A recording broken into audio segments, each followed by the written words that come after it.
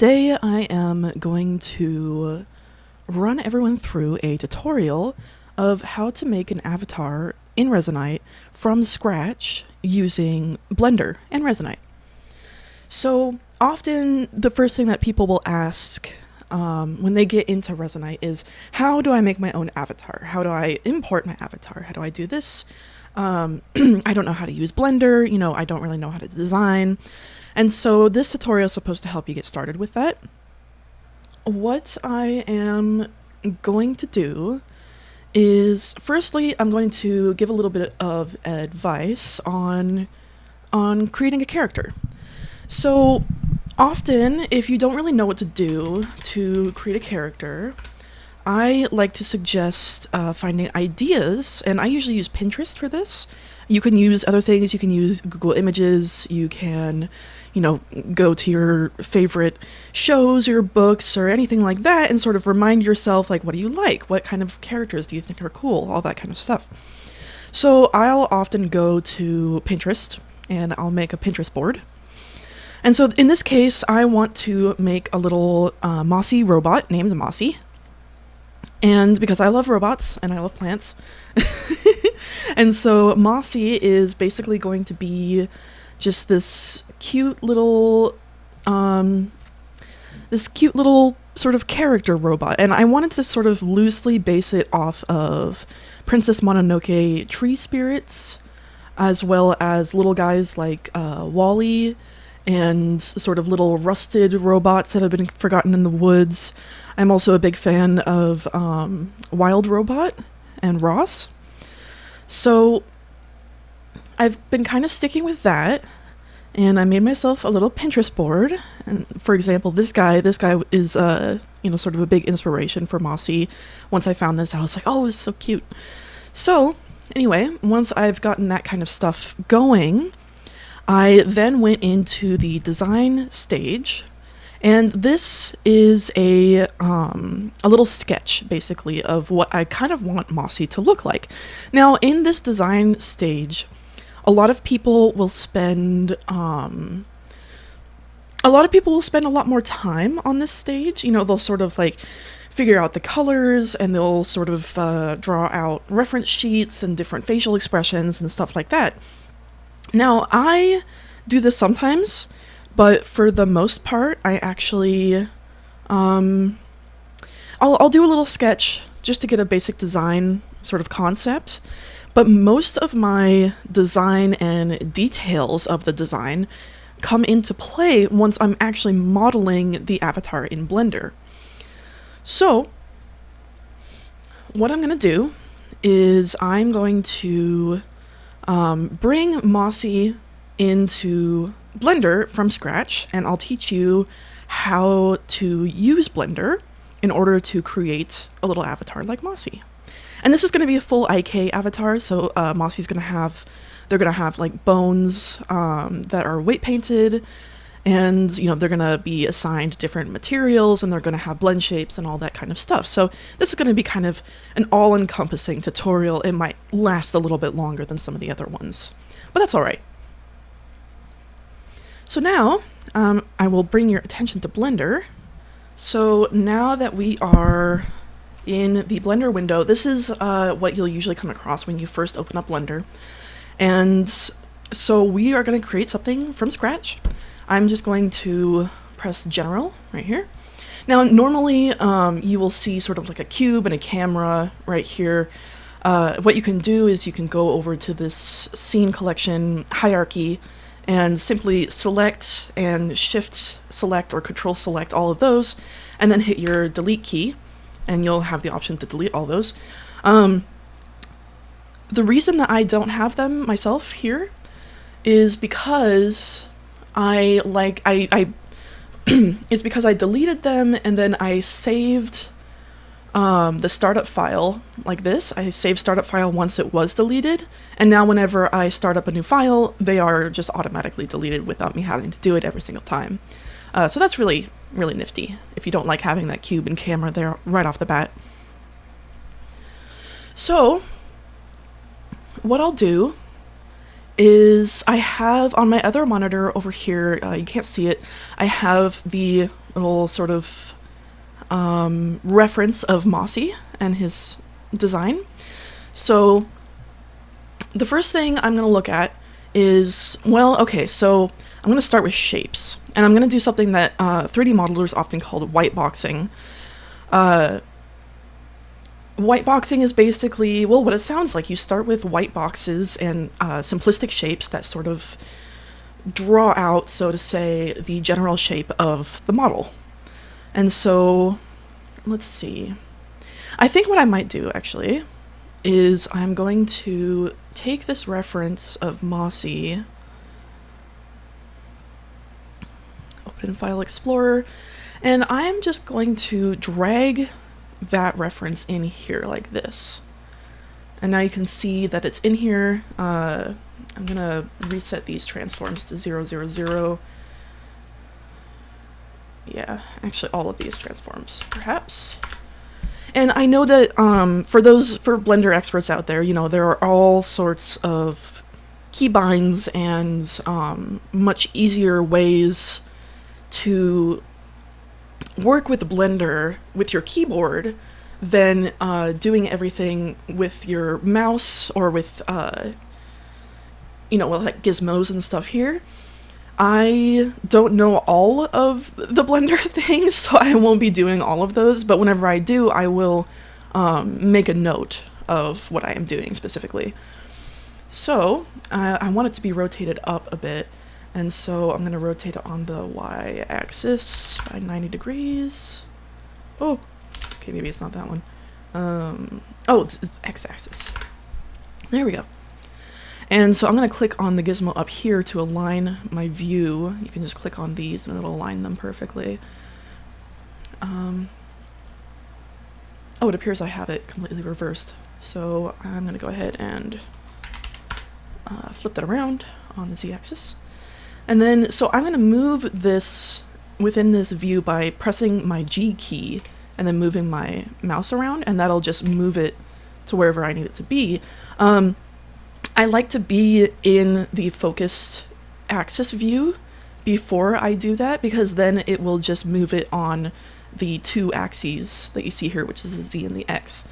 But if, you know, if I'm sort of in the 3D view and I move it around, then suddenly it's just sort of in any axis. So I'm just going to keep it like that, so it's a nice little reference, because, you know, not everyone has multiple monitors. So now we have that. So the first thing I'm going to do, and I'm noticing that, you know, his head is round. It is absolutely just a sphere. So I'm going to go up here and add a mesh, and I'm going to add a UV sphere.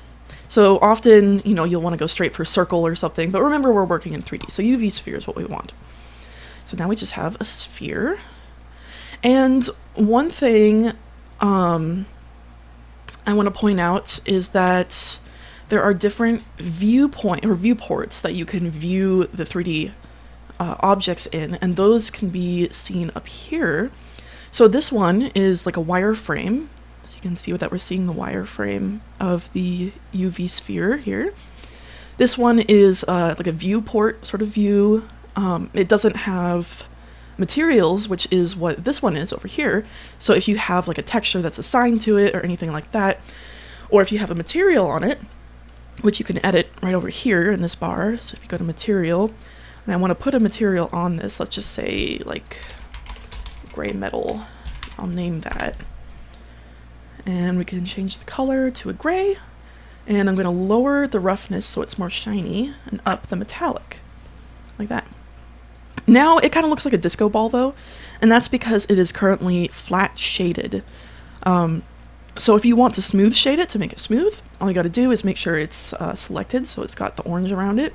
Right click and shade smooth, and now it's smooth. Very nice. So before I go any further, I want to save my progress. Saving your progress is so important when it comes to creating anything, like whether it's in Resonite, in Blender, in any other program. Always save. Control S, save, save, save. So I'm going to do save as. So I'm just going to go up to File, Save As. And I'll just do it on my desktop for now, that's fine. So I'm just going to name this mossy.blend, save as. Perfect. Now I can Control S to auto save it, or to save it instantly. So that's good. Okay, and I think what I want to do is I want to make sure that I am viewing the wireframe of this object. And viewing the wireframe is basically just being able to see the what we call topology of the object. So if I want to view that, I can go up to overlays up here. Just do the little drop down next to those two circles. And then down here in geometry, we have the wireframe, and I can check that. And you'll see that you can see the wireframe on it now. So the thing about Mossy is that they have this really big eyeball right here. And it is going to be easier to create this eyeball if we have geometry that will make it easier to create, if that makes sense. So if you look at the top here, there is already going to be topology and geometry up here that looks like an eyeball. So we'll be able to select that and work with it to make the eyeball. But right now it's facing up. So I'm just going to go up to this transform up here, and then I'm going to rotate this on the x-axis by 90 degrees, like that. So now you can see where we're going to be working with the eyeball as well. We'll probably end up tilting it up a little bit more, but we're still whiteboxing for now, so let's not worry too much about that. All right. So the next thing we're going to do is we're going to position this sphere in around the area where we think the head is going to be. And all of this stuff can be, adjusted later on. So first, I think I will move our reference so it is standing about how it's going to stand. And then I should note that this grid that you see back here in Blender, a regular one-scale avatar is generally going to be between this and this line right here. So if you're going to make an avatar completely one scale, then it's going to be a specific scale in Blender as well. And so if I'm going to scale this down, first of all, because this sphere is a bit too big for Mossy's head. In fact, I am also going to scale down the reference to where it needs to be in terms of height. Now, Mossy himself is going to be about half scale, so he'll probably be about, this big. But for the time being, I'll just make him one scale. And then later in Resonite, we will change his avatar scale. For now, we'll make him one. So I'm going to make this a little bit smaller. And the way that I've been scaling things is I just press, while I'm in this aligned view up here by clicking on Y, I press the S key on my keyboard, and then I can kind of go in and out like this to adjust the scale. So I think that's about good for the head. I'm going to press G so I can bring it up. And in fact, in order to keep the sphere here aligned to the Z-axis, which is this blue axis, I'm going to actually just move it up with this gizmo right over here. Now I could click, or I could press GZ like this on my keyboard and move it like that. But because of force of habit, I like to use the gizmos. It is quicker to learn the keyboard way, though, I will admit that. Okay, so now we're gonna work on whiteboxing the body out. And so the way that Mossy is made, he's almost like a golem in a way. The lore behind Mossy is that Mina, the druid Mina, specifically from the multiverse where she does not travel to the city or get augmentations, she is a little bit more of the form of a deer. She is completely druid and lives in the forest still. And so she comes across this old abandoned robot that's completely died, like there's no more battery, the batteries themselves don't even exist anymore. But she's like, oh, well, this is, this little robot is so cute and so lonely looking. And so, and you know, there's like moss and flowers sort of all over it. And so she uses her magic to bring him to life as a little golem, but he's still kind of got this representation of being a robot since he was a robot. So the way that he is built is with, specifically with little sort of parts that are made into joints. And when you think of Wild Robot and Roz's arms that kind of can stretch out and they have a bunch of different sort of parts to them, that's kind of what we're going to be doing here. So I am simply going to start with add mesh cylinder. Now the cylinder itself, you can see it has these sort of lines and it's got two caps on the ends. So I'm gonna edit the cylinder right off the bat by going down here, and this is where you can kind of adjust things. So if I want it to have less verts along the top, if I want it to have sort of more optimized geometry, then I'm going to lower these vertices here to about half of this, exactly half. And once you smooth shade this, it is going to become harder to notice that you've optimized it, because the geometry, if you up the geometry, if you keep it at 32, it's going to look much smoother, but depending on the size of the avatar and how much fidelity you want to add to the avatar, you can usually keep it at pretty low poly, especially if you're going to be running around a lot and people aren't looking super closely. So I'm going to keep it at 16 here, and that seems about right. So let's see, I'm also going to make it a bit smaller. I'm going to use this gizmo up here, the scale gizmo, to sort of change it here like this. Now, say we want to start with the hips. And let's put the hips about, let's see, I think I should probably use GZ. Let's put the hips about here, make it a little bit bigger.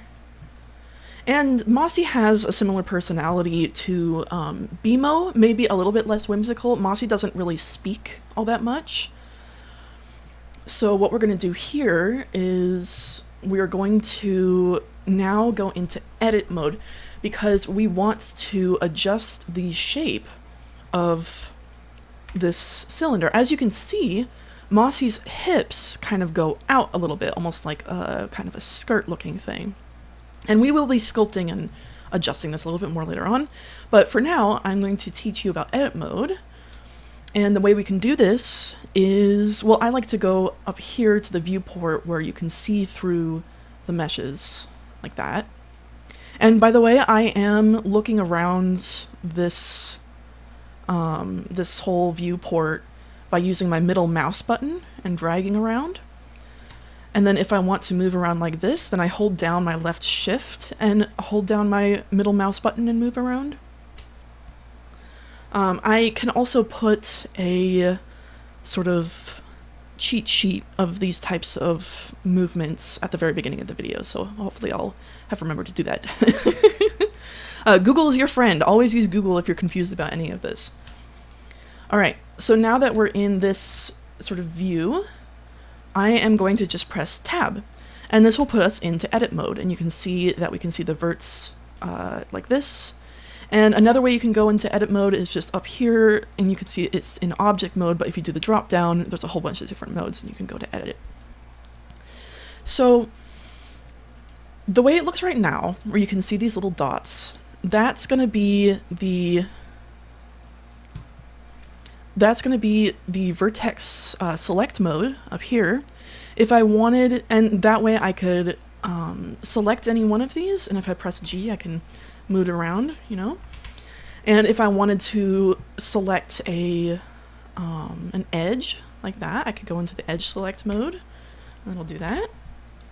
And if I wanted to select a face like that, I could go into that. Yeah, pretty nice and straightforward.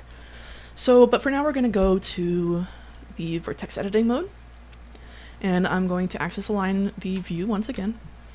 And what I'm going to do is I'm going to use this square select to select all of these verts on the bottom. And all I'm going to do is I'm going to press my S button and make them larger like this. So now it creates a little bit of sort of a skirt type of thing. I'm going to lower it a little bit.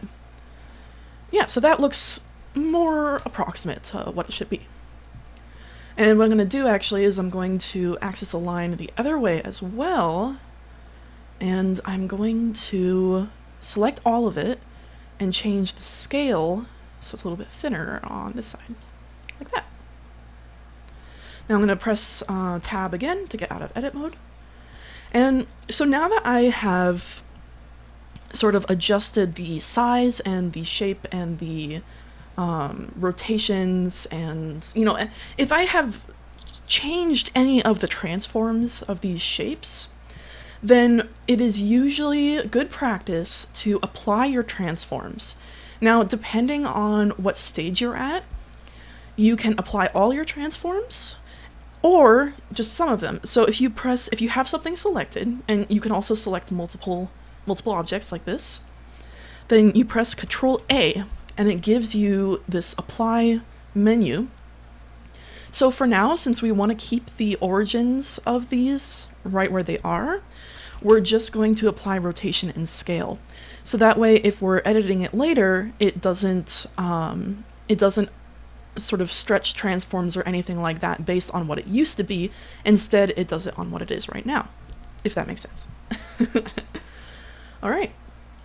So I'm going to go back to the material mode up here, and I'm going to make sure that, let's see if I uncheck the wireframe. Yeah, we can see that this is still flat shaded. So I'm just going to shade smooth like that. And I am going to add the same metal material to it. We're going to keep our materials pretty sparse for this avatar. It's only going to have a few materials. So if I want to add a material here, I don't have to create a brand new one. If I wanted to share the same one as the sphere, I just click this over here, click gray metal, and then it's like that. One thing I'd like to point out, and you can see that especially in this viewpoint, the normals on this cylinder are a little strange. And by normals, I mean, let's see, how do I explain normals? So I guess one way to explain normals, it'd be easier to show. So if you go back up to here where you have wireframe, there's also face orientation. Now, a normal is the orientation that oh my god, I'm opening up Google to figure out how to say this. Hold on. What is a normal in Blender? A normal is a vector, an arrow that indicates the direction a face or vertex is pointing. So often when people refer to normals, they refer to the direction that these faces are. So for example, if I select any one of these faces, like this face, and then I wanted to flip the normal, I could go up to Mesh, Normals, Flip. And now you see that it's flipped. So this normal is now facing the other way than the normals of all the rest of them. This, if you're using a single-sided material, that means that if you have a single-sided material on this mesh right here, then you are going to be able to see through this face because the normal is facing the opposite way. And if you were looking at it through the opposite side, then you'd be able to see this one face, but not the rest of them. It is generally recommended to have all your normals facing out.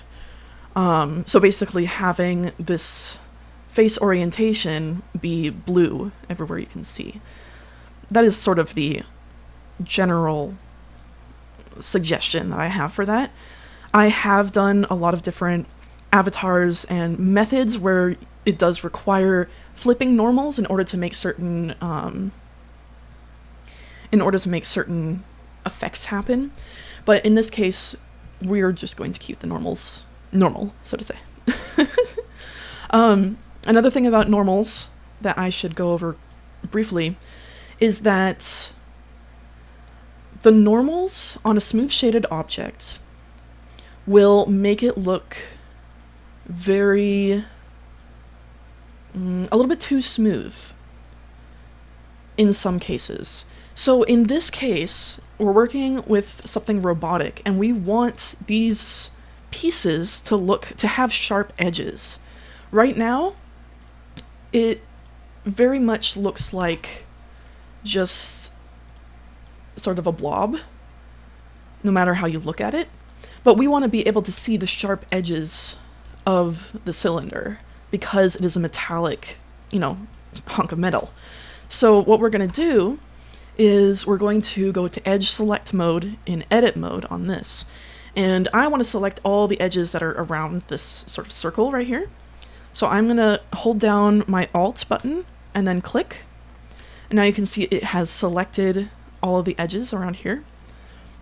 And then I right click and I mark sharp. So now it's going to be marked as a sharp edge, and so it will appear sharp. I'm going to do the same thing down here, mark sharp. And now you can see that the edges now look sharp instead of just sort of an amorphous blob. And that's good. So now if we go back to here, you can see it's a lot more sort of metallic and robotic looking. So I'm going to go ahead and save, Control save. Always save, get into the habit. Let's see. Okay, so now even though this white boxing right now is a little bit more like gray boxing, that's all right. So what we're going to do now is we're going to basically just bring out more cylinders and more shapes to make it look like a little robot. So I think I will just do that and sort of run through it really quick. One other thing about meshes like this is that you can easily duplicate them by making sure they're selected and hit Shift D,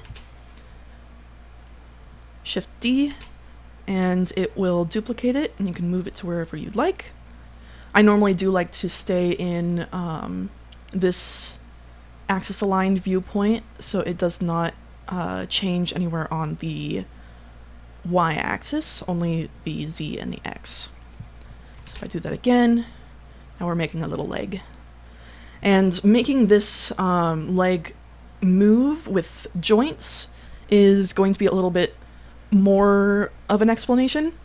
However, that we will decide as we go along, because oftentimes, we don't really know exactly what it's going to look like or exactly what we're making until after it's done, or at least that's how I feel about it.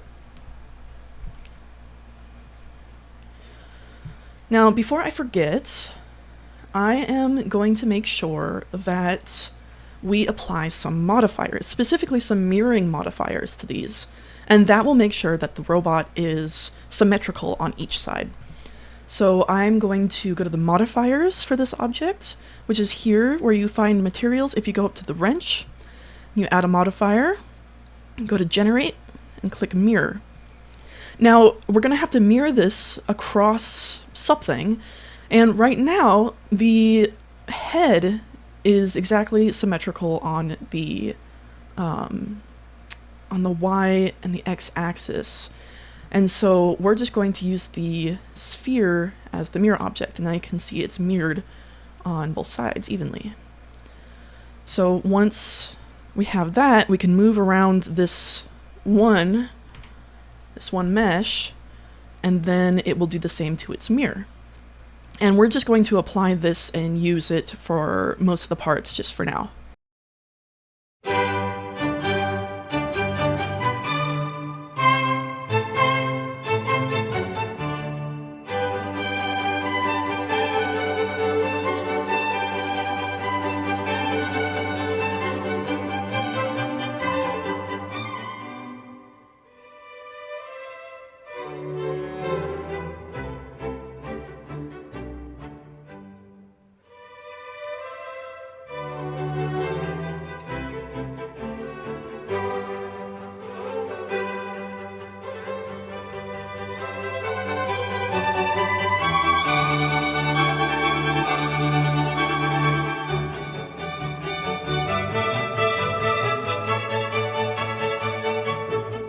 Another quick keyboard trick note is if you have something that you'll be putting at a specific angle, you can select it and press your R key and then move it around like this instead of having to go through the rotation transform over here all the time.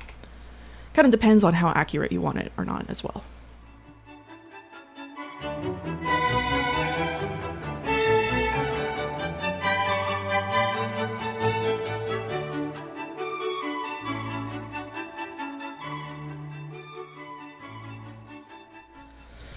When you make an avatar and import it into Resonite, it's generally recommended for the avatar to be in a T-pose or an A-pose.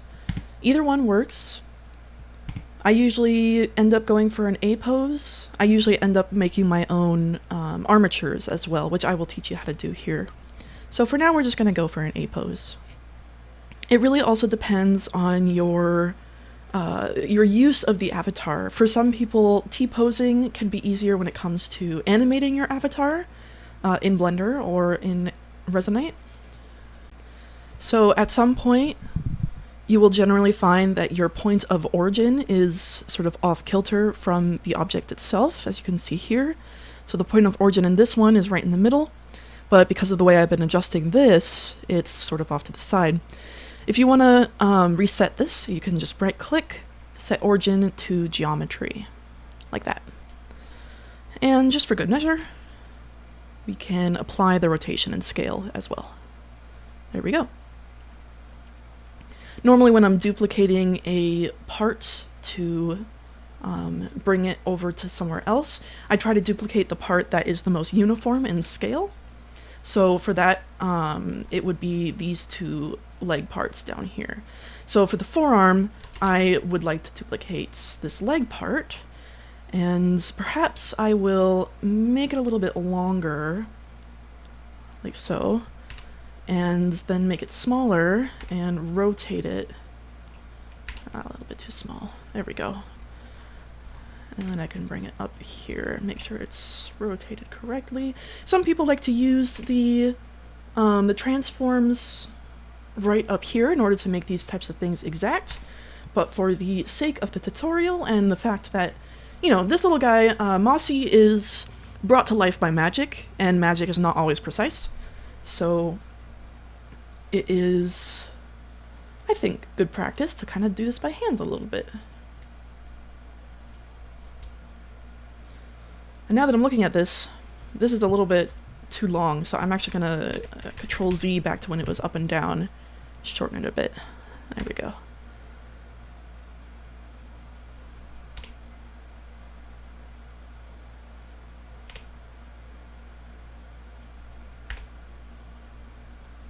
Making small adjustments here and there and all the time is very normal.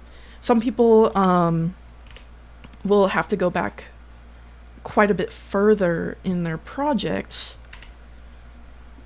in order to get to a point where they prefer to start again from. There are a couple of ways I recommend doing this. The first way is save copies. So I am just going to go up to File, and then I'm going to do Save Copy. What I'm going to do is I'm going to name this Mossy Backup 1, and then every single copy after that, I just name it Mossy Backup 2, and then 3, and then 4. And so that way I have this sort of like point in my project where if I need to come back to this point and start doing stuff with it here, then I can very easily do that because I have the copy save. Another important thing to take note of when it comes to undoing a whole bunch is, I believe it might be under Preferences, Edit Preferences, with, let's see, I know it's here somewhere. How many times you can undo. Ah, here it is. So under Preferences, under System, Memory and Limits, Undo Steps. So just ramp the undo steps way up, and that way you can Control Z to your heart's content. Because that has saved me so many times. So that as well as the copies, the Blender copies, will absolutely save your butt so many times when it comes to working with Blender. Trust me. I'm gonna go ahead and save. Alright. So now I'm just trying to sort of get the arms to how I like it. I might want to make them sort of extendable later on, but for now I think I'll just keep them pretty simplistic. For the sake of simplicity, I am basically just going to be copying his feet and making them his hands. The hands themselves in Resonite tend to be sort of angled when you import them, and that can make for setting it up a little bit easier.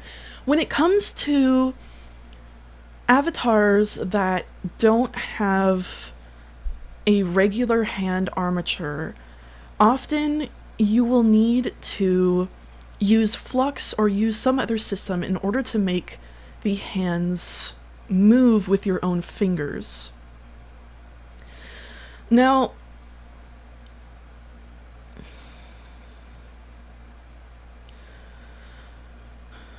for the sake of creating characters that don't have usual hands, I would like to show you all how to set up Protoflux in Resonite in order to make your fingers move with your regular fingers without having to use a hand poser.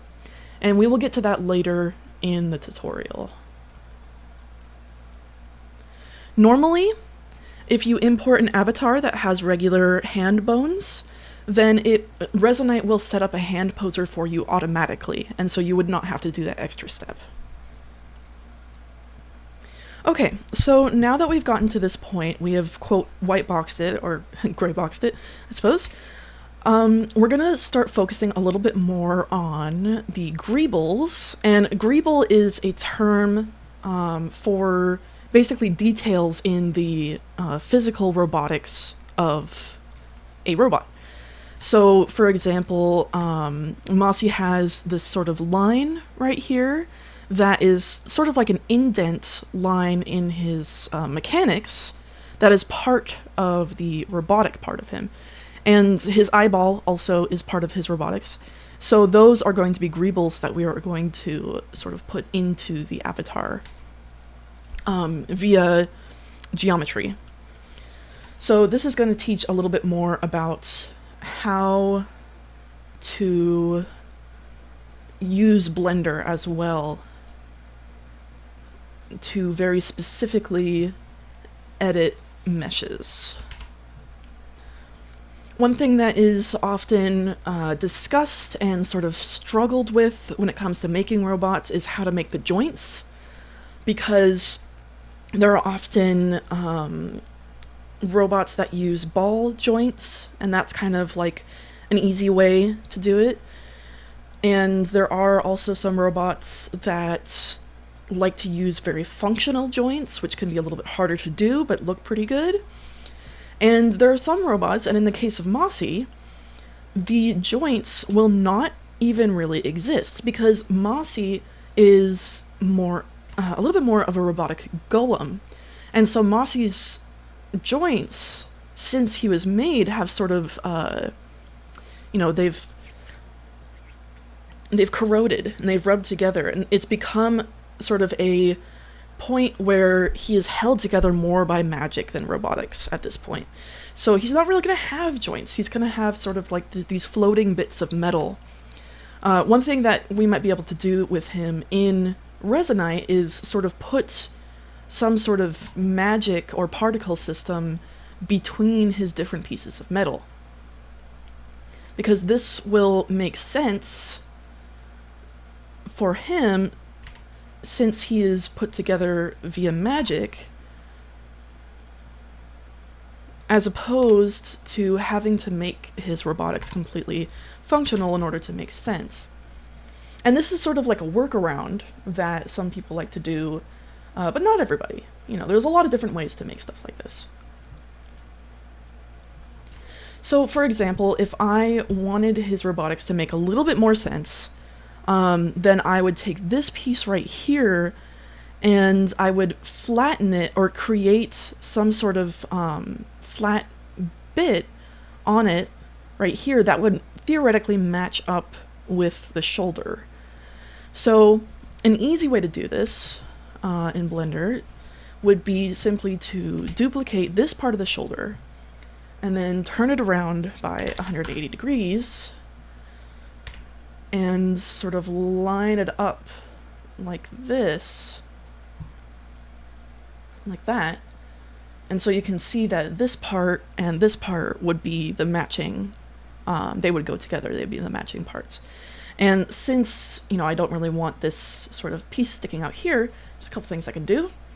The simplest, and I think what would make the most sense, is if I simply make that a little bit bigger and raise it up a bit just so it covers that top part, like so. There we go, and now it's kind of fused into the top part there. Because of the geometry, it might look a little bit wonky. So it kind of depends on, you know, how high fidelity you want this kind of stuff. This part right here will likely actually be covered by moss, so we don't really have to worry too much about it, because he has sort of this shawl of moss over him. Right.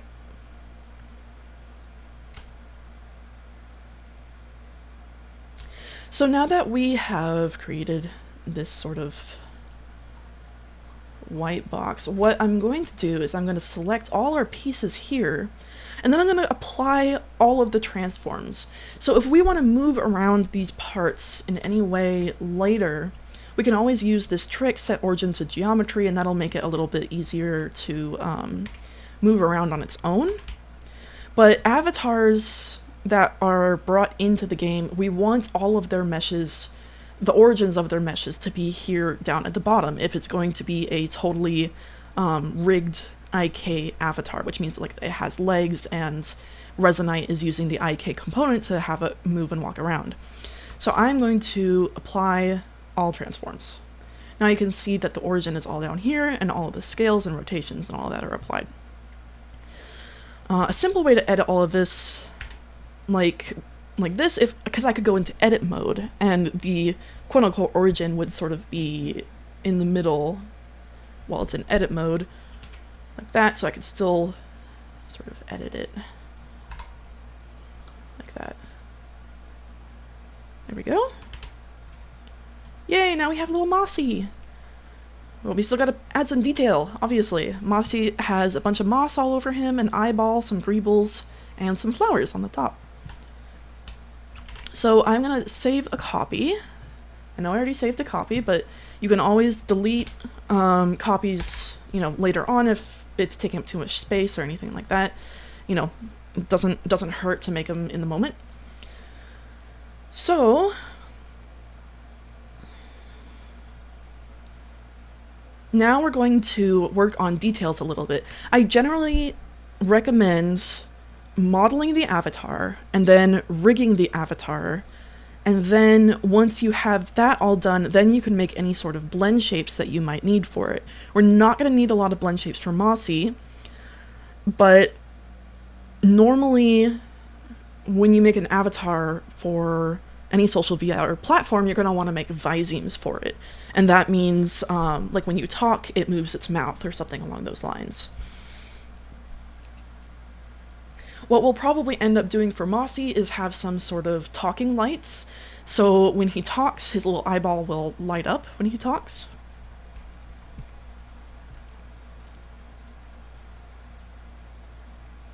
Okay, so now we will work on the Greebles on his face. So I'm going to go and turn wireframe back on, and you can see that his eyeball is a little bit further up on his face. So instead of being completely, back to front like this, I might want to go into edit mode, select all using my A key, and then just rotate it just the slightest bit. because Mossy is very short, and so he will be looking up quite a bit.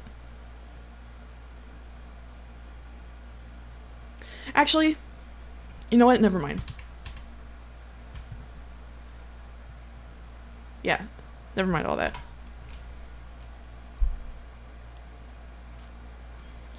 Okay, so you can see Mossy's eye is pretty big.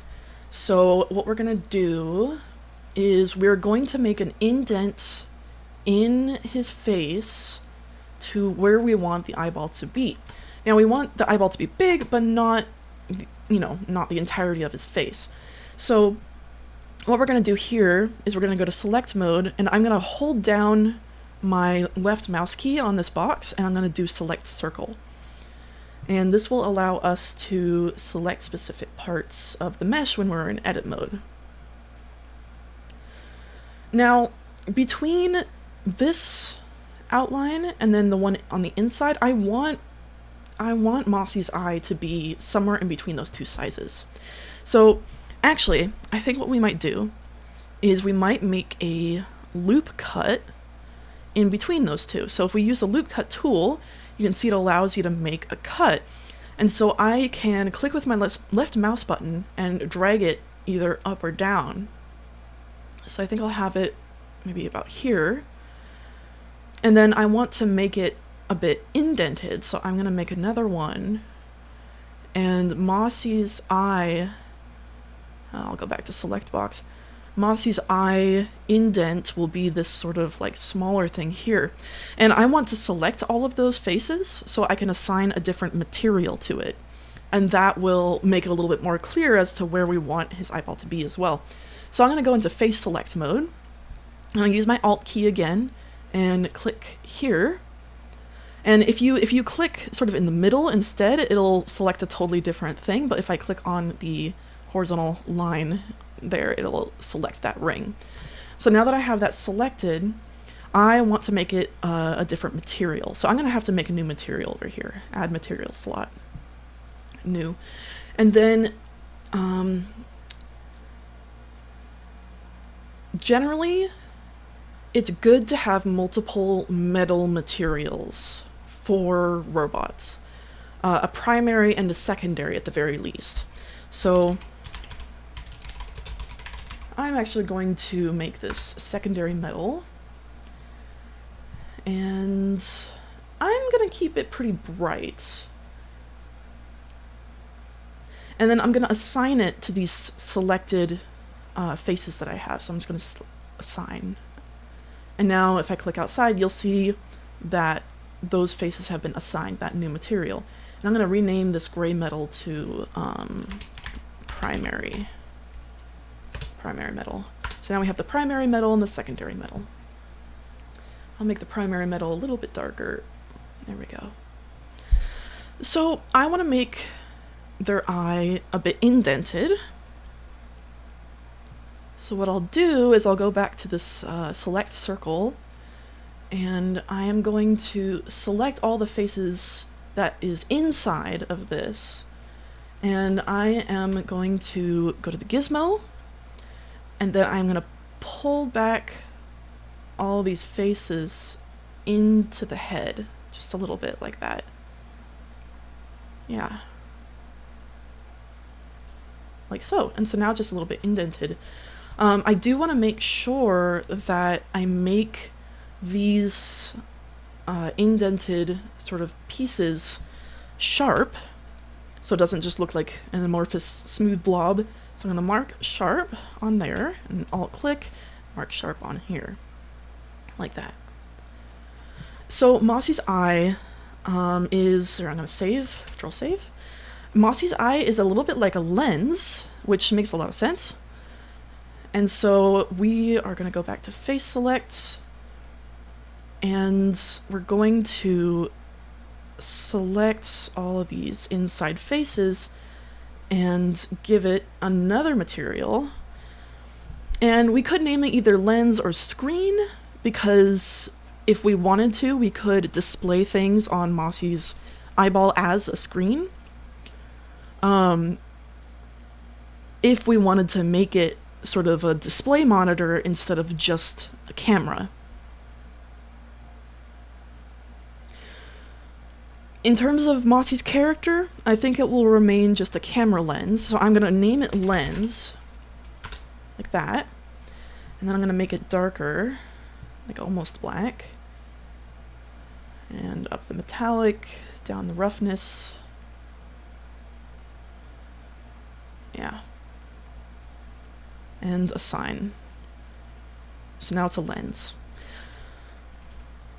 So now when it comes to lenses, as you can see, there is a bit of detail here. And when you think of a lens, you sort of think of multiple, here, let me look up Google Images for camera lens. Because there are going to be lens flares, there are going to be different components of a lens that are in here. As you can see, there's a lot of different colors. And in fact, somebody here sort of made this lens look like an eyeball, which is very cool and exactly what I wanted to do for Mossy. So, in fact, the camera lens PNG, that is a transparent PNG for free. So, what I'm going to do is I am actually just going to, and so this is a free download, I want to save the image.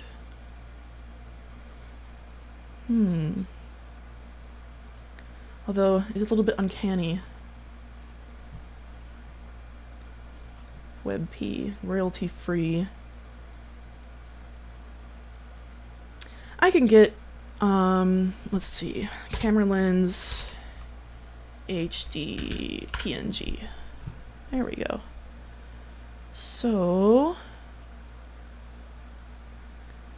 I would like, for Mossy, I would like something blue. I keep imagining his lens as blue. This one doesn't look so bad. Zoom lens, made in Japan. This will work. Let's see. Oh yeah, and it's a JPEG, perfect. Okay. So, I'm going to use that as a texture for his lens. Now, in order to put a texture on a material in Blender,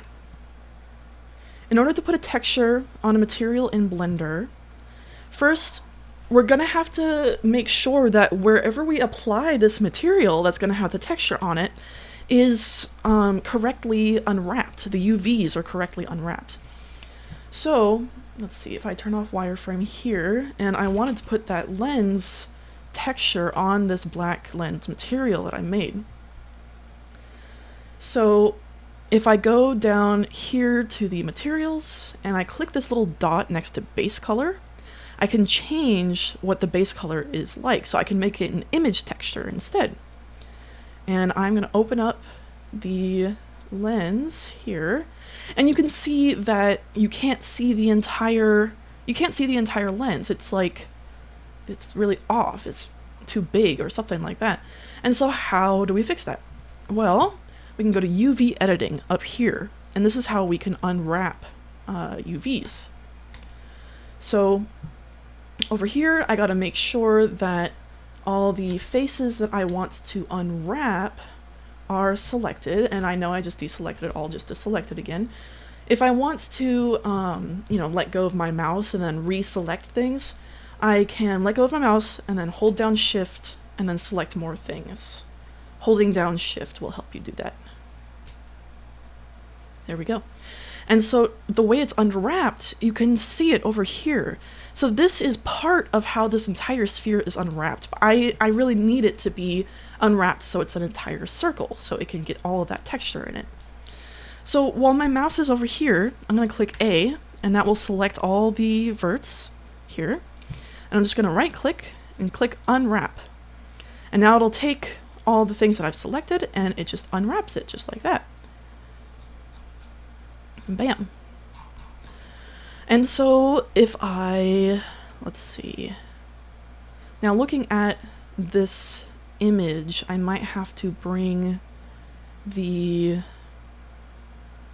go into Photopea or Photoshop and then crop this so it's evenly, you know, touching every side, which is just going to be easier to work with in terms of having it be a texture. So I'm going to go ahead and do that. And now that we've already unwrapped it like this, I'm just going to leave it like this. We might have to rotate this later, but we'll see. So I'm going to go back to layout. Oh, and it's already working. It's already working really nicely. I'm still going to go into Photopea, which, by the way, is a free alternative to Photoshop, and I highly suggest it. So I'm simply going to go to my desktop and then drag that PNG into here, like so. And then I can go to this crop tool and just sort of make sure that it is properly cropped to how I need it. Like that. And then I can, it's not perfect, but that's all right. I can control save, yes, save changes. And now it has updated on my desktop and it looks like this now. So I am also gonna have to update it here. So I'll go back into here, click that, open image. Okay, so now he has a lens, a little zoom lens, and he was made in Japan. That's fun. Awesome. Okay, so another thing about Mossy is that Mossy has sort of like a line that goes around. You can see right here, he has a line that goes around his head a little bit, and it's a little bit off center. And so we could either go along with the geometry that we have, that we've been working with, this geometry right here, and make it via that, which might be the best thing to do in this case, but according to the design I was thinking of for Mossy, it kind of doesn't perfectly and evenly surround the eyeball. It kind of is offset a little bit. So this is going to be a little bit more complicated, but it will allow me to teach about a new tool. So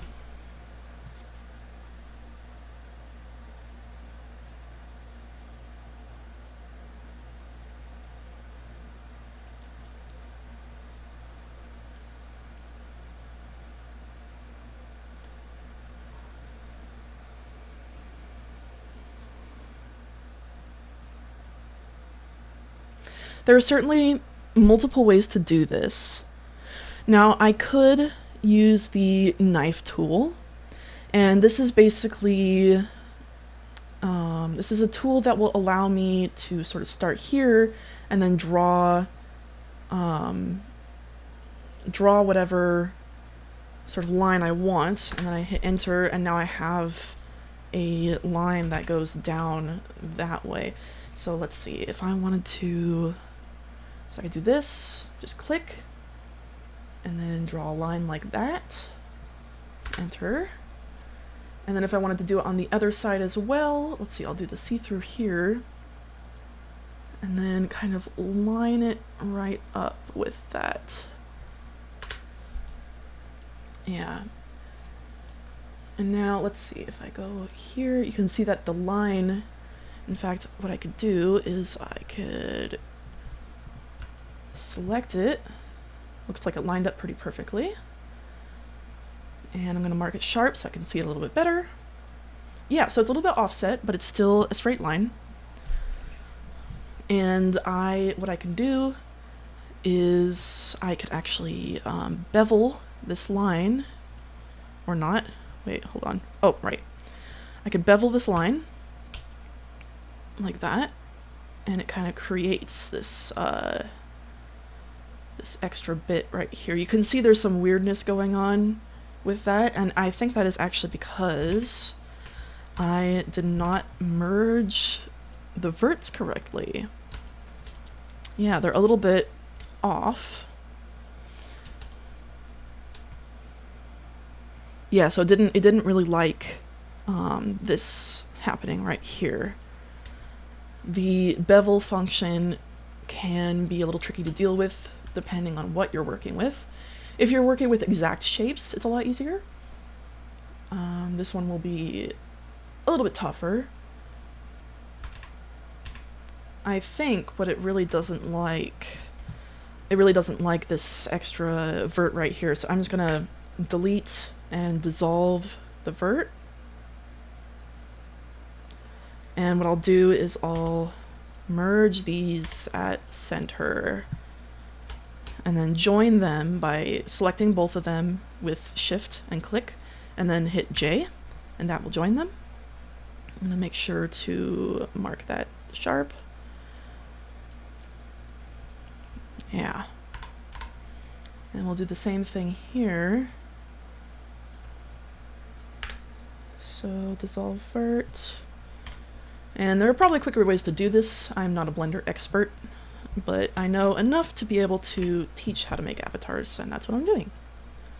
Mark sharp. Okay. So I'm just going to go ahead and make sure all of this is selected by holding down Alt, as well as Shift, and making sure that all of these, Shift click, are selected in a loop like that, because it might not all select at once, especially if we're kind of splitting it up a little bit. I'm just going to use my loop tools, which is an add-on, by the way. If you want add-ons, you can go to Preferences, Add-ons, and there's a bunch of different add-ons here. Loop tools is a very common one, and I very highly suggest it. So I can go to Loop Tools and then hit Relax, and you can see the difference down here. Now it's a lot more relaxed. I could even, up the iterations, although it looks like I didn't really need to for this one. And now that I've fixed that, it should be quite a bit easier to bevel. There we go. Yeah, so now we're not getting that sort of weirdness. So what we're going to do is we're going to hit S and... Ooh, actually, wait. So what we're going to do is we're going to bevel it once. Oh, wait. So we're going to bevel it to about this point, and then we're going to actually bevel it again like that. And that way,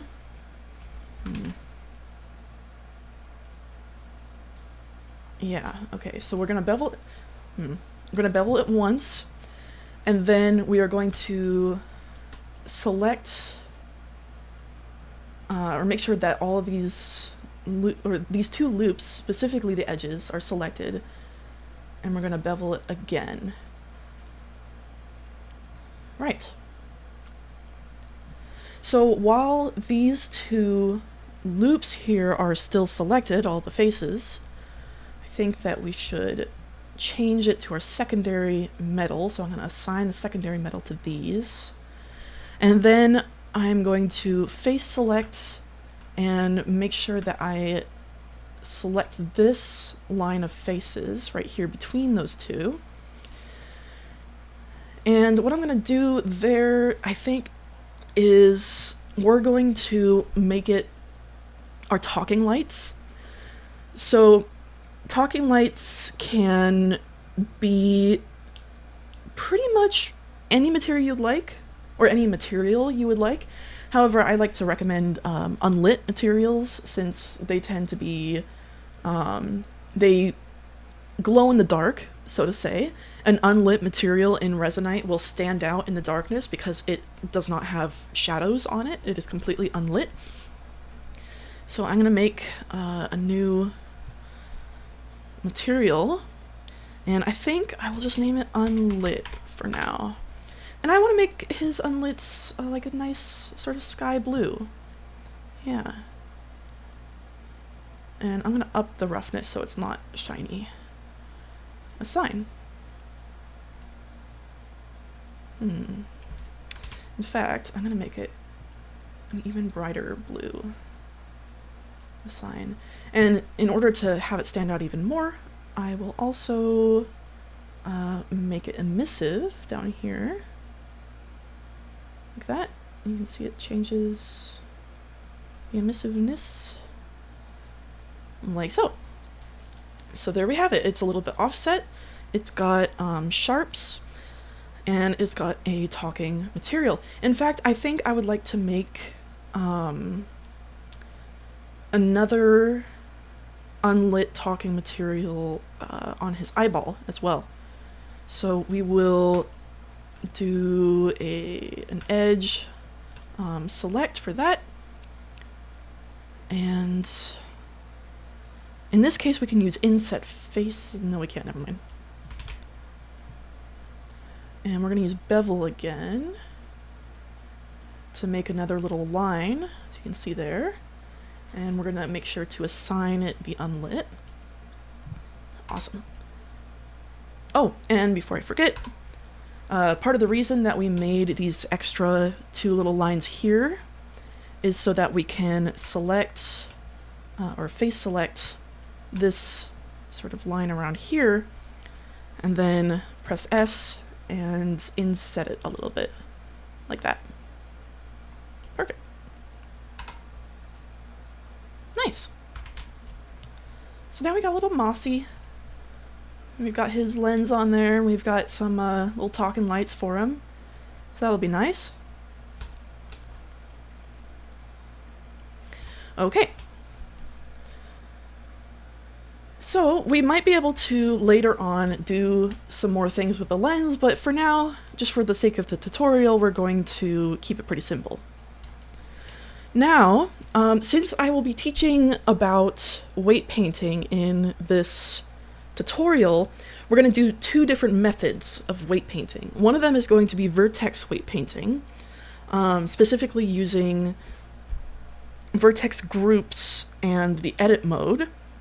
And that is a really good way to weight paint for robots. But since he has moss as well, I will also be able to demonstrate hand weight painting things.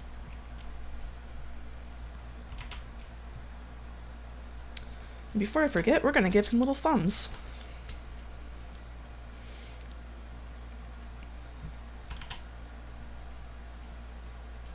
There we go. Maybe make it a little bit. Oop.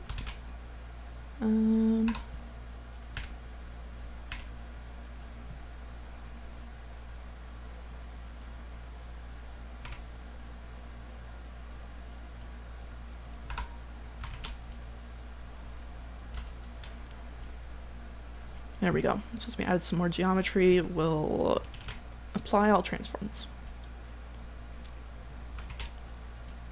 Excellent.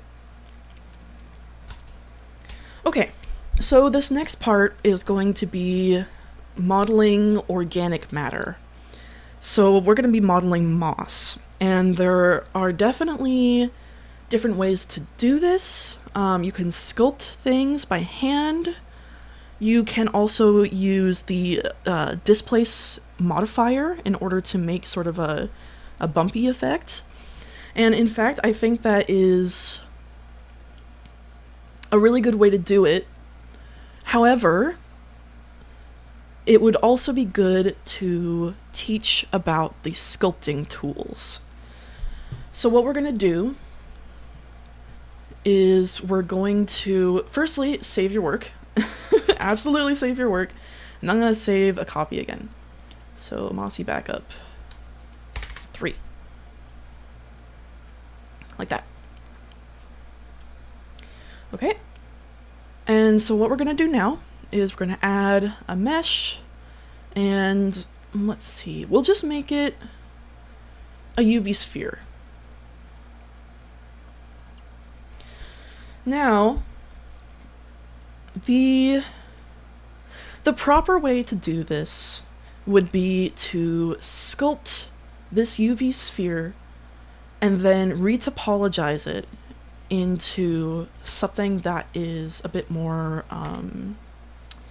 low poly and even all the way around.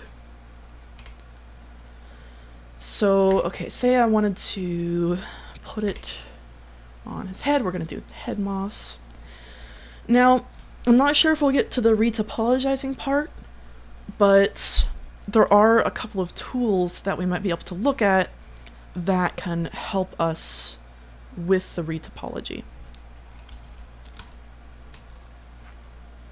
So now what we're going to do is we are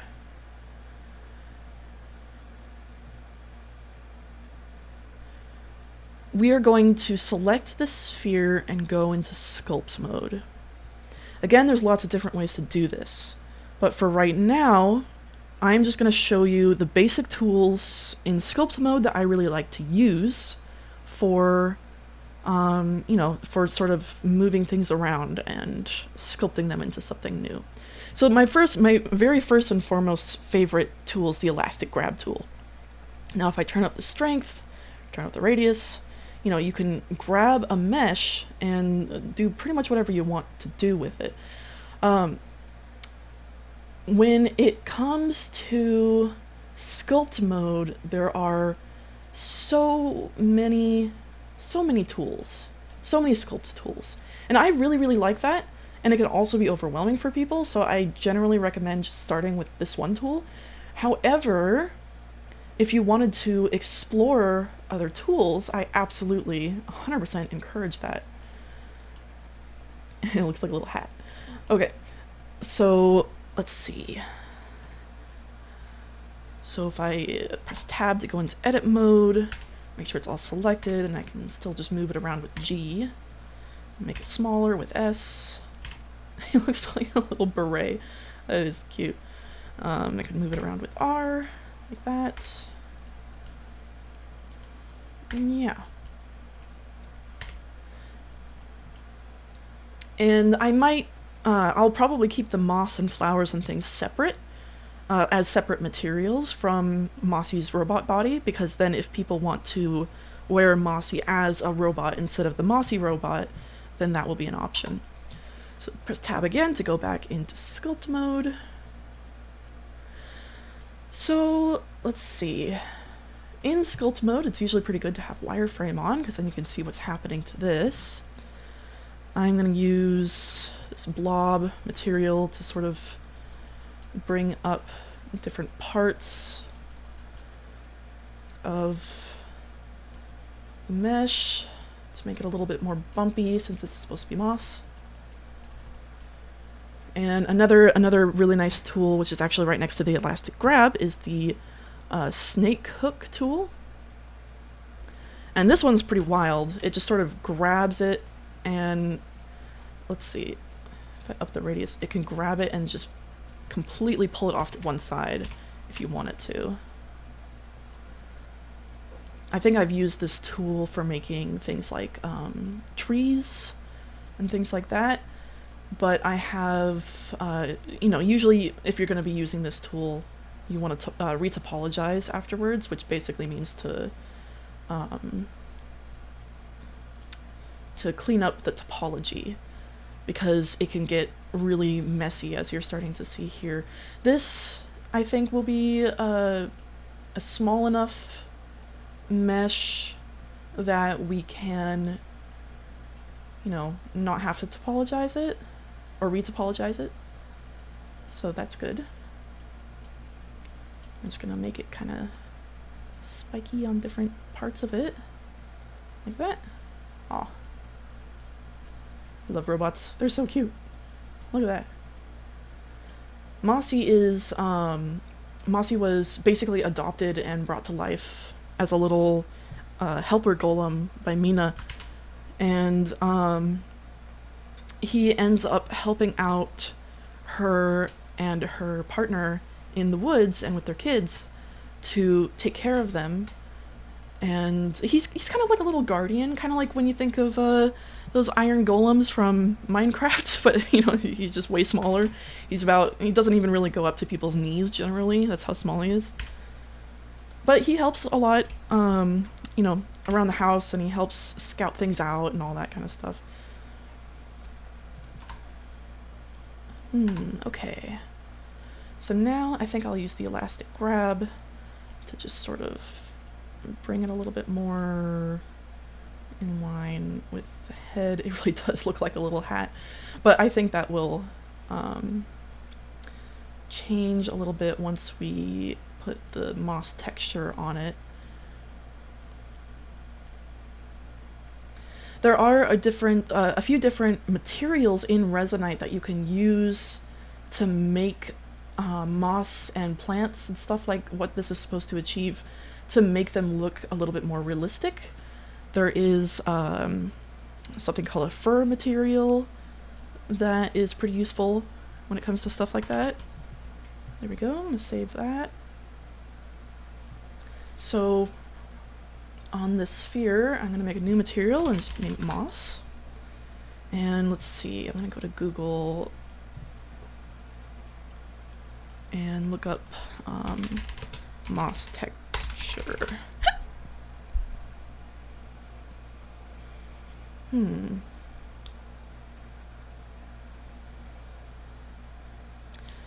So we can pretty much use anything here. Let's see, free texture is good. So that's a JPEG, that's good. So we're just gonna use that for now. And then we'll see how it looks with the texture right now. We might have to UV unwrap it. And if I take it off of wireframe, yeah, see the UV is a little bit wonky around here. So what we're gonna try to do with it, for now, is there is a UV editing, let's see, that's all selected, and then there is a UV unwrap option that I often like to use for textures that don't really need like seams or anything. It's a cube projection, and it looks really messy, but it ends up looking okay on here. Oh, I gotta smooth shade it.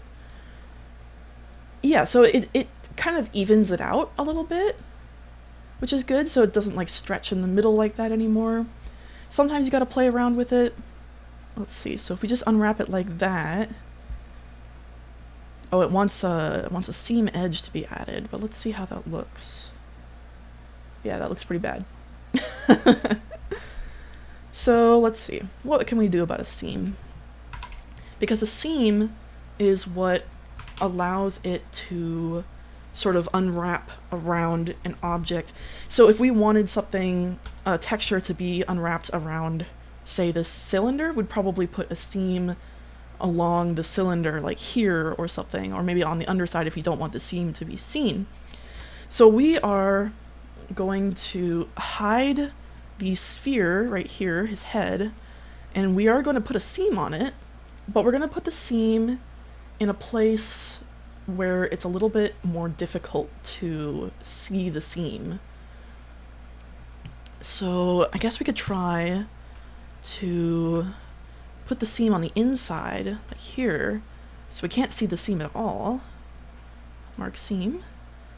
Now if we go to UV editing and select this whole thing, select it all here, unwrap, you can see that it unwraps it along the seam. And you can see it in here, but when his head is on, you won't be able to see the seam.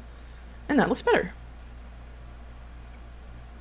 It's not very detailed though, so we're gonna go here, and we're actually just going to change the scale to make it a lot bigger. And you can do this in game too by changing the texture scale, but you can also do it with repeating textures by just scaling up the UV unwrap.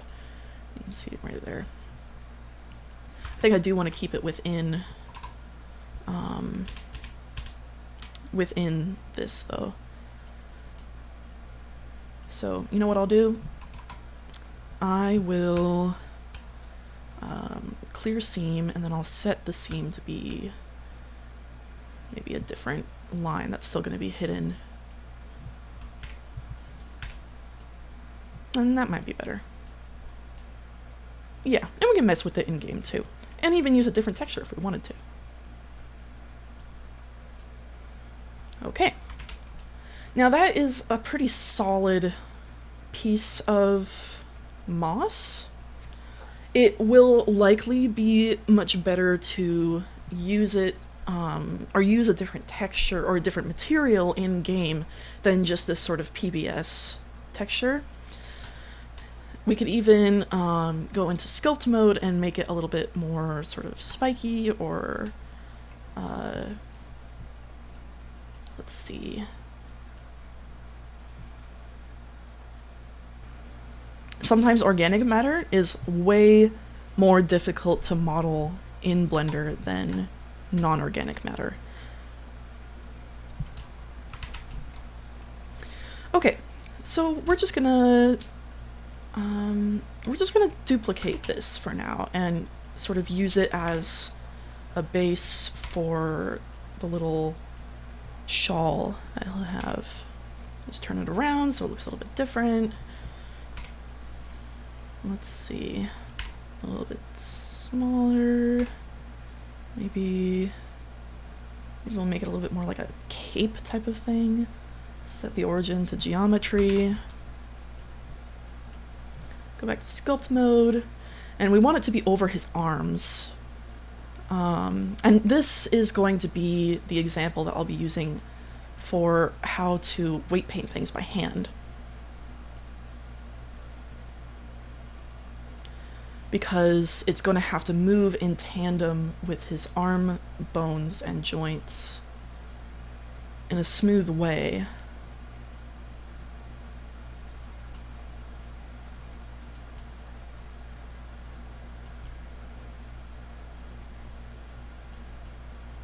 And apologies if this tutorial is not super straightforward, but I figured it might be a nice little starter for people who don't really know how to use Blender or how to, you know, make avatars or get them into Resonite or anything.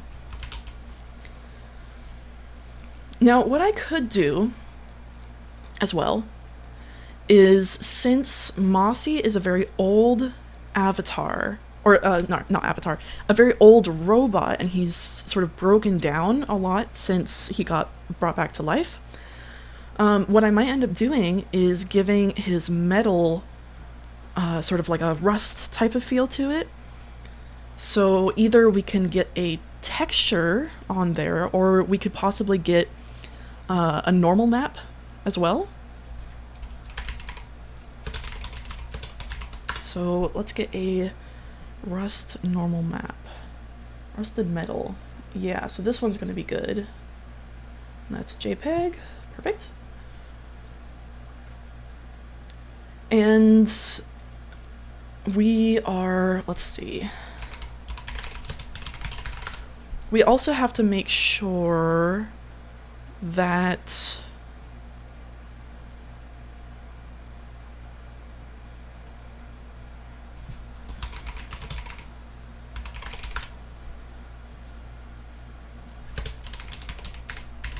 we're also going to get a seamless metal texture.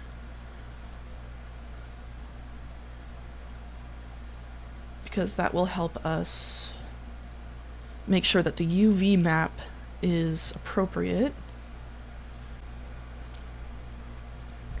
So when it comes to the texture and the normal map on the metal for Mossy, that can be done in a variety of ways. Either we can UV unwrap him in Blender, which can take a while to get that all perfect and evened out, or when we're in Resonite, we can create a material called a triplanar material and make sure that the triplanar material is set to object mode, which means that it will stick to Mossy instead of being global. And I'll show you what that means. But it will assure that the normal texture and the metal texture, if we decide to add one, which maybe let's do that for the primary metal. So seamless metal texture. There you go. Now you can see it's like that. So that doesn't look bad at all already. In fact, we might not even need to UV unwrap this, because the primitives that we made are usually, by default, they're usually pretty well unwrapped. It's only really when you warp them or modify them in very intense ways that the UVs can get really messed up. So I am going to go to the normal here. Normal map here.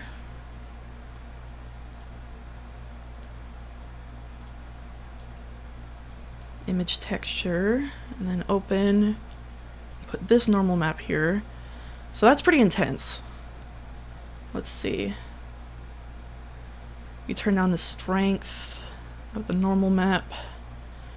There we go. yeah, so now you can see that his texture is a little bit more bumpy. So I'm going to save that. And you know, that seamless metal material looks really good, but I want it to be a little bit more like sort of copper or rusted. So I'm going to be changing the color balance of this to be a little bit more red, a bit more like that.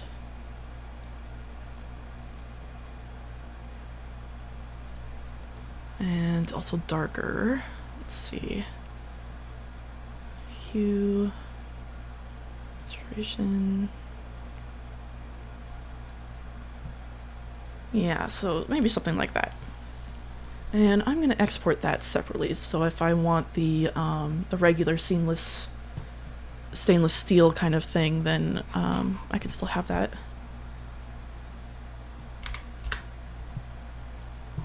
Move that to the desktop. Okay. Oh, that's pretty dark.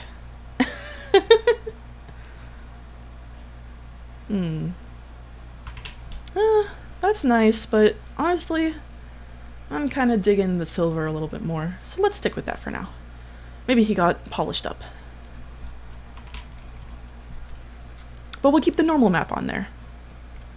Okay, so this is Mossy so far, and let's compare him to our little thing here.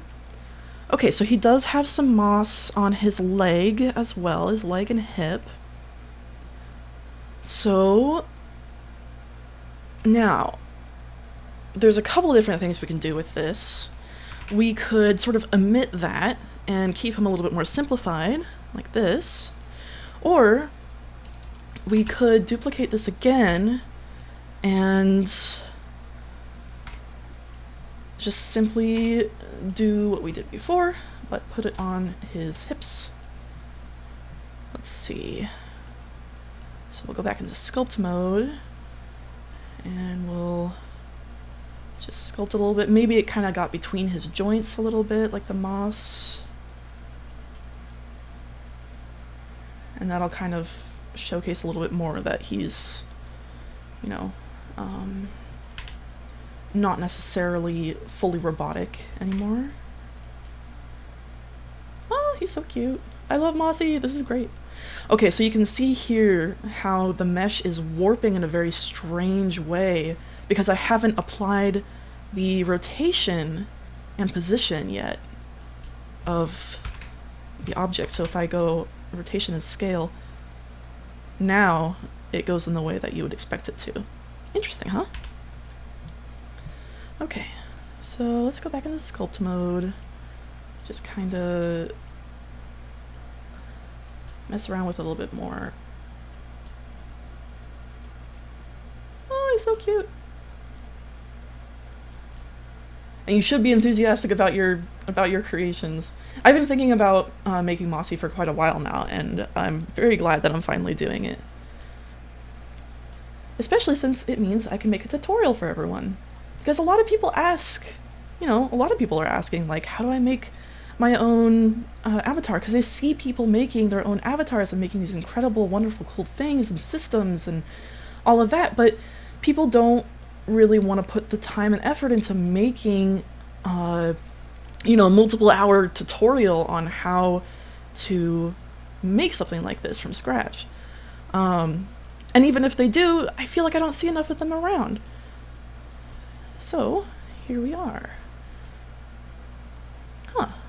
Well, that kind of looks like a little piece of clothing or something.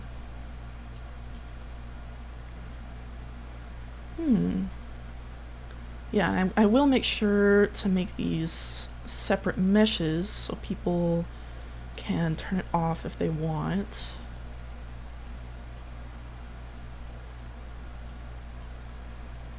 Yay! Aww. Mossy. Okay. So Mossy does have a flower on his head, and part of that was inspired by Colin the cat. Shout out to Colin the cat. He makes motto prints and like a bunch of really cool things in Resonite. And he has a flower on the top of his head, and I thought that was awesome and adorable.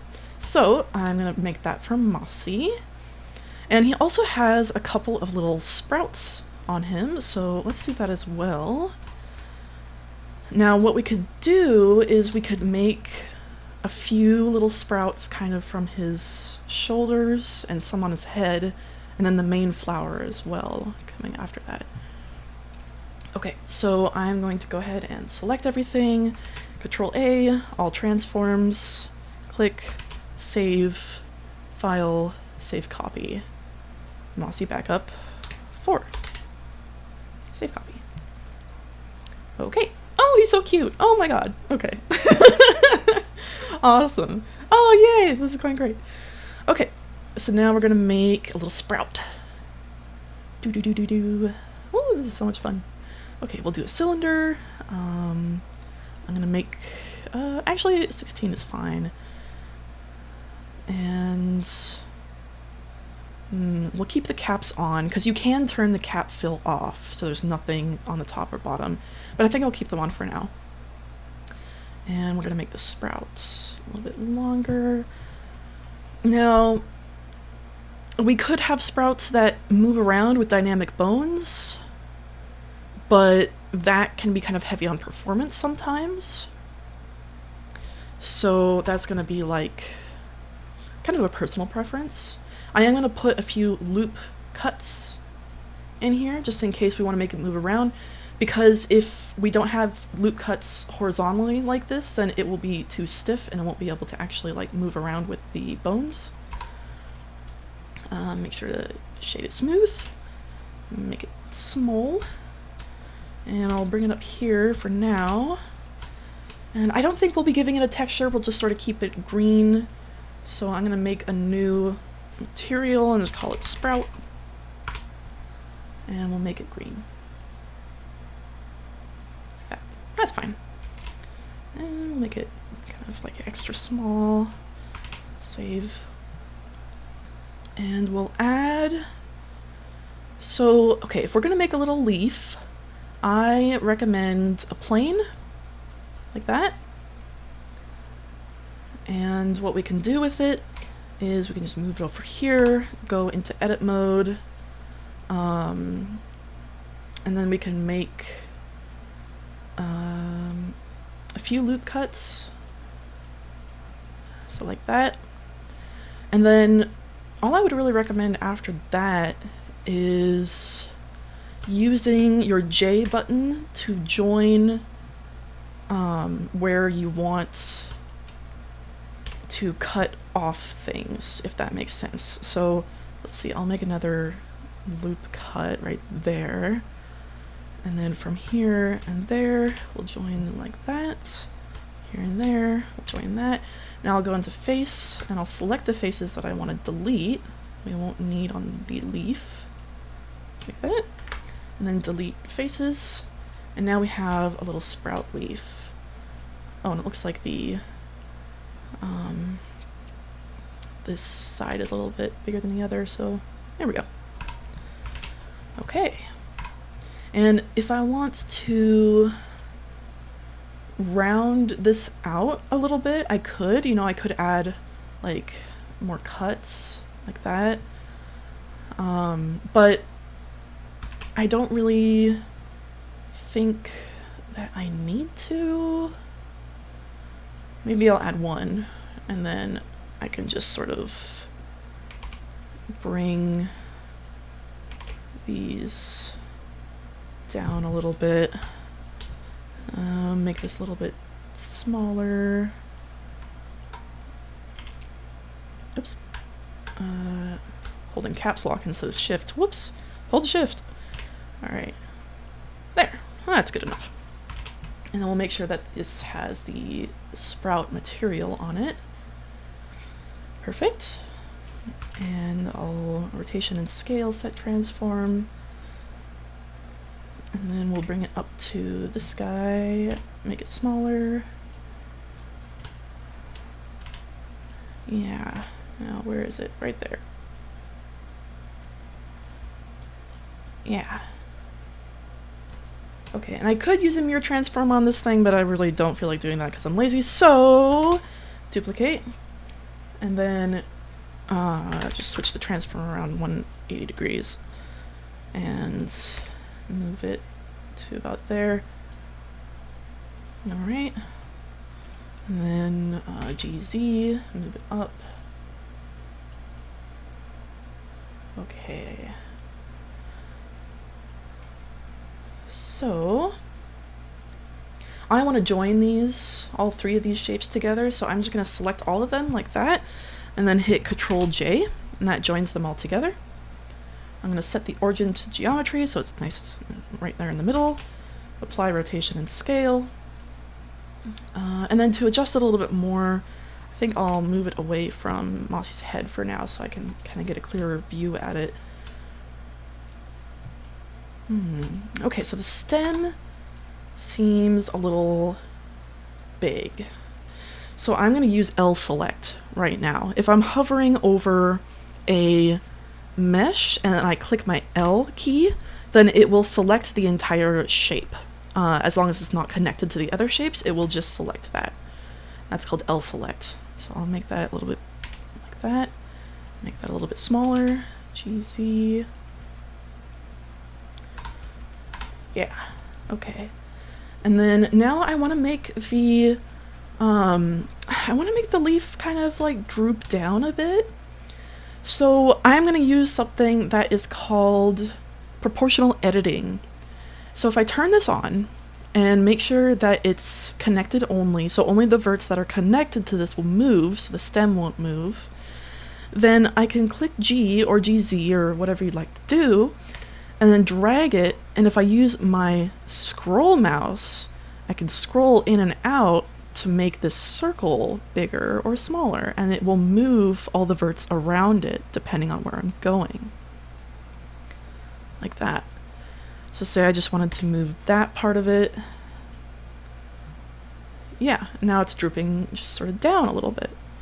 And if you're going to be using this method, it is okay to take your time. Using this method, going in increments, going in like smaller spaces, can generally be like a really good idea. Yeah, because if I kind of go all at once, it's like it looks really kind of weird and awkward. So I'm just gonna do it sort of little bits at a time. Yeah, okay, that looks kind of sad and droopy. Maybe what I'll do is make this side a little bit smaller and then move it up just a bit. Like that. Yeah. Oh, and look at that, I still need to shade it smooth. Smooth shade. There we go. And looks like these verts are just a bit off, so let me kind of get it in there. Excellent. Maybe I want to rotate this a little bit to the side so it's not perfectly symmetrical because, you know, it's organic. Organic is not going to be perfectly symmetrical. There we go. Okay, now we have a little sprout. So there's a couple different things we could do with the sprout. One, we could just leave it like that. You know, looks pretty good as is. Or we could add dynamic bones to it, so when your avatar or when Mossy moves around, you know, it will sort of like bend and sway and that kind of thing. Oh, something that I'm noticing now as well is that these leaves are a little bit too flat. So what I'm going to do is I'm going to extrude them. So I'm going to extrude region and extrude them down like that. So now you can see they have a little bit of extra geometry like that. And I'm not going to add any sharps since it is an organic thing. However, I am going to check the face orientation. Okay, it looks like we've done pretty well with Mossy's face orientation as I explained earlier with the normals and stuff. But these leaves are not good. So we're just going to go to edit mode And we're going to L select the leaves. We'll go up to Mesh, Normals, and recalculate outside. And that usually works pretty well. So now they're correct normals. Perfect. And while I'm at it, I'm going to select the whole thing, and I'm going to reset the vectors of the normals. Sometimes normals will end up looking really bad or looking really funny. And the way that you can fix that is by resetting the vectors of the normals, like you saw just now. Okay. So let's see. I want this to kind of face like that way. And I'll make it just a little bit smaller. Move it over here. And I think I want it to face forward a little bit. Yeah. Cute.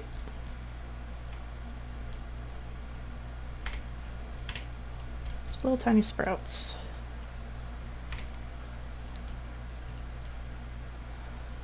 Yeah.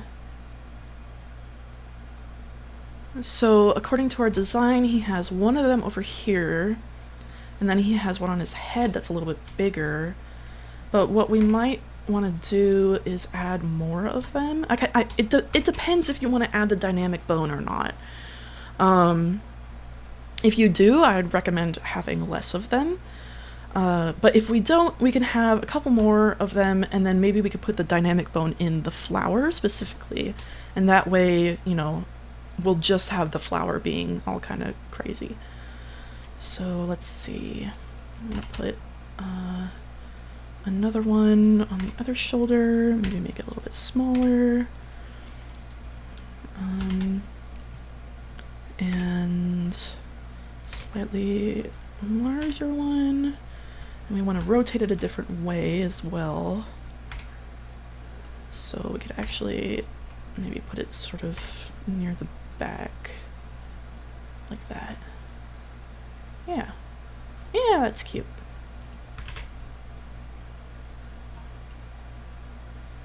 And this is only the modeling process. You know, weight painting is a whole different task, but it's not too bad, especially if you're going to do weight painting with vertex groups like I'm going to do. I mean, I'll still teach how to, you know, weight paint with your hand, but it won't be quite as bad since we're not doing too much of it. We're not having to weight paint an entire body or anything like that, which can be quite the task.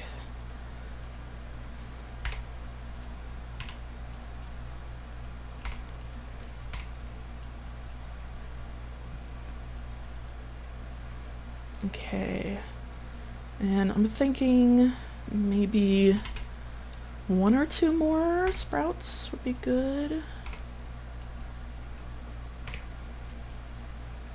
Maybe make this one a little bit bigger.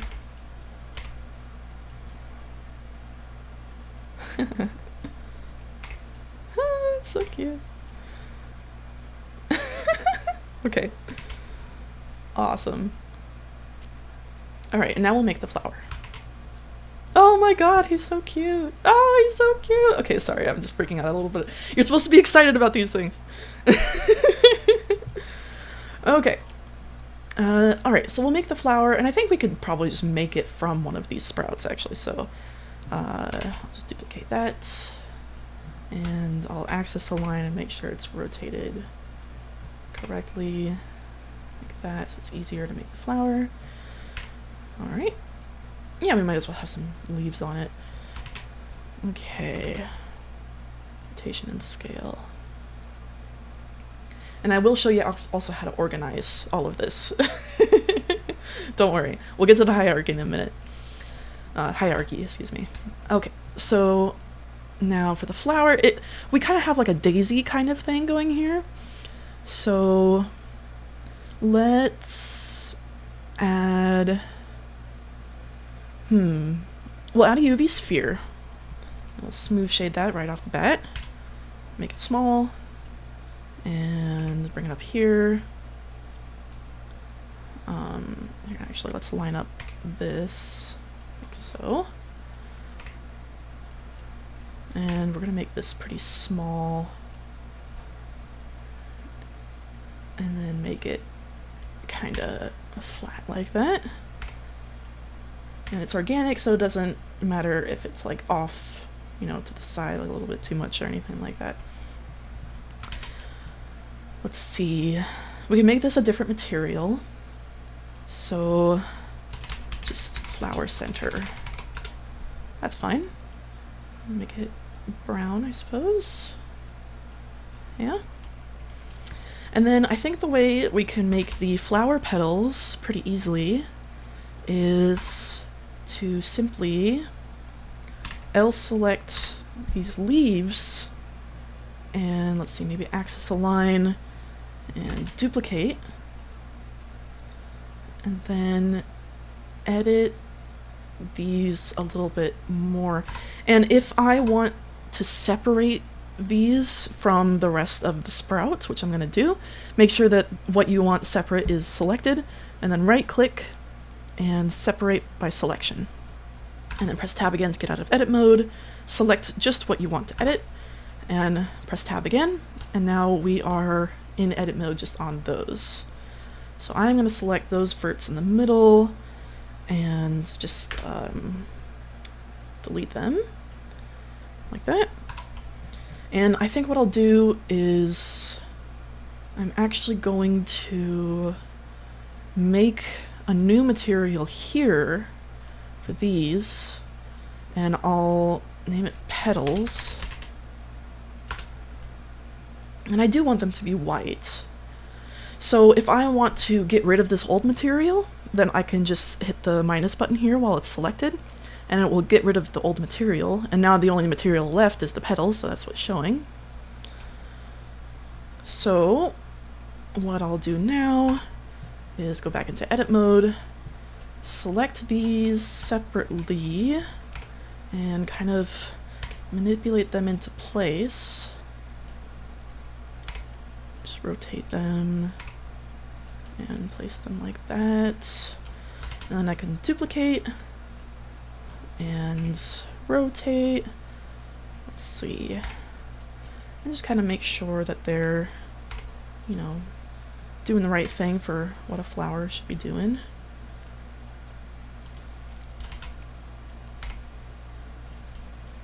Yeah. Seems okay. Maybe rotate a bit. No, that's fine.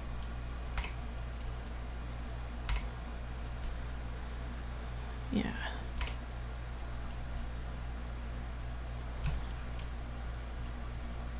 And you can take as much time as you need on things like this. You know, sometimes it takes a lot of time and finesse and thought. Sometimes it doesn't. You know, you don't have to spend a ton of time on it. Like, I'm not spending a whole lot of time on it right now. Okay, so if I get out of edit mode and take a look at it here, oh, that's not so bad. Alright, and I'll just edit it just a tiny bit. This is clipping into the other one. I don't really want that. So maybe rotate. There. Ta-da! Cool. I think what I'll do for the sprout down here is maybe select these, make them a little bit smaller, and bring them down a bit. So GZ. Yeah, now we have our sweet little flower here. And let's see. I think since these have been directly copied like that, you can see they line up with the petals a little bit too much, so I'm just going to rotate it like that. And I want to join all these together, so I select them all and then Control J. Now they're all joined. And it looks like that. Excellent. So we might want to end up sort of, you know, maybe tilting the flower forward a little bit or something like that. And so I'm actually going to now go here into the hierarchy, and we're gonna select this, and it's named plane 006 right now, so I'm just gonna rename it, double click, flower. So now it is much easier to locate. Yeah, and we'll continue with that in a moment. So I would like this to be on a dynamic bone, and I also want it to be leaning a little bit. So if I rotate it this way, yeah, it's going to be leaning off his head just a bit. Okay, we want it to be that way. Yeah. Oh, cute.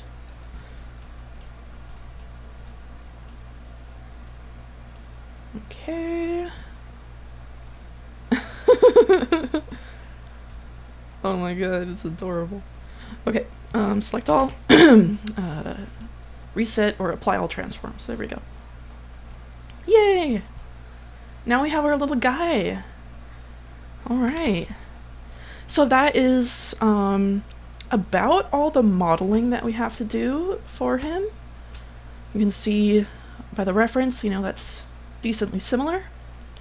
When it comes to sort of like emotes and different expressions and stuff like that, there's lots of different things that we could do for him, but we will get into that in a moment. For now, I believe that we can hide this reference. Won't really need it too much right now. I'm gonna just go ahead and save a copy again. Number 4. Save. Okay. Awesome! So if you've followed this far and you're making something on your own, congrats! I am very proud of you. This is awesome. And we are going to continue on. And by the way, take breaks and hydrate. That is very important when you're making things. You don't want to burn yourself out because that will cause sadness for a lot of people. Mostly yourself. All right. So now what I'm going to do is I'm going to join some of these meshes together and rename them so it's a little bit more organized in here. So I'm going to click and hold shift and select these things and then join those together and rename it to moss. So I'm going to do the same with, for now, I am actually not going to join together these meshes because they have the mirror modifiers on them. And there are very specific roundabout ways of applying all modifiers at once. However, it's kind of a trick and not necessarily something that is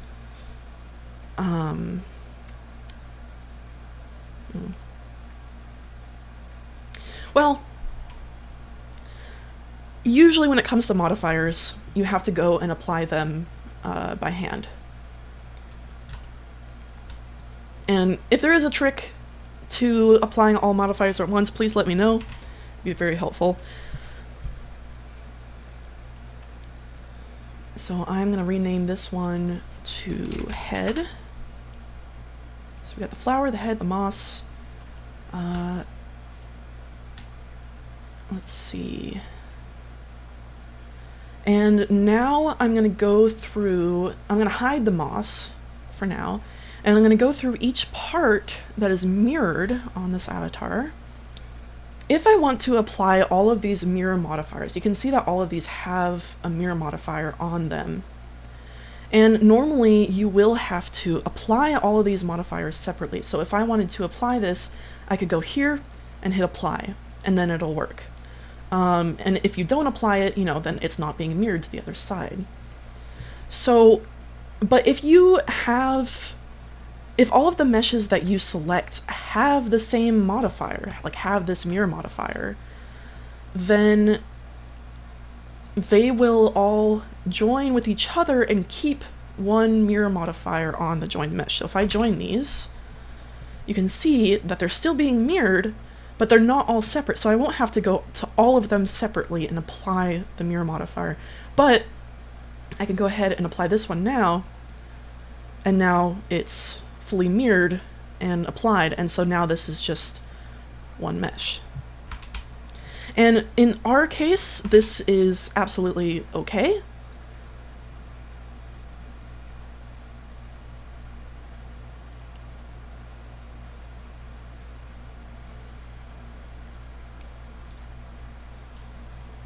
Because the way that we're going to be weight painting this is by using the edit mode and L select. And so even though it's one mesh right now, it'll still be easy to weight paint later on. So I'm going to do the same type of thing with all of these meshes. And yeah, those are lined up like how I want them. Although, hold on, I think I want this thumb. You can always make last minute adjustments like this, but after you apply modifiers, it's a little bit harder to make them. Because since I'm applying that adjustment right now before the mirror modifier, I only have to apply adjustments to this one and it mirrors it. But if I've applied it already and I'm in edit mode, I'll have to edit both of them at the same time or separately.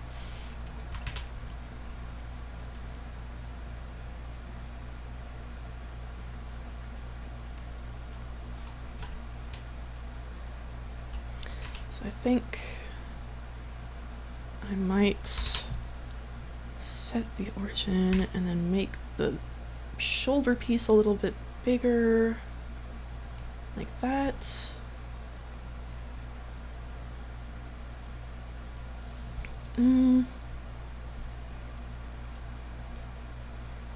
Yeah, and then I can hit A to select all of them and apply all transforms.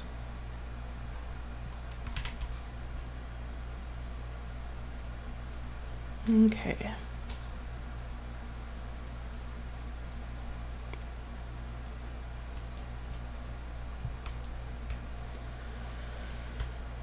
So now I select all of these and join them and apply the mirroring, and there we go. So all the mirrors are applied. We got our little guy right here. And now the next thing that we're gonna do, now that this this model is finished, before we start rigging, save another copy. Save. Even if there haven't been that many steps since, saving copies is never going to be a bad thing. You can always delete the copies later. It's just very good to get into the habit of them. All right, so now what we're going to be doing is making our armature from scratch. And we are leaving, some of these as separate meshes, because it can, depending on what you're doing, it can be easier to keep the meshes separate in order to weight paint a little bit easier.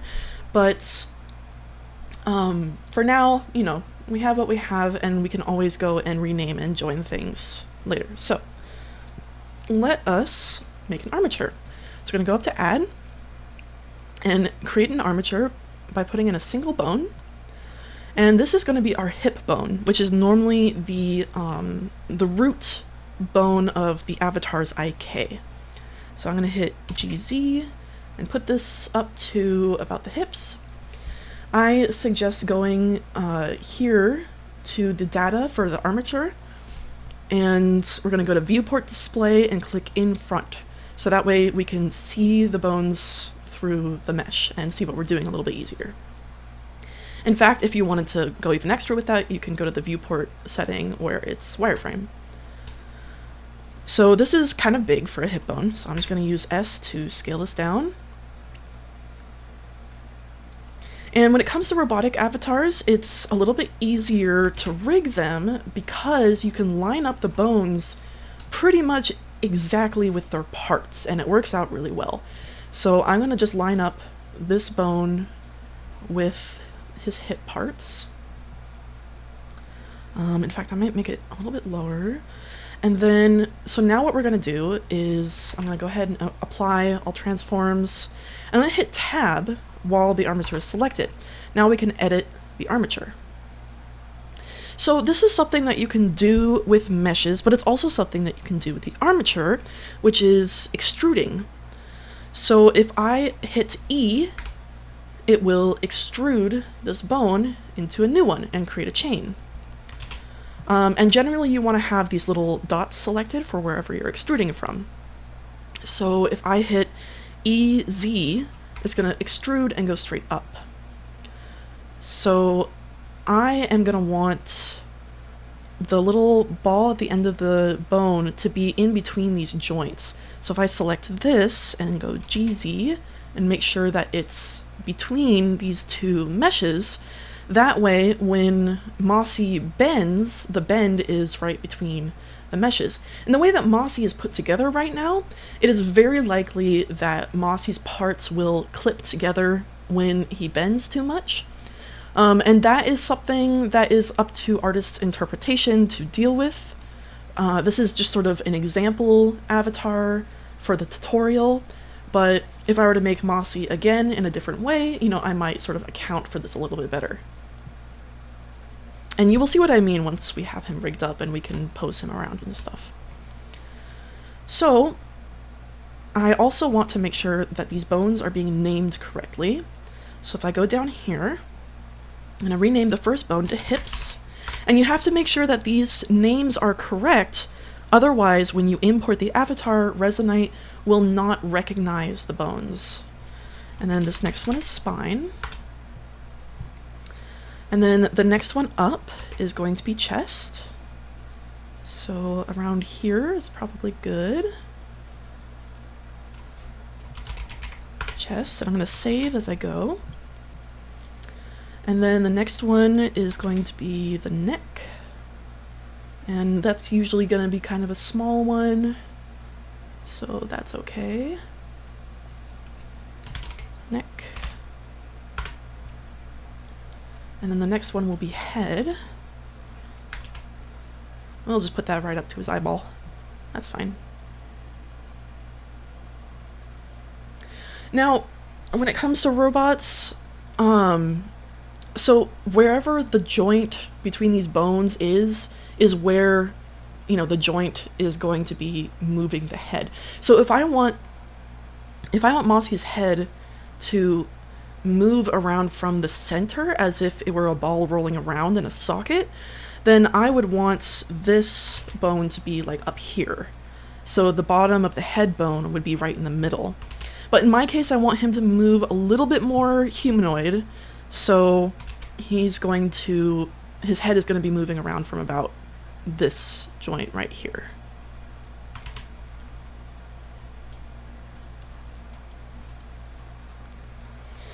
So now what we can do, now that we have the base kind of armature up and down, I mean, this is the head, save.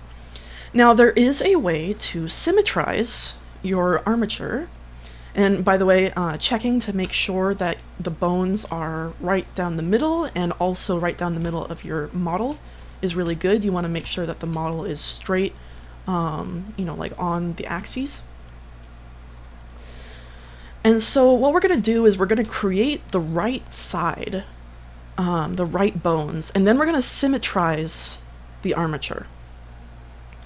So the way I'm going to do this is just extrude.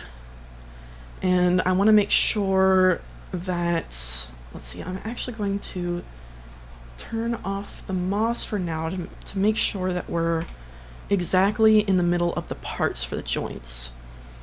So I want Mossy's shoulder to move around this part right here, this ball. In fact, it might be right there is probably good. And I want his elbow to be right here, right where the elbow thing is.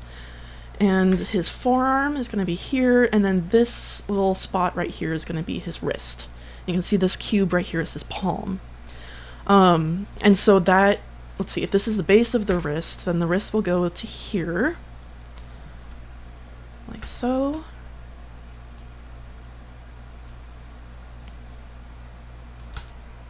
And in fact, I'm going to put that joint right. Yeah, I'm going to put these right here. That makes more sense. Yeah, it'll bend sort of in the middle like that. And then we do want to have a palm. And then we're going to have 2 or 3 fingers. And the way that I'm going to make these fingers is I'm just going to select this and then Shift D, and it's going to create a copy of that bone. And I'm just going to copy that again and again, and then move this over this way. I'm going to make sure that these are down by the fingertips. And you can see it's a little bit off kilter right now. I'm going to just sort of line those up by hand, which a lot of people would kill me for, but you know what? It's fine. I'm the creator and I'm going to create it my way, and same goes for you. You can create any way you'd like. Don't let anyone tell you otherwise. Do take suggestions though. It's always good to take suggestions to make your life a little bit easier. But you know, don't let people tell you how to be creative. Be creative on your own.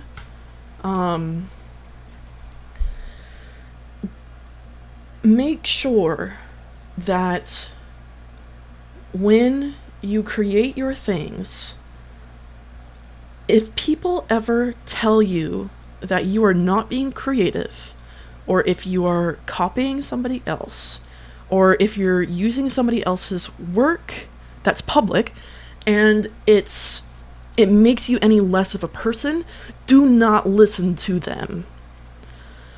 You are your own creative. You may use public pieces of work that are put out there to be used. And the thing about creativity in general is creativity is always going to be stolen from other people. And that's called inspiration.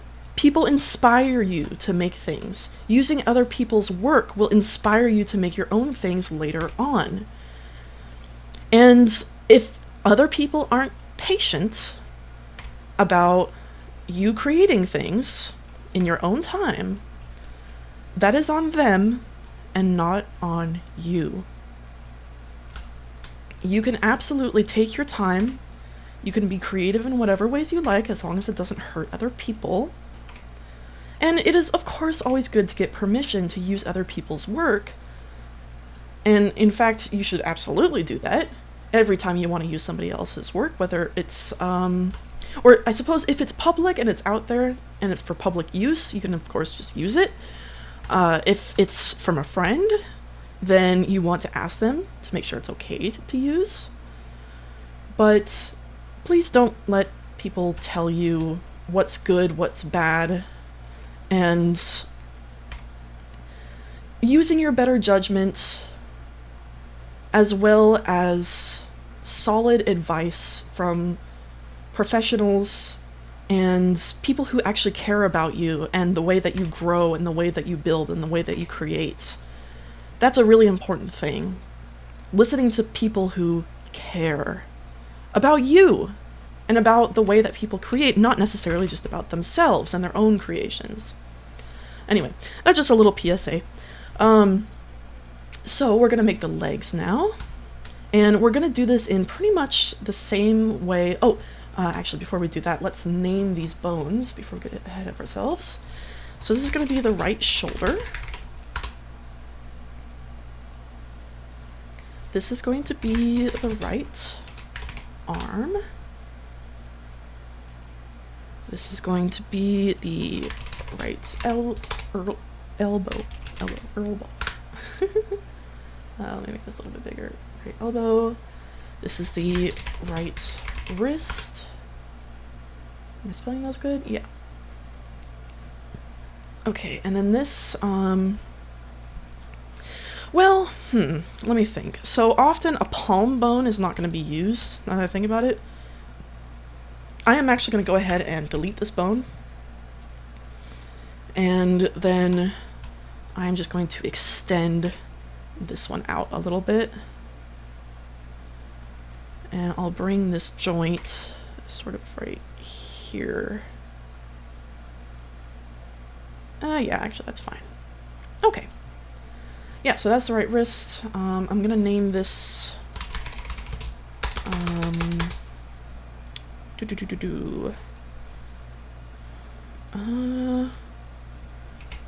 R, wait, little finger R. Hopefully this will translate to the other side. Index finger R. I'm just sort of approximating these. Thumb R. Okay. Yeah, so that should do. Alright, save that. And now we're going to make the legs. So Shift D. And then you want your leg bones to be, or the base of the leg bone. Oops. GZ, there we go. To be at around the same sort of level as the hip bone, like this. I will often make my leg bones up too high, and that's my bad. So, yeah, let's just do this. I think that'll be good. And now, so we're gonna need the upper leg. Easy, and then we're gonna need the lower leg, and then we're gonna need the foot. And that'll be EY. And I'll make sure that this is kind of down here. Yeah. And I think that those are lined up correctly.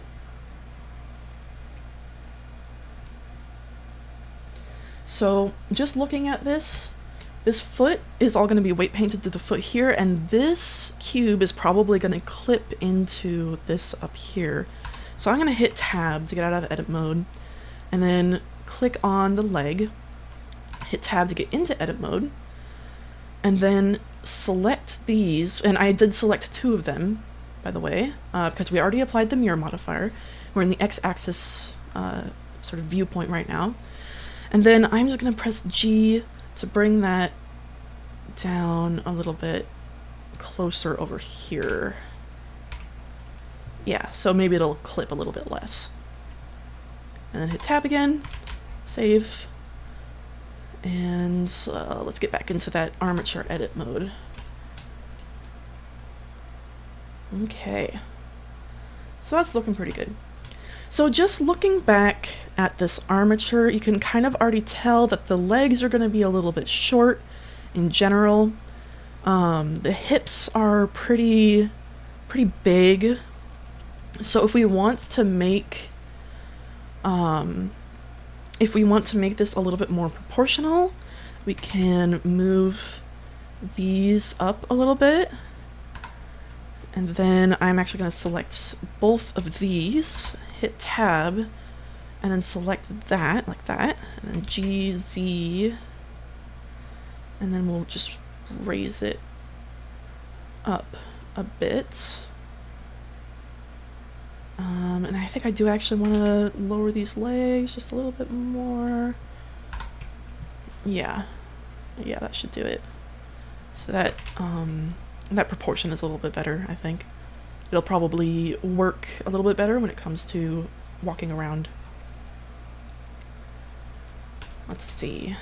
I think what I'll do is I can scale Z. Yeah, like that. GZ, move it up a little bit. And then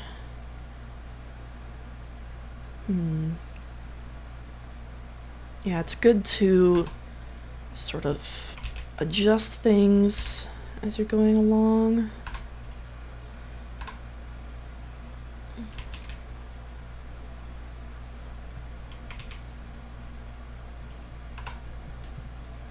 Yeah. Because if you're sort of looking at it and you notice that, oh, this is probably going to bend in a really weird way, then going and editing it sort of in Blender to how it should look and bend is really good practice.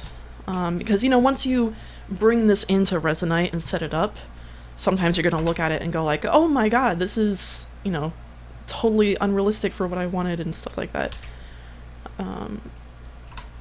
There we go. Okay, I'm gonna A all transforms, save. Okay, and now let's go and make sure that the legs are named properly. So this is gonna be right leg, because it's this one right here. And in fact, I can actually just go in here and click on these, and up here in the corner, you'll see the name. So that one's the right leg. And then this one is the right knee. And this one is the right foot. Perfect. Okay. So what we're going to want to do is we're going to want to symmetrize this. There's actually a few things we're going to want to do. The first one I suggest is hit A, so it selects all the bones. Like while you're in edit mode on the armature, select all your bones. Go up to the armature and go to bone roll up here, and you're going to want to clear the roll. And you might have seen, if I go back and forth, that this roll is changing. And you can see that actually reflected up here in the roll degrees here. So the reason that we want to make sure the bone roll is cleared is because when you're working with rotations in Resonite on bones, often if the bone roll is not completely zero, completely reset, it will absolutely mess up the rotations and make your avatar move really, really weird. Especially if you're doing, animations or extra things with bone rotations. So I always recommend every so often, especially before exporting from Blender, that you reset the bone roll. And while you're in here, and while it's all selected, we're going to go to the armature again and just hit symmetrize. And you can see, the fingers didn't do it, but that's kind of normal for fingers. You can see that Blender can actually take bones that have the words left and right in them and symmetrize them to the other side of the armature, as long as it's along this x-axis up here. As long as it's like, the right sort of orientation. And it created the bones up here too. You can see there's right leg and left leg now. One thing I want to point out also, this right leg and left leg, as you see it right now, are not parented underneath the hips, but we want them to be parented underneath the hips. The hips is the root bone of the entire armature. And so in order to reparent this right leg to the hips, instead of just under the armature, the easiest way to do this is, while we're in edit mode, go to this bone properties down here, and then to this relations right here, and click on parent and click hips. And it doesn't update right away, but if I click up here just on anything, it will update, and you'll see now that the right leg is underneath the hips. So we're going to do the same thing with the left leg. Just click on it so it updates. There we go. And now we have the spine, the right leg, and the left leg. And so we want hip, spine, chest, neck, head, and then now we have both the right shoulder and the left shoulder, and those are in the correct spot underneath the chest. And so the bones that did not symmetrize are these right here. And often it's because they are not exactly named correctly. So I'm just going to try to change these to, instead of just R, I'm going to change them to right. Oops. And we're going to try to symmetrize those again. So let me just select those, armature, symmetrize. There we go. So now they did it properly. So now if I go to left shoulder, left wrist, there we go. Yeah, often naming, like bone, naming conventions with bones makes a huge difference. So I'm going to hit A and clear roll. Looks like they're all already good. I'm going to hit tab, save, and save a copy again.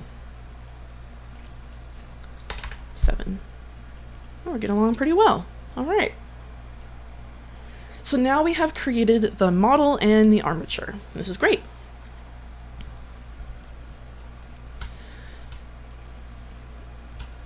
And before I forget, we also wanted to make a dynamic bone for the flower up here.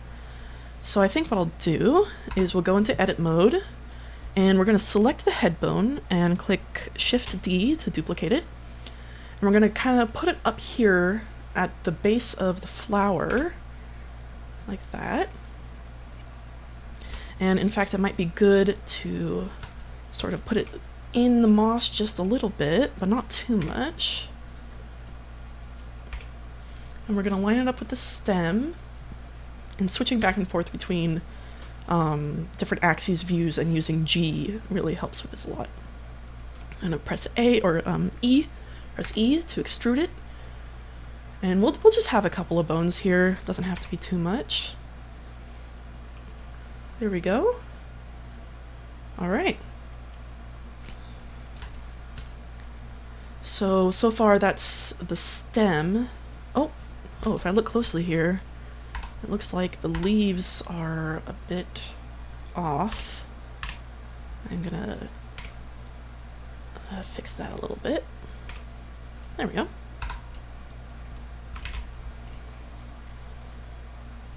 Yeah, the normals are a little bit... well, actually, this material might be metallic, so yeah, let me turn up the roughness. There, that's a little bit better. Okay. All right, looking good. And I'm gonna look at this through wireframe view so I can get really precise with lining this up. There we go.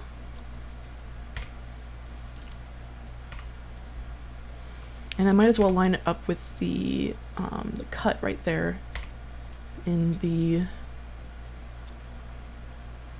topology.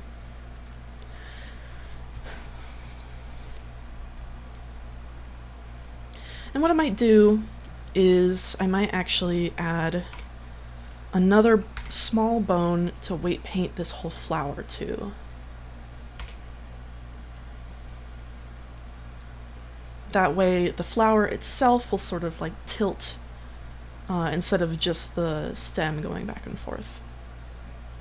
There we go.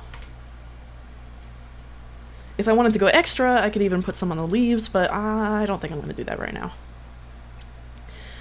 And I'm going to select those bones and clear the bone roll. You can see that fixed it right there, so that's good. Press tab and save. Okay, so now we can get into weight painting. Oh, we're really going for it. All right, let's do this. So, it looks as if, because generally you are going to want your all your avatar's meshes and bones to be above this line on the grid here. So I'm just gonna move these feet up a little bit, maybe make them a little bit smaller too. There we go. I'm gonna go ahead and press A and reset all the transforms. Now, something about your hierarchy that you're gonna want to know is you're going to want all of your meshes to be underneath your armature in the hierarchy. Now, as long as you have already selected everything and applied all the transforms, because if you haven't, this can kind of end up being a little bit wonky, then you can select all of your meshes here and then drag them. And as you can see up here, it says move inside collection, control to link, shift to parent.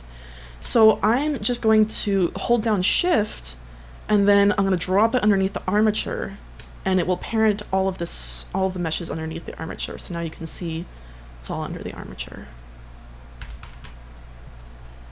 Yeah. So the first thing I'll show you is the head. So we're going to weight paint the head to the head bone. And the reason I'm showing you this first is because it's just, generally an easy one to demonstrate. So I'm going to select the head. And so we have our head selected. You can see all the materials. Now I'm going to go to this data right here. So these vertex groups is where we're going to be working in order to weight paint things in the way that is easiest for weight painting robots specifically, and things that are just sort of shapes. Now I'm going to add a vertex group here, and I'm going to name it head. And the reason I'm naming it this is because it is the same name as our bone, which is head, that we are weight painting this to. Oh, and while I'm in here, I'm going to set this to flower bone 0, flower bone 1. Oh, I'm just going to copy paste, and flower bone 2. There we go. So now those are properly labeled as well, which is good. Okay, so yeah, let's go back to our head. And now that I've made this vertex group, I can tab, go into edit mode, and then I want to select the entire head, so just press A, that selects all of the verts, and make sure that this weight right here is set all the way to 1, and just hit assign. And that is all you really need to do. And now this, well, there's a couple more things, but now this is theoretically weight painted to that bone, as long as, and it will move with the bone as long as you have an armature modifier on the mesh. So this is a modifier that will need to be added to all of your meshes, but not applied. It is just added, but it stays there. You do not apply it. And so you put the armature mesh on here, and the object is just armature, like that. And I can, I'm just gonna like, what do you call it, undo this drop down so it's just kind of hidden, since I'm not really gonna work with it again after that. So now that it's on there, and now that we have done the vertex weight painting, if I click on the armature, go up to pose mode, and click on the head, maybe rotate it a little bit, you can see the head does move with the bone. That is a very easy and simplistic way to weight paint. I want to go back to object mode, and I also don't want this pose to apply at all, so I'm just going to Control Z back until I get to object mode again. There we go. So now I've weight painted the head, and that's all it took was, vertex weight painting it and making sure the armature modifier was on it. So now I'm going to do that with the rest of the non-organic parts on the bones. So for now, I'm just going to remove the moss. And since these sprouts don't really have any bones, I'm also going to be vertex weight painting them to the specific bones that they're nearby as well. Okay. So let's see, let me just name that legs. I'm just going to add the modifier right off the bat. It doesn't really matter which order you do it in. So now I'm going to go here, and I am going to need 6 vertex groups. 1, 2, 3, 4, 5, 6. And an easy way to do this would be, I can actually just copy the text from these bones and paste them in here. I find that that sort of makes the work go a little bit faster. You just have to make sure that they are all named absolutely correctly. Otherwise, it won't match up and it won't work.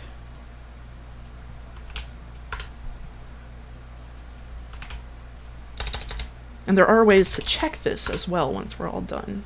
And I will show you that. Okay.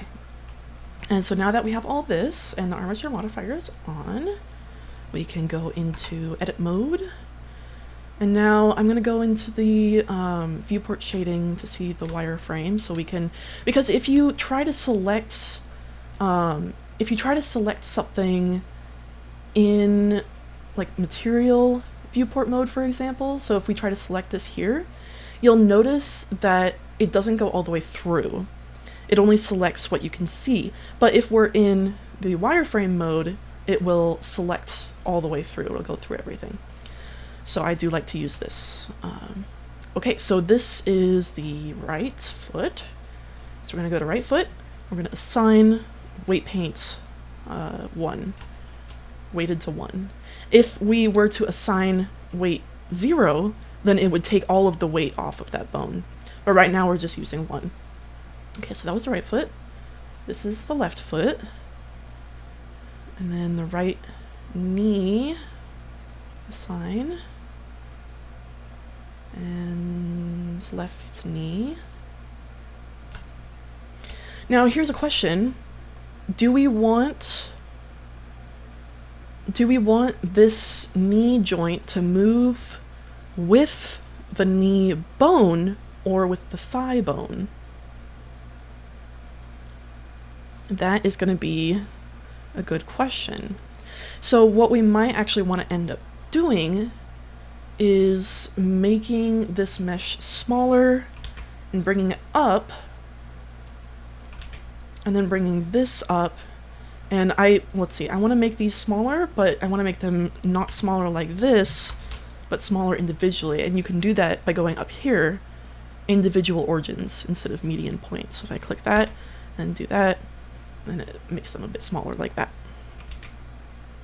Right.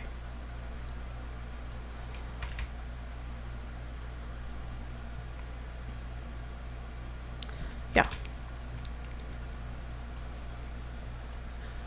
Okay. So yeah, I think I do want to have these sort of knee bits move with the upper leg specifically if I'm weighting all of it. So all of this is going to be right leg, and all of this is going to be left leg, I believe. Yep.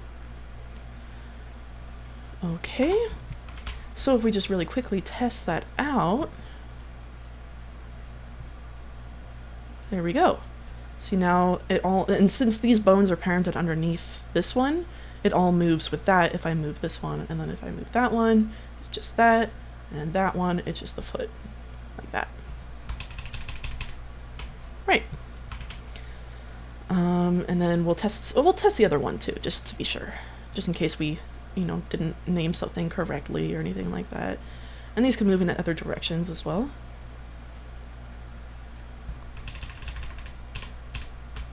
There we go. Okay, so we got the legs going.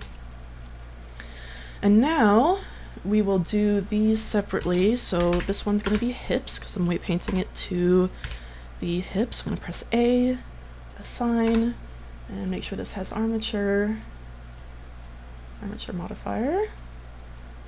And put the armature modifier on the spine. Name this spine. Tab A, assign, tab. So that should be that.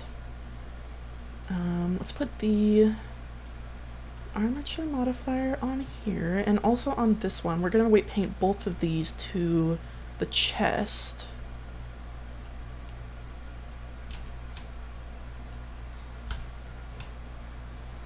And that includes these parts right here. So I'm now noticing that these parts that are a part of the arm right here, those are going to have to be weight painted to the chest alongside this part. So I can't forget to do that. Actually, I'm going to go ahead and just join these. Make it a little bit easier on myself. Assign.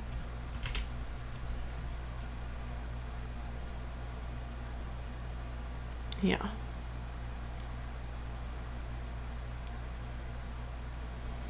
And in fact, looking at this now, and I'm going to select both of these and move them up and over a little bit because of the way that I want the shoulder to bend.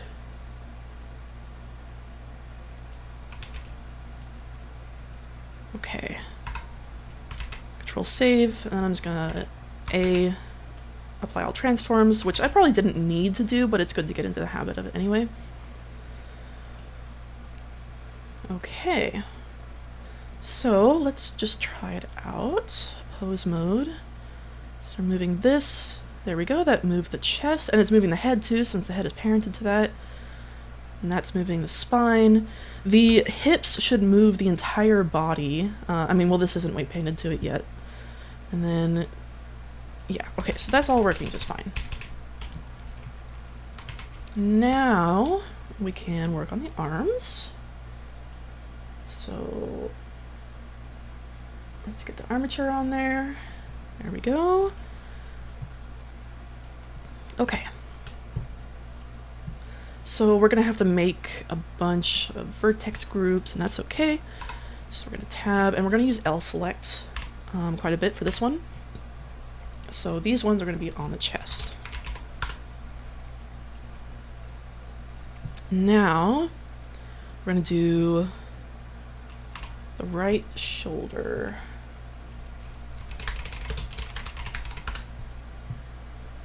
Assign. And this is going to be the left. Oh, wait, no. Yeah, okay, sorry. Left and right is weird. Left shoulder. Assign. Alright, now we can select multiple of these at once. I think when it comes to the elbow joints, I think I'm going to want the elbow joints to move with the lower arm instead of the upper arm. So, I'm going to go back to individual origins and maybe make them a little bit smaller, and then ooh, that one's gonna be tough. Well, yeah, okay, so what I can do, maybe I'll select them individually. Median point. And then I'll sort of eyeball it. People are gonna kill me for saying that. Let's see. Yeah. So we'll just put it a little bit closer there. And make sure that you unselect everything else by clicking outside of, like in the grid or like a vert over here, and then you can L select again. There we go. Okay. Yeah, so those will move together. Okay, so now I'll deselect that. And then I'm gonna L select these. And that's gonna be the right arm. Assign. And these will be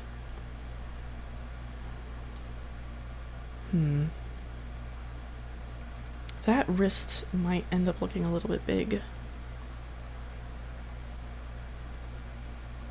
Yeah, okay, so before I do anything there, I'm actually going to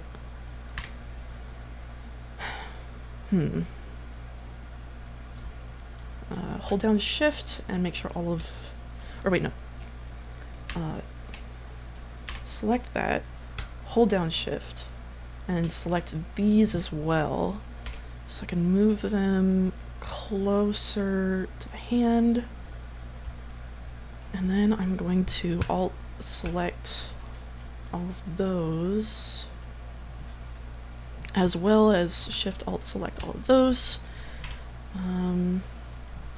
Ooh, I don't want to use proportional editing here, so I'm going to turn that off and make them a little bit smaller, and then move them further down like that. And I have to make sure to do all of this on the other side too. Okay, I'm going to shift alt select all of that as well, and I want to squish them down a bit, so I'm going to change this transform orientation up here to normals, and that'll change what the gizmo looks like. So I'm going to squish it like that, so now it'll look a little bit more like that. Okay, so I'm looking at that compared to the bone, so I can make the same sort of changes on the other side. Okay. Right. So, alt, select, select, select. Make that a little bit smaller.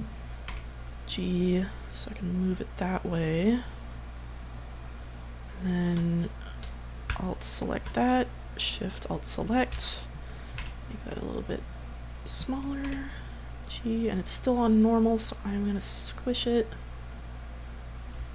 Oh, I think I had this one selected too, so let's do that. Okay, now, does that look about symmetrical? Yeah, cool. And then I have to change the bone structure as well to go along with it, because now you can see that the wrist joint is like way up here. So I'm going to select those at the same time, because well, you know, I guess what I can do, since it's symmetrical, I can select one of them and then hit this symmetry option up here. So when I'm moving around the bone, it also moves around the other one. This one's a little bit risky to use just because sometimes if it's just like slightly unsymmetrical, it won't work. It won't actually symmetrize. But this one seems to be just fine. There we go, that looks good. Okay, and I'm gonna go ahead and select the bones and reset the roll, clear roll. There we go. Okay, so where were we?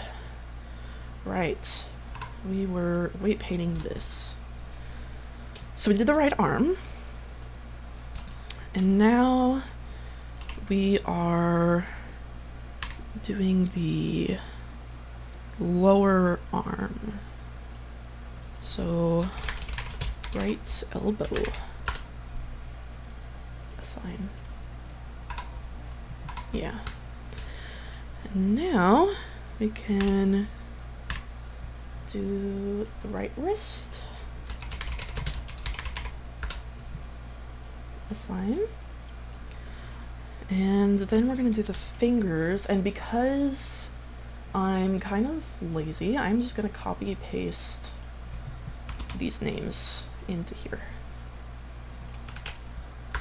Little finger right, so that one's gonna be here, assign, copy, paste, that one's the index, assign, copy, paste, assign. Okay, so that should do it for that.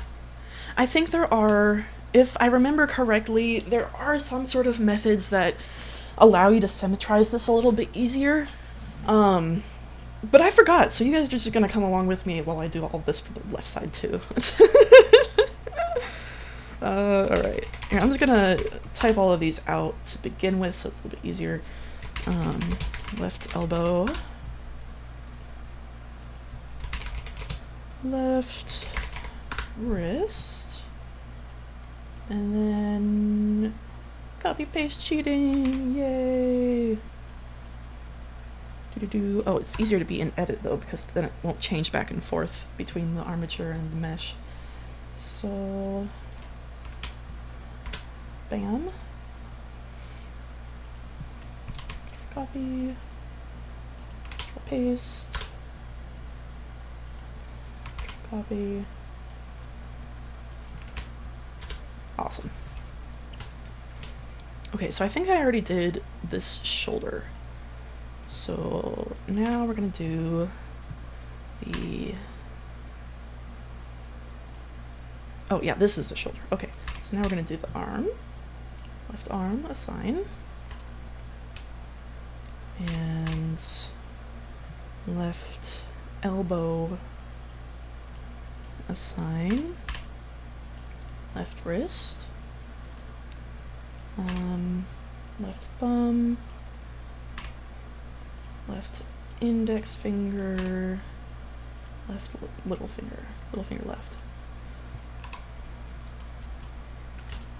Okay. And I'm also going to make sure in my armature that, okay, yeah, so this flower needs to be parented underneath the head and not the neck. Right now, it's just going to move with the neck, but I want it to move with the head bone. So let's go to edit mode. Where is it? Our neck. the flower bone specifically, we want under head.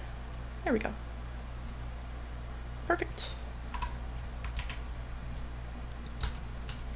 Okay, so I'm gonna do a quick posing test. Pose mode. So we'll start with the spine. Okay, everything's moving with it correctly. Oh, we'll still have to do the sprouts. That's right. Okay. Alright, so the arm is moving. The shoulder is moving just fine.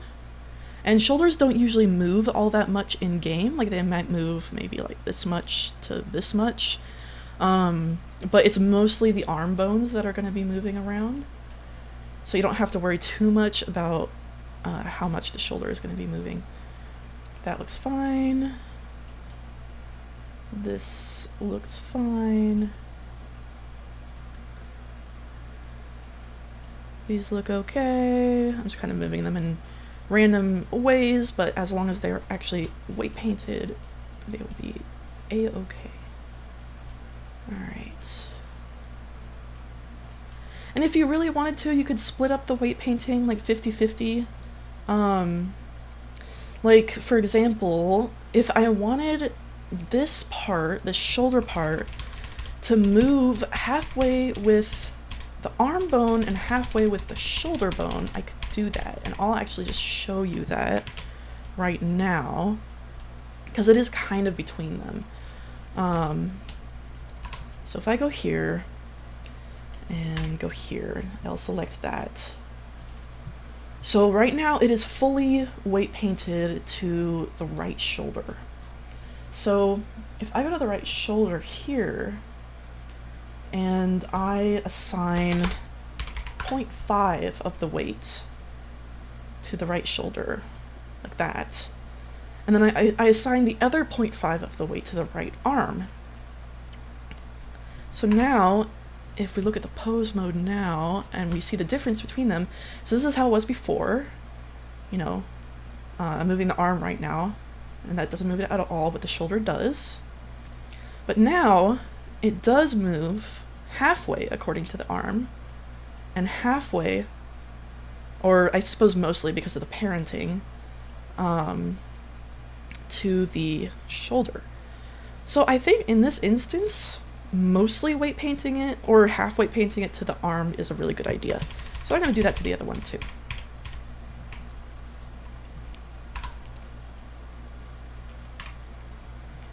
So that's going to be the left shoulder, assign, left arm, assign. Okay. There we go. Excellent. And when it comes to weight painting bones, you want to make sure that all of the bones are going to be weight painted to something. Otherwise, a neutral bone will be automatically generated and put into your avatar. This was something that Gearbell taught me a long time ago, and she has this funny trick where she puts an icosphere or any sort of mesh sort of down here, and then she'll weight paint all of the bones to that mesh. And so Resonite won't be like, oh, there's a missing, you know, reference to this bone weight painting or whatever. And that works. In this case, we are going to be weight painting all of the bones. The only bone that we haven't weight painted yet is, well, we haven't painted the flower yet, but we also have not painted the neck to anything. But the moss is going to change that. And I am going to now show you how to hand weight paint organic objects to an armature. This is the trickier part. Right now, all that we just did is easy peasy, lemon squeezy compared to hand weight painting. And you know, I might make it look kind of easy because I've done it a few times before, but yeah, it's gonna be a little tough. Oh, and before I forget, let's weight paint these guys. So this one is on this joint that is half weight painted to that. And in fact, I'm not actually going to do any weight painting on these sprouts yet because I kind of want them to move with the moss. Actually, hold on. I can vertex weight paint this moss since it's all on his head. There we go. So I'm just gonna assign that. Gotta make sure it's got an armature. Bloop. Yeah. And these two sprouts, I'll join them because, ooh, actually, you know, I'm gonna join them to the moss itself. Yeah. And I do want to use a slightly different method of weight painting for the rest of the moss than the head moss. So what I'm going to do here is actually separate by selection the head moss and sprouts. Yeah. And I'm going to make sure that all of this, including the sprouts, is weighted to the head. There we go. Okay. So let's see. What I'll do is I will also join these sprouts to this moss, because the way that we're going to weight paint this, it might be helpful for us to have them joined already.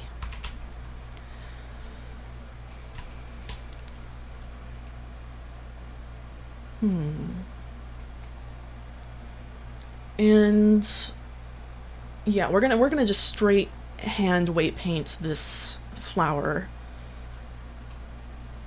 And I'll show you that first before the rest of the moss. But first, save and save copy, because we've been doing really well and we want to make sure that we keep all of this progress going. I think I have saved up to 40 copies before in some of my projects. Probably more. It's ridiculous. Okay, let's see. So we're gonna weight paint this, and there's only 3 bones in it. So let's see, we'll add the modifier. Armature modifier. And then we will add the vertex groups. So I believe it was flower bone. I'm just gonna copy that. Flower bone 0, flower bone 1, and flower bone 2. I usually like to use 0 as the first bone. I don't know, just sort of a naming convention that's stuck with me for a while. Okay, so we're gonna hand weight paint this. Or at least some of it. Actually, we only have to hand weight paint the stem, now that I think about it. Because the way we set this up, we're gonna make sure that the flower is weight painted to this top one, this really small top one, and then these leaves are gonna be weight painted to this one in the middle fully, but the stem is gonna be split between these two, and that's the one we're gonna have to hand weight paint. Okay, so what we'll be doing is, yeah, we'll go into edit mode for these first bits. So those 2 leaves, that's going to be on flower bone 1. We'll assign that. And then we will select all the parts of the flower. And that's going to be flower bone 2, I believe, which is the very top one. Assign. And now, what we can do... Oh, now that I think about it, it's actually going to be easier to vertex weight paint the stem too. Because if we select this and then and then weight paint it to flower bone 0, and then we're going to select that, and we're going to hold down Control, and we can actually unselect stuff by holding down Control and using our select box. And I'm going to assign that to flower bone 1, like that. So now if we actually go up here into weight paint mode, we will see how the weight painting looks. And so you can see on flower bone 1, we put these 2 guys. On flower bone 2, that's just the whole flower. And flower bone 0 is down here. Now, the first thing I'll show you is this blur tool right here. I want to blur this a little bit the weight painting between the two bones, because then it will move a little bit more seamlessly instead of sort of like snap in half. So I want to do that on bone 0 and bone 1 right here. Yeah. So I think that'll be good. All right. So there's the flower. That's good. Okay, and now we're going to, let's see, apply all transforms. Now we're going to weight paint this moss. Now this is going to be a good method for weight painting like organic body parts and clothing and that kind of stuff. There's definitely some really good methods for weight painting clothing to bodies that have already been weight painted, and that can use the where is it? The data transfer modifier, but I'm not going to go over that now. There's some other tutorials that I can link you to if you need advice on weight painting clothes to your body specifically. But in this case, we're going to be weight painting this moss directly to the armature. So what we're going to do, and we are going to have to account for the fact that these metallic parts are fully 100% weight painted to the armature, and so we'll have to do some hand weight painting in order to make it all move correctly together, and that's sort of the more difficult part.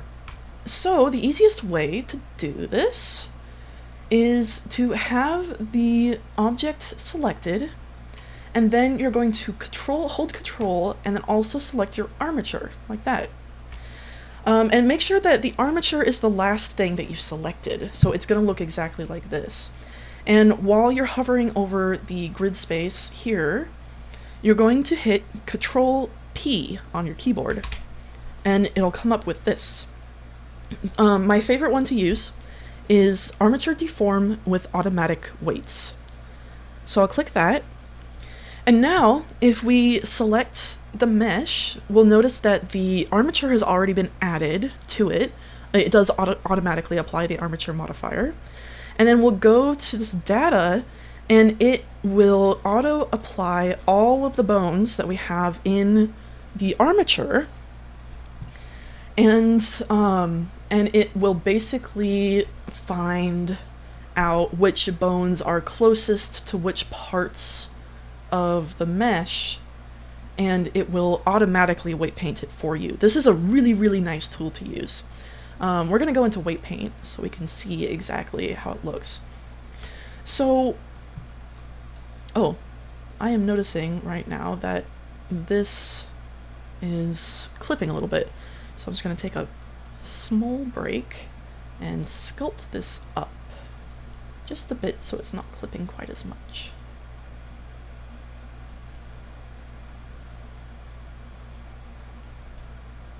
Yeah. Nice.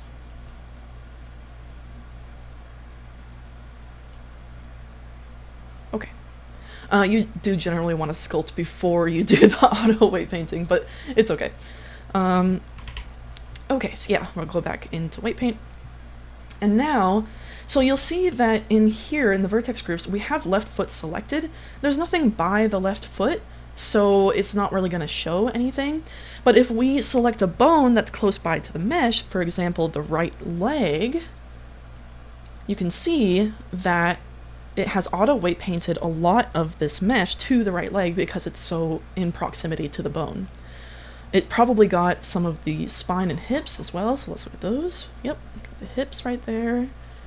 It does have a little bit of the spine in there. It looks like the spine got up here as well, but most of it is probably in the chest. Yeah, and there is going to be, since it's kind of like a poncho type of thing, it's going to be on the arms as well.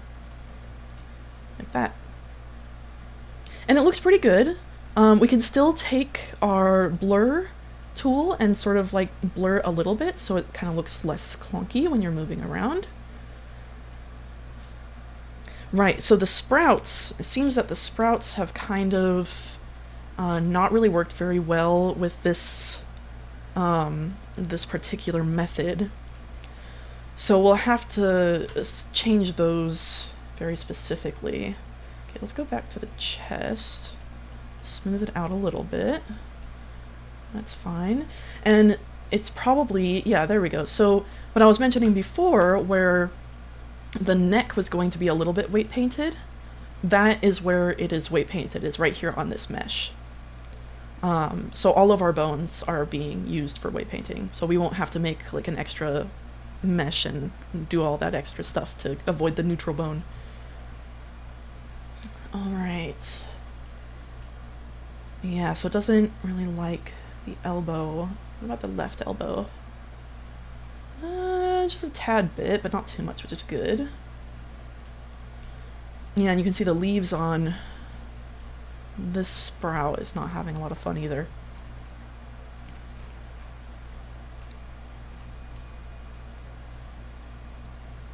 Yeah. Alright, and the right knee probably has a little bit, but not much, and that's fine.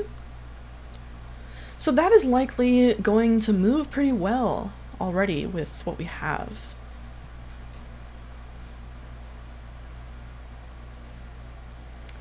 Let's see, I think that the hips, we will probably have to weight paint more of the hips to right up here, because as it is now, it's just got the left, or the right leg weight painted. So it's probably not going to move with this hip joint very well, and we're going to have to hand weight paint that. So let's just sort of see what it looks like in pose mode.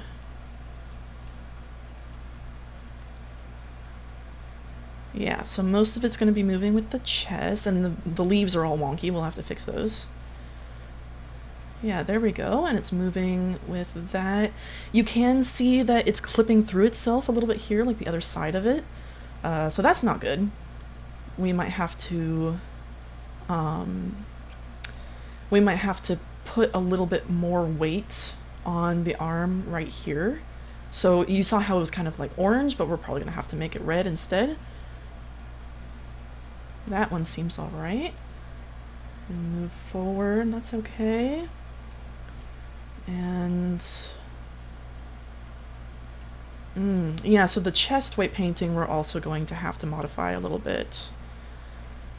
All right, and I'm pretty sure that, yeah, this isn't moving super great with the hip piece. Okay, so we're gonna have to go in and fix that. So let's go to weight paint. And then I'm gonna go to the brush here, and if I want to erase weight, then I can change this weight that I'll be painting on to 0. Or if I wanted to make it, you know, like less weight but not fully 0, I could just change it to whatever I want. But in this case, I want to make it 0 because I just want to completely remove the weight for now. And I only want it to move with the leg pieces. Like that. Let's see, I'm gonna hide the legs. And oh, I should have named all these. And that one's pure, you know, for right now, so I can see underneath it. Okay, and then I'm going to use the blur to make sure that it's all right. Okay. So now I'm going to bring that back, and I'm going to change to the vertex group for hips. And now I'm going to add weight right here, because I want it to move with the fully weighted hip piece. And let's hide that again. So you can see there's some spots under here that you want to make sure are painted all the way. And now blur it a little bit. There we go. So that's going to work a little bit better, I think, for that piece. I'm just going to name this hips. Excellent. And we'll add it. And name this chest and spine. What's this cube? Oh, arms. Yeah, it's always good to name your meshes so you know like where you're going and stuff, how to navigate them a little bit easier and quicker. Okay, So the other thing was the chest. Yeah. Yeah, so this entire chest piece underneath here is fully weighted. And so we want to fully weight most of this as well to the chest. And the thing about weight painting is it can take a while to get it exactly as you want it.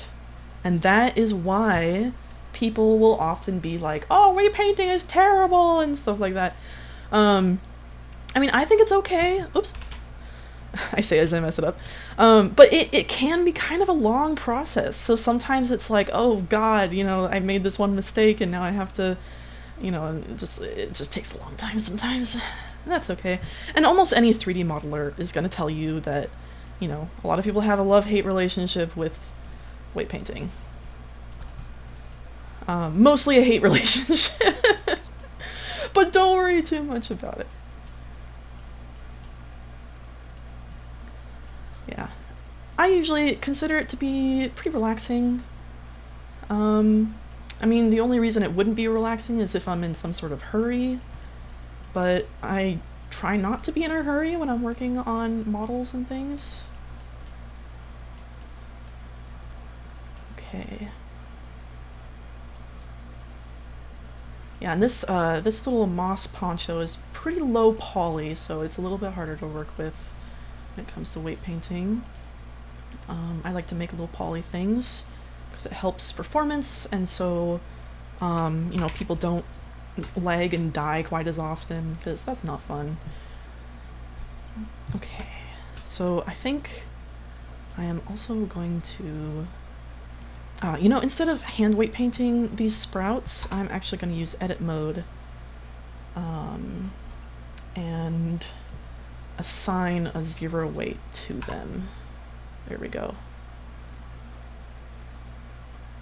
Although I might want to assign some weight to this one. And this one over here, since it will want to match up with the poncho itself. Yeah. And I do want them to move all at once, so having them all weight painted, very specific weight, is fine. Okay. So now the shoulders. Yeah, see, they're really not very happy here on the shoulders. So I'm gonna assign that. And then this one, assign even less. There we go, so that kind of matches up a little bit more.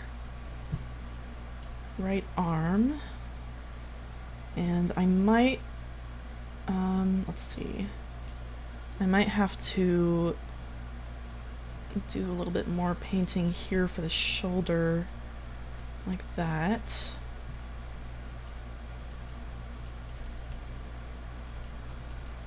Yeah.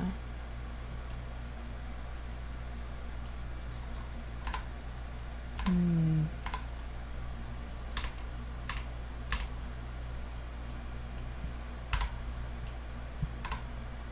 little bit more.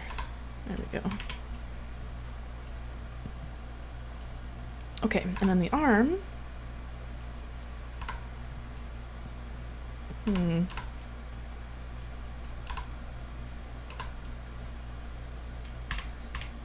So going between hand painting and vertex weight painting is usually sort of my go-to process, and I highly recommend it because it can make things a lot easier.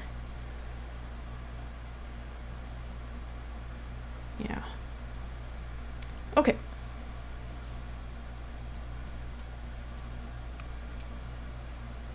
Let's see. I think there's a little bit too much weight painting on the shoulder. Seeing it kind of goes on to the other side a little bit, which we don't want. See, it's all the way over here.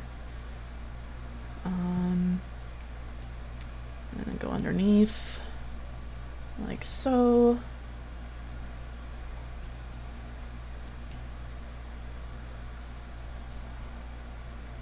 Yeah. And then we'll just smooth it out just a little bit. There we go. Schmoove. Schmoove. Hopefully that'll work. Okay, and the right arm, I think, is okay. It's going out a little bit too far. Yeah, you can tell that the geometry, especially down here, is making it a little bit hard to weight paint, which is why retopology processes are really, really important to go through. And maybe I'll do a tutorial about that another time. That seems okay. Okay, so now, ooh, yeah, that left shoulder is. Let's fix this up a little bit. Might have even gotten some on the hips thing down here. That's not good. There is a mirroring option for weight painting, but I don't generally recommend that you use it, especially for organic things. Because, well, first of all, organic things are asymmetrical by default anyway. And second of all, the mirroring can get really messed up. Blender doesn't always make it super perfect. So I wouldn't really recommend it very, very much.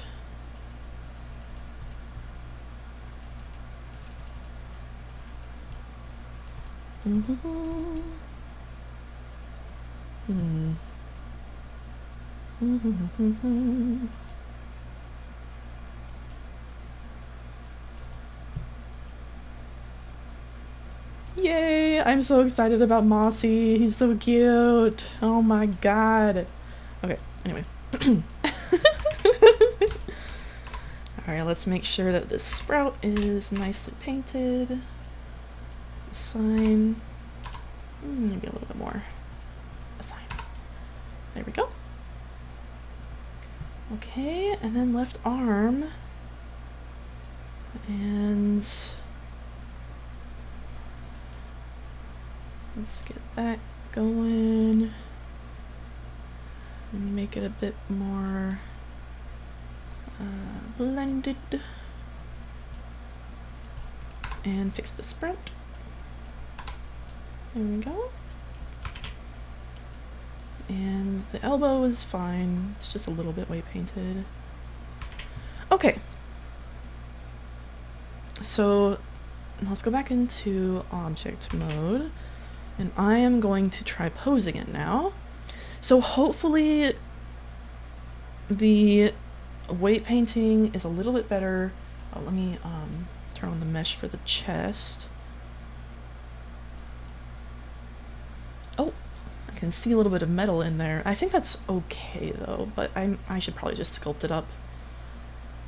Ooh, oh geez. Yeah, okay, I need to bring the arm up a little bit.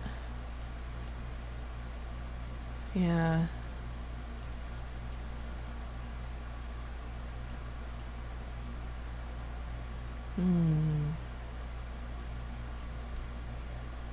Yeah, I think maybe paying attention more to where the bones are rather than the mesh is a good idea. It's difficult because, you know, you gotta pay attention to where both of them are. Oh, this one looks much better. Okay. So like if he's sitting down or something, that's what the moss will look like. Which I think is much better for what we're going for. Oh, the hips are a little bit weighted too much down there though. Okay, so we'll make a few adjustments. Yeah. Woo! Words of the wise, have a wrist rest for your wrists and your mouse when you're in Blender, because your wrists will start to hurt. Trust me. Don't want carpal tunnel. Okay, so I will fix the spine. Oh yeah, it's like weighted down here too for some reason. In fact, I am just going to select all of that and fully take off the spine weight painting, I think. Assign. There we go. I think that's better. Okay. And now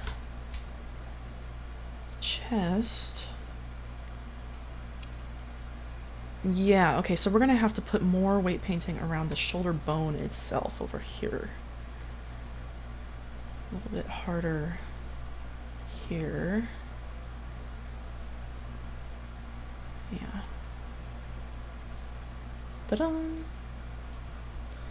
And if I want to change the size of my brush without having to go up here, you can hit F once and then sort of move your mouse in and out. So I'll just click after I like the size and it will do that. Maybe I want to turn down the strength though, because it's a little much. There we go. So hopefully this will be a little bit better for the shoulders. In fact, shoulders go out a bit too much. So I'm gonna do that. Yeah. And I'll have to fix the sprout. See the little sprout. Yeah. I think it's okay to have the sprout still joined to the mesh though. Like at this point I am thinking like maybe it wasn't a good idea to join it, but and I could, you know, vertex weight paint them after I'm done with the sort of poncho part. It just depends on your work process, I guess. I'm gonna leave it for now since I'm lazy.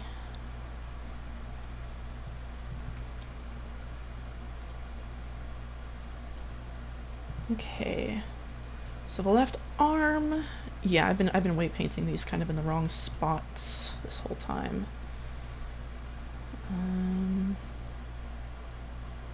Let's turn off the arms for a minute so I can get under here.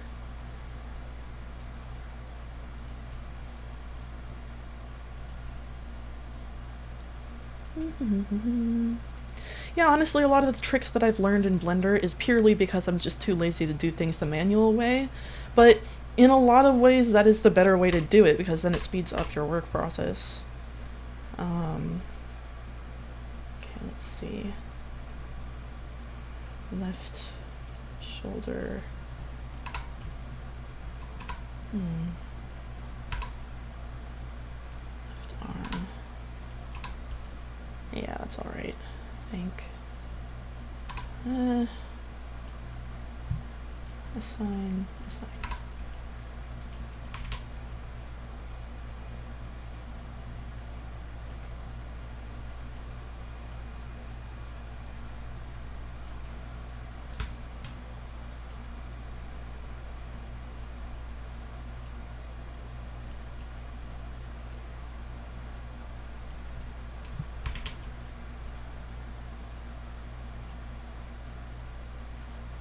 Right shoulder. Okay, yeah, this is. All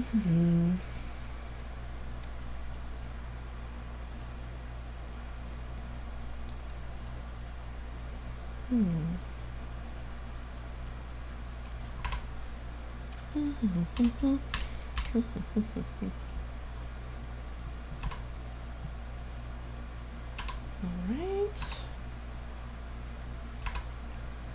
Sign. There we go. Okay, let's see how this moves. Hopefully it's a little bit better, because I don't want to spend forever on weight painting. And that's how people feel about weight painting. Oh, goodness. Yeah, that's better. That's a little bit better. Looking good, Mossy. Looking pretty swell. Oh, that's much better. Yay! Okay, I'm gonna call that good. So, theoretically, Mossy should be all weight painted and ready to go. I'm going to turn back on all of the meshes and everything. He looks pretty gosh darn similar to our reference, so that's looking really good. I'm going to hit this button up here that shows overlays, and it will turn off all the overlays and grids. And now I can sort of see him without any of that. Yeah, awesome. Click that again. I'm going to go ahead and get rid of our reference since we're not going to need that anymore in the... Yeah. Okay. So, I think there's a couple things I like to do with robot avatars. I like to make their heads modular because it's really fun to, have a friend with a robot avatar or just any old avatar that can take off the head and you swap heads and you can exchange like parts or legs or arms or whatever. So what I'm going to do is I'm going to keep some of these meshes separate. So for example, I'm going to keep this moss mesh separate from this moss mesh, say that 5 times fast. And then I'm also going to keep the flower mesh separate as well. And I'm going to keep his head mesh separate. But otherwise, I am going to join all his mechanical parts. So the chest, the hips, the legs, the spine, and the arms. I'm going to join all of those for simplicity. And I'm going to rename this head moss. The reason I'm keeping the head moss separate from the rest of the moss is that if if the person wearing this avatar wants the head moss to be on, but their head to still be modular, then they can separate both the moss and the head at the same time, if that makes sense. So, and I can make these all toggles too. So for example, we can make it so these, like the moss parts as well as the flower gets toggled off. So if I toggle this off, you can see that now Mossy is just his little robot self. But he's fun with the moss. I love the moss. Okay, so I'm gonna hit A and set all transforms, apply all transforms. We're gonna just do a quick posing sort of test and make sure that they all move together. Oh, okay. So yeah, it's really good for us to do this. You can see why already. So you can see that some of these leaves are moving with the head. Now there's a really simple way to fix this, and I honestly should have done it right off the bat. So we want to get rid of any bone groups that we know are not being used with this moss poncho. And the way we're going to do that is we're going to lock the ones that we know are being used. So, for example, we know that the hips, the spine, the chest, the neck, and then, like the arms up to the elbows are being used, and none of the fingers. So the shoulders and then the elbow. And then the leg and the knee as well are being used. So we have locked the ones that we want to keep. And now we can go up to this arrow and we can delete all unlocked groups. And I want to unlock all of these again. I can either go in here and hit unlock all, or I can unlock the first one, hold down my left mouse button, and just swipe down. And now they're all unlocked. So now, if I move the head, you can see that the leaves don't move with it now. And I also want to make sure that this head is moving in a way that I like. Yeah. Yeah, that's good. And also turn it in this way. That's good, that's good, that's good. Let's check the flower. So I'm going to move this top bone. Perfect. And then this bone. And make sure that, yeah, so it's not like snapping in half with this. It's kind of bending at a good rate there. And then this one, We'll just have to make sure that when we set up the dynamic bone chain in the game, it won't like go all the way around like this, because it does stick out a little bit. But there are ways to, you know, in settings to make sure that it doesn't do that. So let's check out the spine. And there's nothing weird moving with the spine. The chest seems okay. Let's try moving it this way as well. And the arms are moving good, the shoulders are moving good, sprouts look okay. And I know that the fingers work. Let's move the neck a little bit. So you can see it moves a tiny bit. It moves just a little tiny bit with the poncho, but that's fine. We don't really want it to move too much. Yeah. And the spine doesn't move too much out of the way of the chest and the hips, just with the way the IK is. And the legs seem to be moving all right. Like I mentioned in the beginning of this video, there is going to be a little bit of parts clipping into each other, because that's just kind of how robot parts work. And, you know, it's up to user interpretation to figure out how to make them work in the way that you want them to. I think that this is okay in terms of this little guy. I'll make sure this is fine. Yeah, it looks okay. Okay, so I'm gonna undo until we get to object mode. This is why it's good to have a lot of undo steps in your preferences. Control save. All right, and I'm gonna really quickly tab into my armature, select all, clear the roll, the bone roll, and I already applied all my transforms.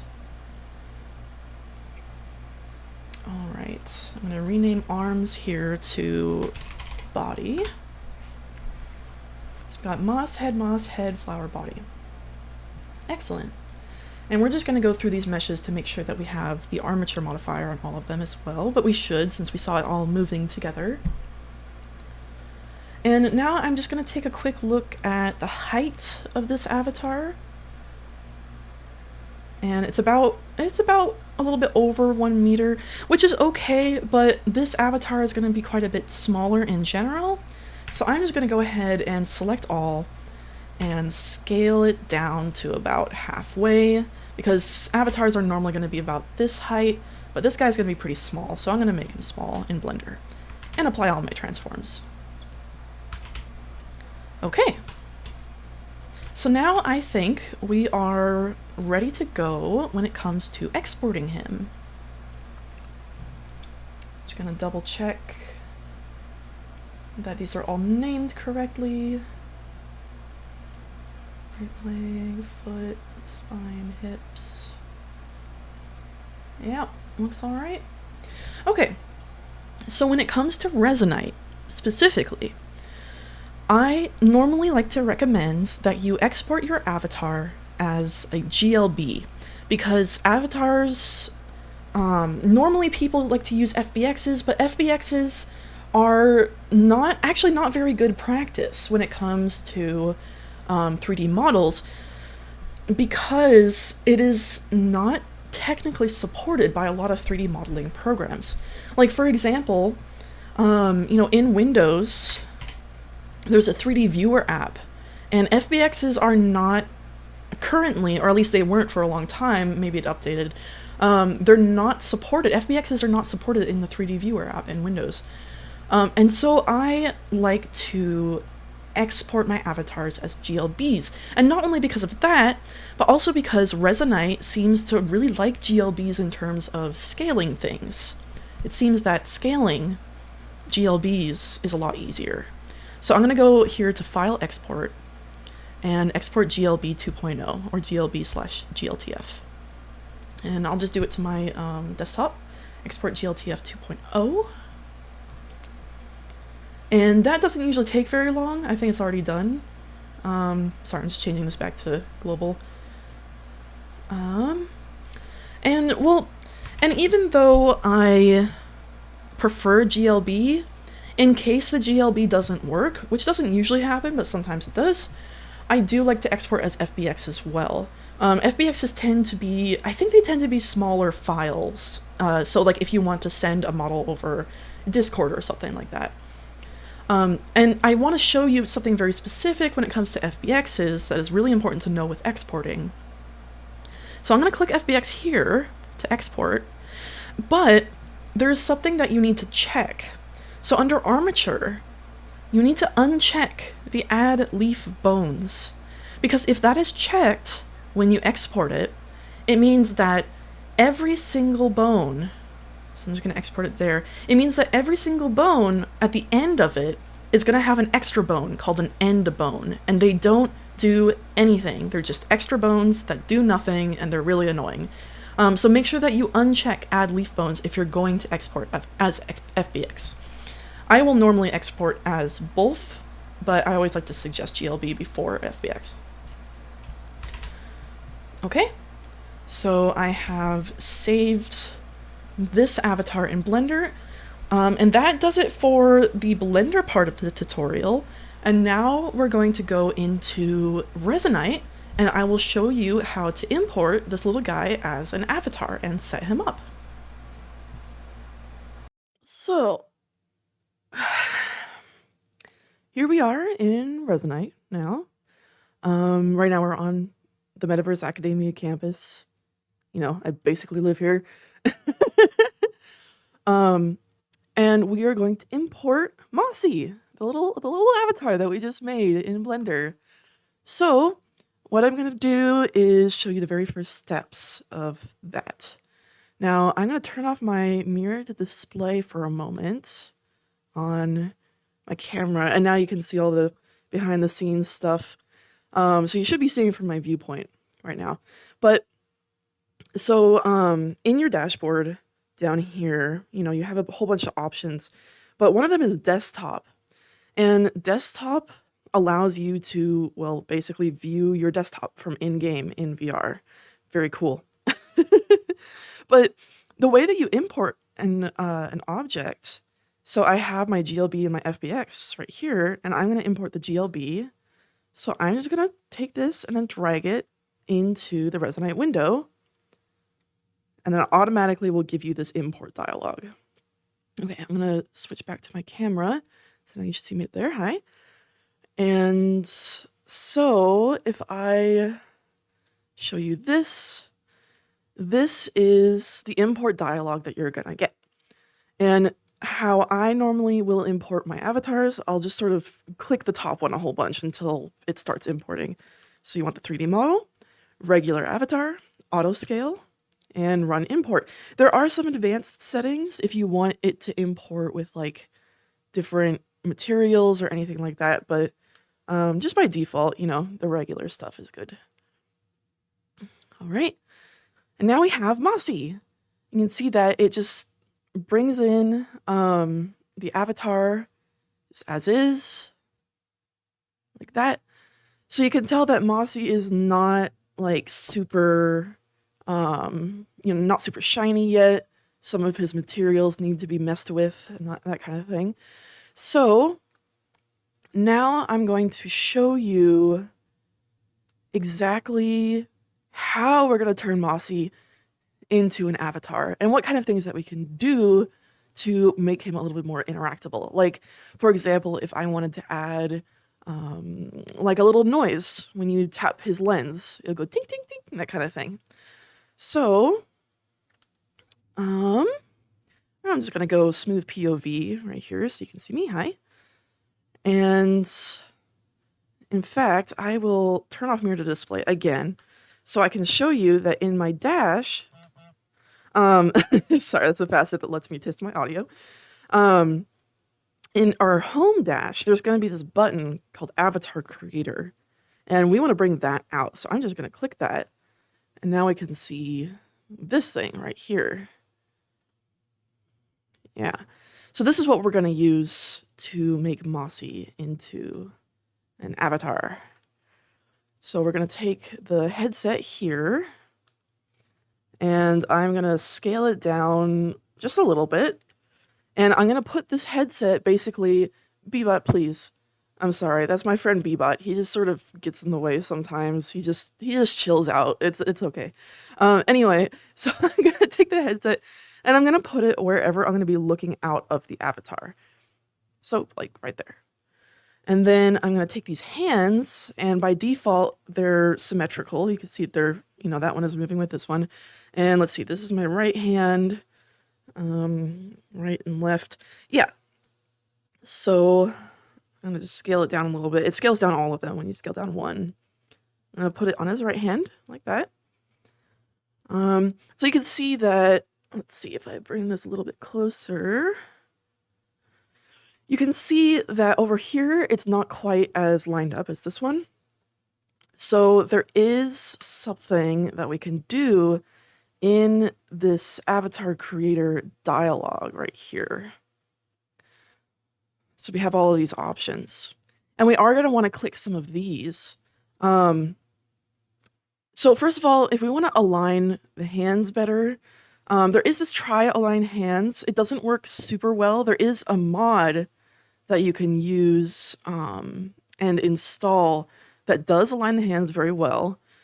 But if you don't have any mods yet or anything like that, then it's okay. We'll just deal with it for now. So I usually like to click these first 4 buttons in order, and that will sort of adjust Mossy's headset and hands to line up a little bit better.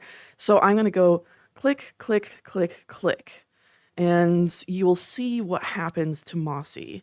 So let's just go back to this. I'm going to go over here, maybe like that, so you can see it a bit better. And I'm just going to do click, click, click, click. And you did see it line up a little bit. And now, the hands are more aligned. The head is aligned to where it needs to be. And that's all good. So we are going to check a couple of things on here. One, especially when it comes to Mossy, because we specifically talked about how we want to make his lights, his unlit lights, like around his lens, light up when you talk. Because right now he doesn't have any visemes or anything. And normally when you're wearing an avatar, you want to be able to tell when you're talking. So we're going to use talking lights, but in order to use the talking lights and set them up, we need a volume meter. And so the setup volume meter right here, we want that to be checked. So we are going to go ahead and check that. Bloop. Mossy is not going to have any face tracking, so we don't have to worry about that. Protecting avatar, you almost always want to keep this checked unless you're making them like a public avatar. So I'm going to keep that checked for now, for the sake of showing, making avatars and stuff like that. Later on, I'm going to be making Mossy public, most likely, or not. I'm not sure yet. And then we do actually want to do this one up here, which is show tool anchors. Because, as you can see, it brings up these extra little bits, like purple bits right here. And these little purple orbs, specifically, is where your grab spheres are going to be. So when you grab something, normally it's going to be on the top of your hands. Like imagine that this yellow sphere was my grab sphere. You'd want it to be about here, because you don't want to be grabbing stuff with the back of your hand. That's just not how things work. And so this purple right here, you want to make sure that this is underneath the palm of the avatar, like that. Yeah, so that's usually something that you are going to have to actually adjust in this specific setup process. This little cone is where your tool is going to be. I usually like to put that on the index finger, but that's kind of up to you. And then there's also going to be like a little square rectangle type of thing that's on the top of the wrist, and that's your tool shelf. Some people like the tool shelves, some people don't. I like my tool shelves. You can see that I made it like really big right here. So yeah, I usually keep them. Now, once he's all set up, you just hit this green create button. And you'll be able to see that he is already moving around. Look, his little legs are like, sorry. Oh my god, he's come to life.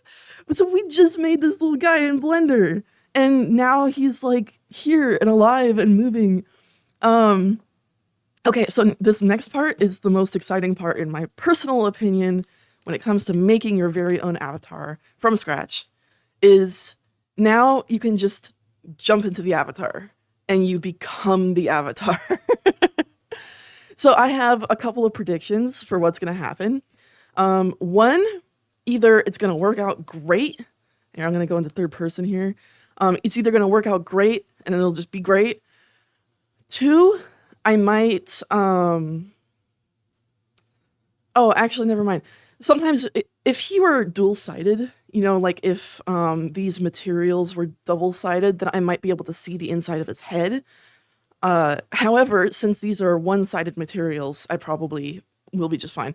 So, I'm going to just unequip my tool for a moment. This is my multi-tool, by the way. It's a little B.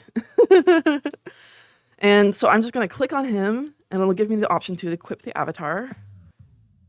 And now,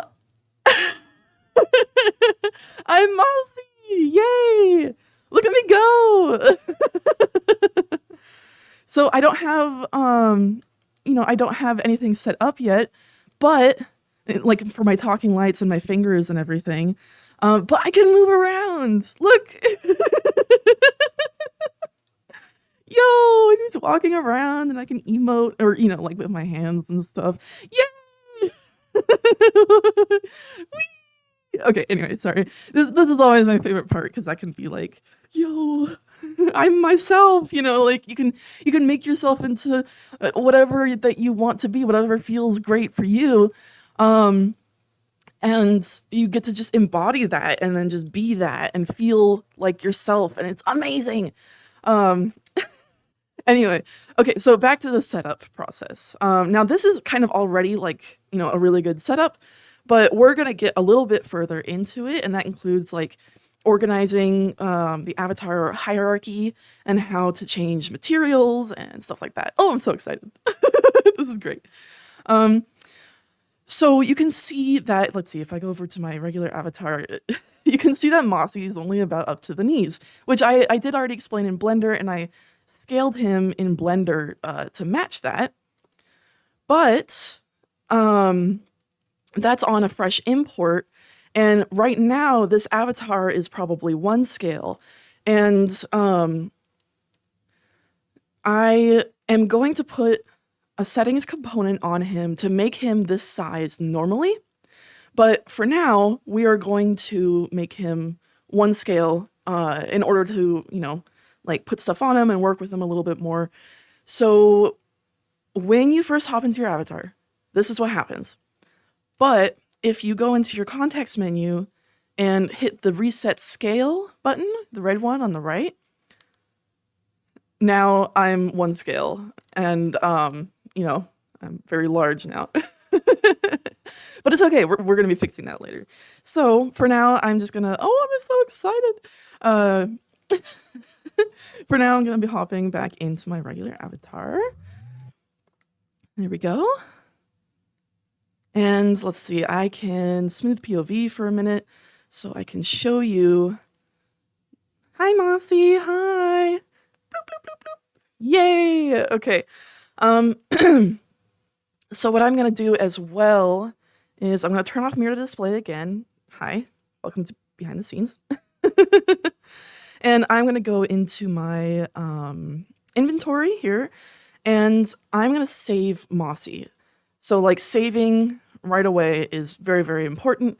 Let's see, I'm probably going to save him in my main avatars folder. It's loading. My avatars. And Mossy is a robot, so I'm going to save it in robots. And I'm going to create a folder for it since I'm going to probably have a few saved iterations. Let's see. Just name it Mossy. Great.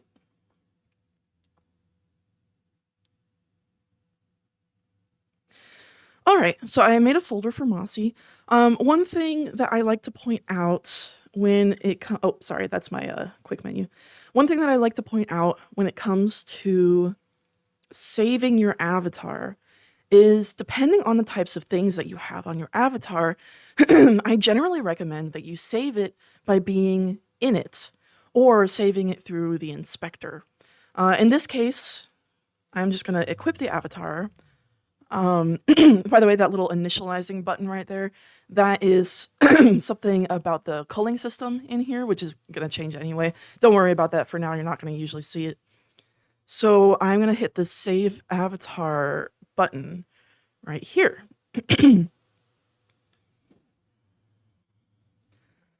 Oh, excuse me. I basically just woke up.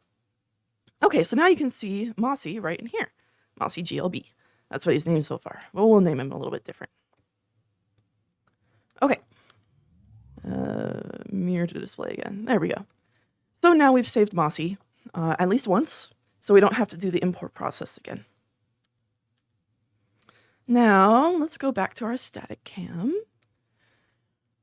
And I'm also going to have a camera set up for making inspectors. Now, if you're brand new, I'm going to go through this as if you're absolutely brand new to Resonite. So in order to open an inspector on something, you need a developer tool, first of all. And, you know, as much as I love my little B multi-tool and stuff, I think I'm going to use the regular tools for now. And okay, so I'm going to turn off camera things again so I can show you exactly where to find the tools that you'll need. So in your personal inventory, which is down here, you're going to go into Resonite Essentials, and everybody has this folder, Resonite Essentials. And you're going to go into Tools, and these are the basic Resonite tools. So I'm going to bring out the Developer tool, and this is the main tool. This is the tool that allows you to do pretty much anything in this game. Like when it comes to Resonite, it's not can you do it, it's how do you do it. Because really anything is possible. You know, if you're a fan of Avengers, this is the Infinity Gauntlet, pretty much. There are several ways to equip tools. One, you can grab it with your laser and then reel it in with your joystick, and that will auto-equip it. Two, you can click it, and it will give you an option to equip. Or three, you can physically grab the tool like that, and it won't be equipped yet, but you can go into your context menu while you're grabbing it and equip it. So there's a few different ways. I really like the reeling it in and auto-equipping it way. That's my favorite. So in order to select an object, you point your laser at it, and then you hit your secondary. If I spit bees sometimes, don't worry about it. So, okay, you're going to hit your secondary. And then there's a button in your context menu that says Open Inspector. And you're going to get this guy. So, what we're going to do now... Oh, and I want to get rid of the gizmo because it's like, you know, I don't really like looking at it or whatever. There is an option to deselect all. Deselect all gizmos in your... Here, let's do this. So you can see the gizmo right there. You can deselect all right here. I have a mod that says deselect own, and that's a really nice mod because then it just deselects my own gizmos. Because when you hit deselect all, it will deselect all the gizmos in the world. So if you're working with other people in the world, it will also deselect their gizmos. So keep that in mind. I have a special system on my avatar that allows me to just clear my own gizmos by reaching up to my head. And that's something that you can build yourself, or, you know, other people have tools that you can install on your avatar or put into your tool that does the same thing. So if you see me do this and it deselects gizmos, that's what happened. So now we have gotten into Mossy's hierarchy, and specifically his head. So you can see here, this is the head that I selected and opened the inspector on. And we can actually see the flower bones that we created earlier as well. So at some point, we're going to put a dynamic bone on this flower bone to make it kind of like wobble around when he walks around. But for now, we're going to go to the root of the avatar. And the way that we're going to do this is we're going to hit this button on the inspector. There are these two buttons right here. This one on the right, it goes up one slot. So we went up to the neck just now. If I go up another slot, it'll go up to the chest. Another one would be the spine. And so that's just going up one slot at a time. But if I hit this other one here on the left, it goes up to the root of the object. And in this case, the root of the object is the avatar itself, mossy.glb. And so this is generally what your avatar is going to look like on first import. So there's going to be a centered root and a whole bunch of proxies and a tag haptics. Tag haptics and proxies, some people like to clean them up and put them in different like folders and stuff. There are some avatar posers that use the proxies. So I generally just keep the proxies there. It's kind of up to you how you want to organize it. But this centered root is really what we're interested in, because under the centered root is the armature, and under the armature are all of our meshes that we made. So for example, if I select the head, then you're going to see that Mossy's head is selected, or his mesh is selected.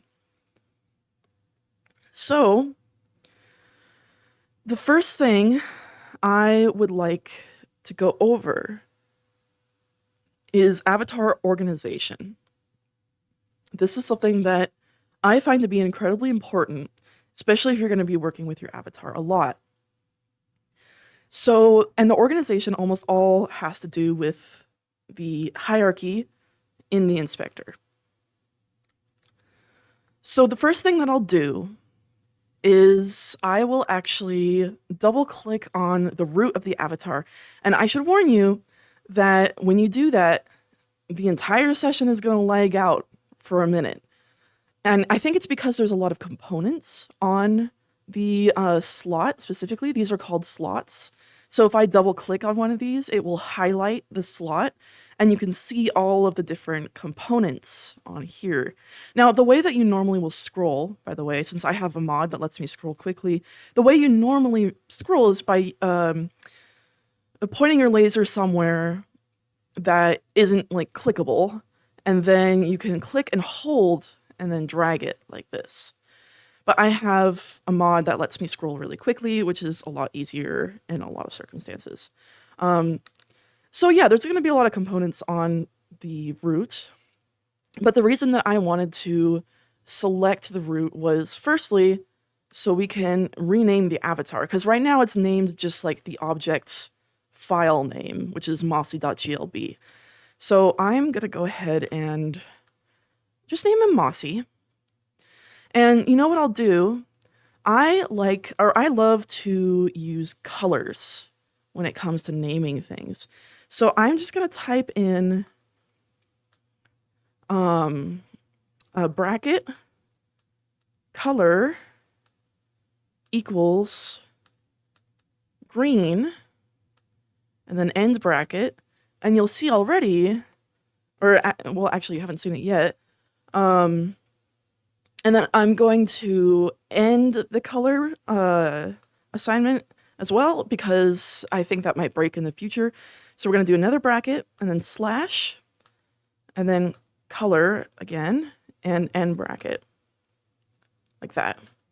So it kind of looks like a lot, but now you can see it has colored Mossy's name green right here, and that's really cute. Yeah, and so I like to do that a lot with my organization. It helps me sort of look for things in the hierarchy. Now, what I'm going to do next is I'm going to make a child of this slot. And that means that I'll be putting a slot underneath the Mossy slot. And the way I can do that is by this button right up here. So there's a couple of buttons up here that have sort of like a purple line and a plus and an arrow. The one that goes underneath, the one on the right, if I click that, then I've made a child slot right there for Mossy. Now I'm going to rename that. And I'm going to make this slot also colored. And I'm going to color it pink. Color equals pink. And then I'm going to name this Avatar Assets. Having an Avatar Assets folder is incredibly important for organization. So underneath this assets folder, we can put a bunch of stuff. For example, if we're going to have Flux and Systems on this guy, we can make a Systems slot. So now if we go under here, we've made another child slot. And I'm going to name this one Systems. Or maybe Flux, actually. Yeah, because sometimes there are systems that aren't Flux, and sometimes there are systems that are. So I'm going to name this one specifically Flux. So only Flux goes under here. So I'm going to make this one Cyan. I like cyan for my Flux.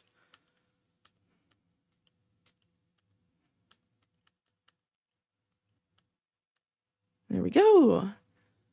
Yeah. And so we're going to put a few more things underneath here, and I'm just going to do it kind of quickly.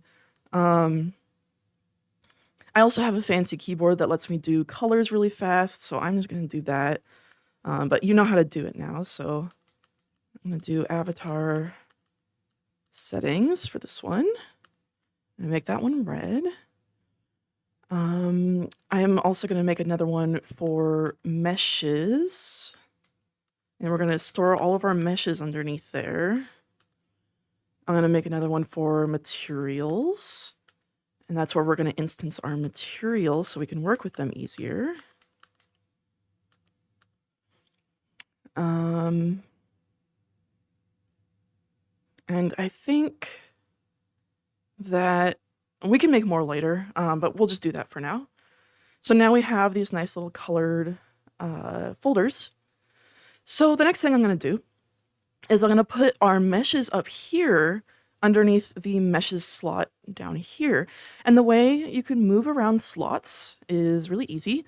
So say I wanted to grab this body slot, I can hover over the name and I grab it, and you can see it's up here in my hand now. And then I drop it while I'm hovering over the name here.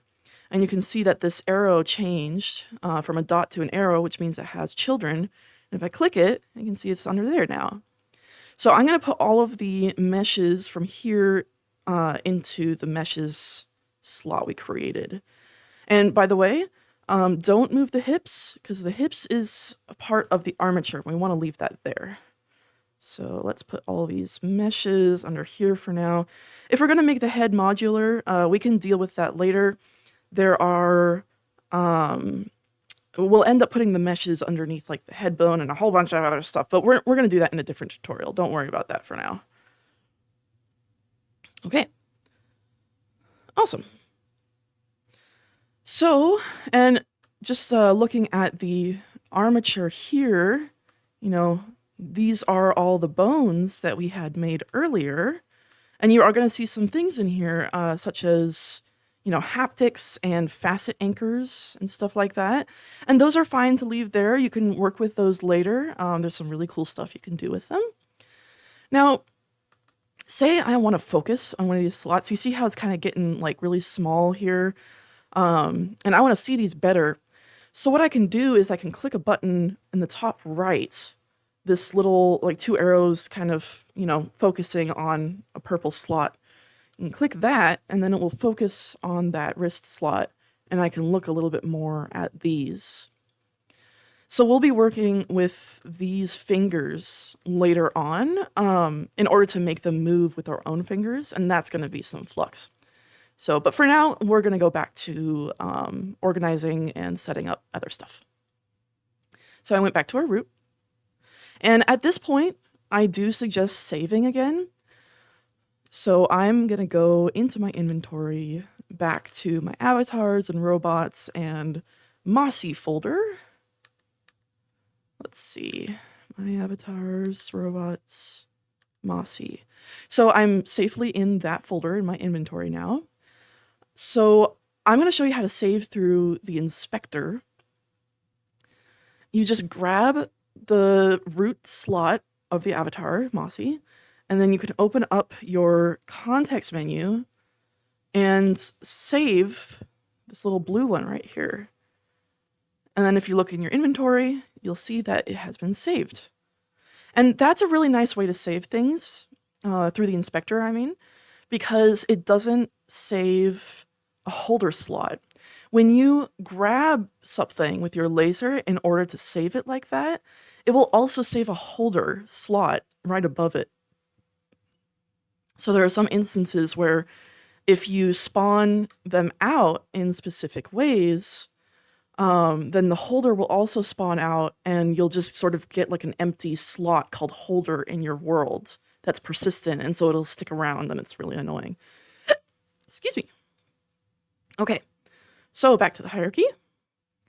Now, we're going to go to Avatar Assets again. And the next thing that we're going to do is we're going to double click on our avatar settings. And we're going to add a component. So down here is Attach Component. And this is going to allow us to change the size, like the default size of Mossy. So in these components, there's a lot of different folders, but we're going to go specifically to the users folder down here at the very bottom, and then Common Avatar System. And the one that we're going to look for is the, let's see, where is it? Technically, I do have this search bar up here. That's another mod, but I just don't really use it very much because I kind of memorized where everything is, and I prefer to go to where it is because I get messed up otherwise. Right, default user scale. So that's what we need. So go ahead and double click on that. And then you'll see that after double clicking on it, and I'll show it to you again actually, so I'm going to delete this component really fast. And then when I double click on this, notice that these flash and a component gets added. There we go. So right now, the default scale is going to be 1, but I want Mossy to be pretty small. So I'm going to change this to like 0.4. Yeah, so once I hop back into Mossy's avatar, it will automatically scale to 0.4. And that's really all I need to do for that part. I could add sort of a near clip setting or a far clip setting, and that has to do with like if I can see my hair or if I can see my nose or whatever, then I could put a near clip on my avatar, and that means that I can basically set my sight to be a little bit farther out. But in the case of Mossy, that's not really a problem. So I'm not going to deal with that for now. Some people like to recommend having a, some people like to recommend having one on there anyways. And you know what? I'll put one on there anyways, just to like show you, since this kind of problem does happen a lot with viewpoint. So if you are getting sort of like a problem with your view of seeing stuff in your face, then what you can do is there is the avatar render settings right here. And so what you're going to want to do for that is you're going to check near clip right here, and you're going to set your near clip to some sort of number. Like you would probably want to set it to 0.1 or something, but since I don't have a problem with it, I'm just going to set it really, really low, just to show you what it's about. And so that's normally really all that I put on avatar settings slot, but it's really good to have that slot so you can work with those numbers in the future, and also just so you can locate it really easily. Yeah. So the next thing we're going to do is work with his materials a little bit. Now, the way that I like to work with materials is I will make extra slots underneath this material slot, and I will name them according to one material. And I know that he has quite a few. So I know that he has a primary metal material, secondary metal material, an unlit for the talking lights, his lens, the moss, the sprout, the flower, and probably a couple other ones, but we're gonna just sort of make some of those slots right now, right off the bat, and I'll show you what we're gonna be doing with those. So I'll just write some of the ones that I already said. So primary metal. And I am duplicating these slots easily by hitting this duplicate button up here, which is the second one to the right. So I just hit that, and now there's two, and I can simply rename it.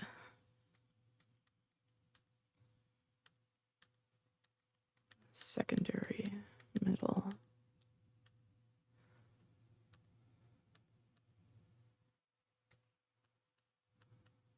Unlit.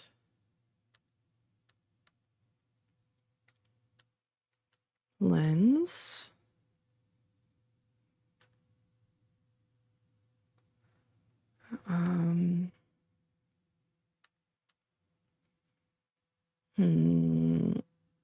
Moss.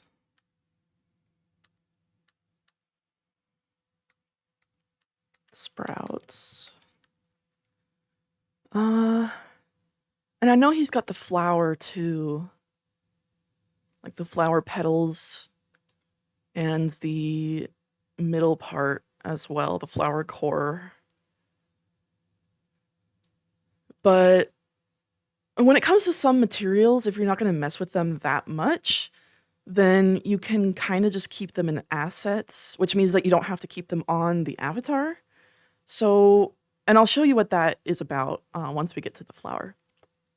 Okay, so now that we have these, I'm going to show you what we're going to do with them. And I'm going to show you a little trick right now, which involves pulling out another inspector really easily. So I want to basically have my materials in the inspector right here, but I want to have my meshes in another inspector over here. So I'm just going to grab this meshes slot, and then while my laser is outside of any UI, I just click, and it will open up another inspector automatically. Yeah. So now I have, and I'm gonna focus on my material slot over here, so I know that these are separate. I have my meshes and I have my materials. So what I'm gonna be doing here is, okay, I'm gonna focus on the body right now, the body meshes. Now there's a couple of things that we're gonna be doing with this, this mesh here. And I should let you know that the material, which is how things look on the mesh, the material is going to be listed right here underneath this skin mesh renderer. So this metallic is the primary metal. And we did label that material in Blender earlier, so you can just see it's the primary metal. And there's one more thing that a lot of people kind of skip over or miss the first time, which is something a little bit more specific, and it's this bounds compute method. And this will often determine how the mesh is rendered based on how you see it. So sometimes, like if you're already a regular user, sometimes you'll notice that a mesh will disappear when you look at it at a very specific angle, like it disappears in your peripheral vision. And this is the reason for that. So if you change this to a different method, then that will fix the problem. And the method that I will use almost exclusively for, that problem is I will, from static, I'll go to the right until I get to fast disjoint root approximate. It's kind of a mouthful. So, but you know, that will fix the problem. And so I usually like to go through all of my meshes and change it to that. There is a little trick that I use to change that easily without having to, you know, click to the right for every single mesh. And this is something you can do with all values on the inspector. And I'm sorry if this is going a little quick. You can always pause and watch it back. But there's all these little colored boxes next to these right here. You can actually grab the colored box next to that bounds compute method, and it will grab what it's currently on, the fast disjoint root approximate that you see here. So if I keep holding this, and then with my other laser, double click on the next mesh, I can actually drop this onto the bounds compute method word right here, and it will automatically change it to what I'm holding, like that. And so it's easier for me if I'm doing this to a lot of different meshes to just grab that little box, and I guess I could click with the same laser, double click, head, and then drop it, and then grab it, click, drop it. And I just keep doing that until I've gone through all of the meshes and done that. So that'll fix a lot of the, you know, like, oh, it's disappearing in the corner of my eye. That'll fix that. Yeah. Okay, so let's go back to the body. And so you'll notice that on the body is only this one material, and it's the primary metal. So if we look back at our materials, let's go to the primary metal slot that we made. Now this is an empty slot right now, but we want this primary metal to be on this slot so we can work with it easier and locate it easier. So we're going to grab this material, and you'll see the material orb in your hand. And we're simply going to just point at this slot and let go. And it gives us this option to move component, copy component, or cancel. I'm going to move the components. And in fact, wait, hold on. You can't really see it very well. So you just grab it, drop it, move component. And now you'll see that the material is on here. So if I had decided to delete this material off of here, which I'm not going to do, then it would delete the material in general, and this metal material will be missing from him. So we don't want to delete it now that it's on there, but it has been moved there, so we can work with it a lot easier, and we know where to locate it in the avatar without having to go into the meshes. So let's see, since we're already working with this, I'm going to show you an example. So we want him to look a little bit more metallic, right? Like he's not really shiny at all. So we're going to go into the metallic material right here. And PBS metallic is what you're going to get by default. We can always change to other materials if we want. But I think for now, PBS metallic is good. And we do have the normal map on there. We put that on in Blender, so that came over automatically. If you need a texture and it's not on your avatar already, you can drag that texture into Resonite and import it in the same exact way that you imported the model itself. So you just drag it into the Resonite window, and it will automatically give you an import dialog, and you just import as texture. And then you can grab the texture and you can drop it into here by clicking on it like that. Very, very useful. With the way that we put this guy together in Blender, he kind of just had them applied automatically. And when you import them as GLB, it automatically applies them, which is really, really nice. So that's another reason I recommend GLB instead of FBX. But anyway, back to this. So if we scroll down a little bit in this material, you're going to see down here, there's a metallic and a smoothness. So if we mess with this and bring these sliders up, look at that. So the smoothness basically makes him more shiny. And the metallic, well, makes him more metallic. You can also see that we're having a similar problem with his normal map that we did in Blender, But that's okay because there is a normal scale right here that we can mess with, and it will change how intense his normal maps are. So we can just lower that a bit.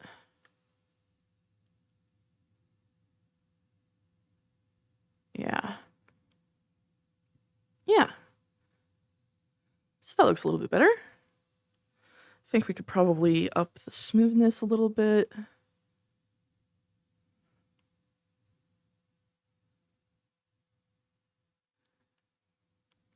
Maybe up the metallic.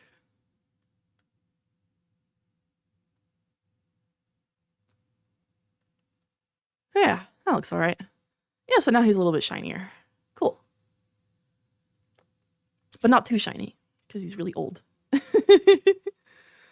Okay, so we have that material on there, which is good. And we're going to go back to this inspector as well, and we're going to continue to go through these meshes and pull over the materials into these slots. So the next one is the sprouts. And this flower center and petals, we can leave those there for now, and we'll go back to those. Because I'm not really sure exactly what I want to do with those yet. So, but for now, we're going to take the sprout material and move it over to here. So now it's there. And let's say if I want to, here, let's bring them closer so we can see the sprouts. So say I want to make the sprout color a little bit lighter. I can go into the material here, and there's this little albedo color box. It's green. It's right here. You can click that box, and it will open up a color picker, and I can change color just like this. So I'm just going to match it a little bit closer to the moss, but not too much. There we go. And then save down here at the bottom. It's important. There we go.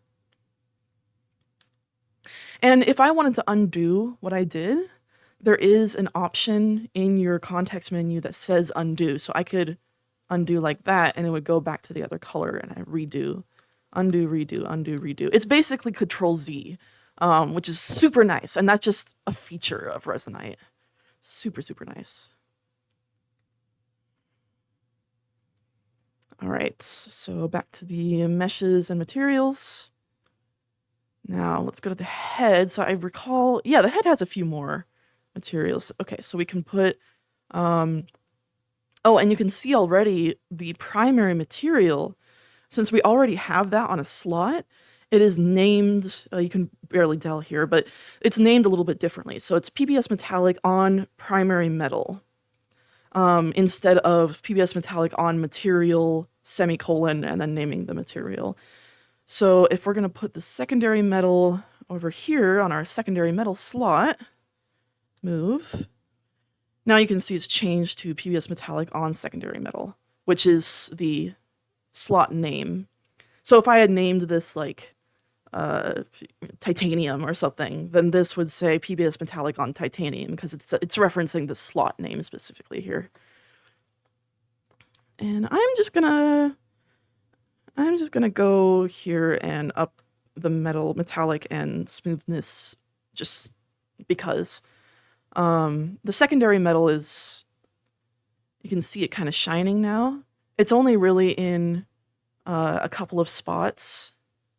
He's mostly just his primary metal, but we wanted to make it a little bit shinier, so.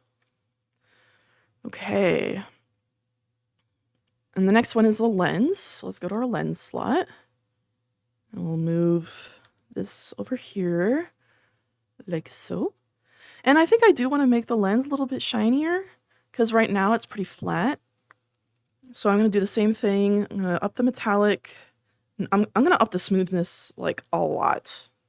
I'm going to make maybe all the way actually. And now it's just going to be like super shiny. It's kind of hard to tell because the texture already makes it look shiny, but trust me, it's shiny. Also the texture I should point out, some of your textures are going to be really high res. So this number right here, this one says 540 by 540, but that's because I got a a low res texture to begin with, just off of Google Photos. But sometimes you're gonna have textures that are like 4,000, like 4K, and you don't really need them to be 4K. I recommend 2K at the most. And you can actually resize these textures in Resonite without having to go outside. And let me just show you really quick how to do that. I won't do it for mine since mine are already small, but I'll just show you how. So you can grab the texture right out of there and then click, and it'll bring up this static texture 2D dialog. And it kind of looks like a lot, but you're going to scroll down and you're just looking for this. And there's a little button right here that says longest side. Yeah. And then you can hit this button to resize it to whatever this says. And you can change this number too. You can change it to 2048 if you wanted to make it 2K. But I'll usually just, do the 1K and then hit resize. And that will resize your texture to something that won't lag people out. Because really high resolution textures can be really performant and take away from frames and all that kind of stuff. So there's a little tidbit for you for textures. All right, back to this. Okay, so the next one is the unlit. So we're gonna go to unlit and drag our little blue unlit over to here. And it looks like it has an emissive color already. You can see it right in here, which is fine. We're probably gonna use that in the talking lights. And the next one is moss. So we're going to drag the moss over to there. All right, and that seems okay. Yep, and the other one is just moss and sprouts. So that looks pretty good. So we're done with moving over the materials, and now if I want to change any of the materials, I can just go to them in here. So we'll go back to the root of our avatar just so I can show you exactly where they are again. So we're at Mossy, and then down on the avatar assets, we just click that, and now all of our materials are right here.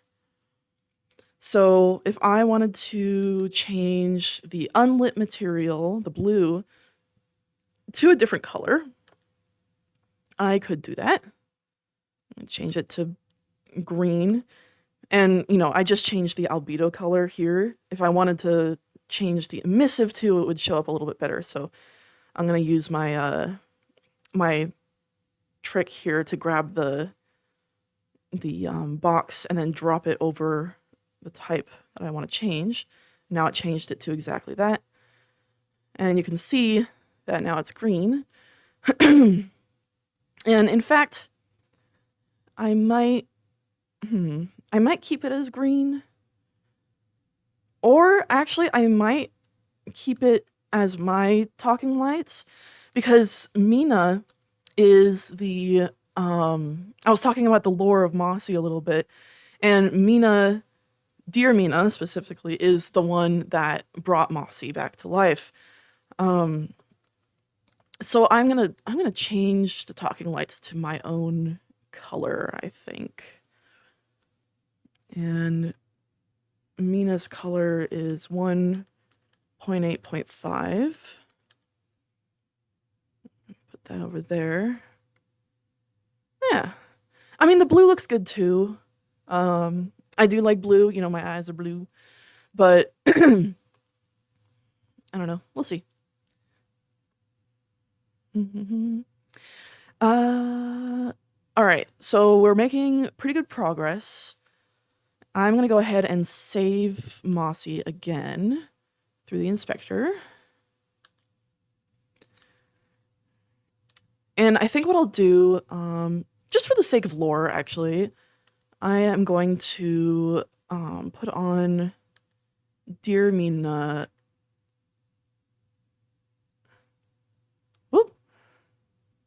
Oh, you can see my little HUD over here. See, there's a little HUD. I recently got some, it's not active right now, but I recently got my Babel face tracking working. And so it's nice to have a little camera of what my face is doing here. So and just in case the face tracking looks like really wonky or something. Also, I'm very short compared to Mina B. Mina B is very tall. So I'm just going to actually jump into Mossy. I'll smooth POV. Hi, look right here. And you'll see, since we changed the avatar settings here, Mossy's gonna get really small. See? Mossy's really small now. And I'm gonna change fly. There we go. And now you can see, maybe I made him a little bit big, but this is my mom. Let's see, I think I will make him a little bit smaller. So I'm gonna go into avatar settings again and change his size to 0.3. And now that I've changed it like that, I can actually just go into my menu and reset scale. And now I'm small again. Oh, and as I'm looking over at the sky and everything, I notice that my far clip is too small now that I have a far clip on me. So I'm gonna change my far clip to be pretty big.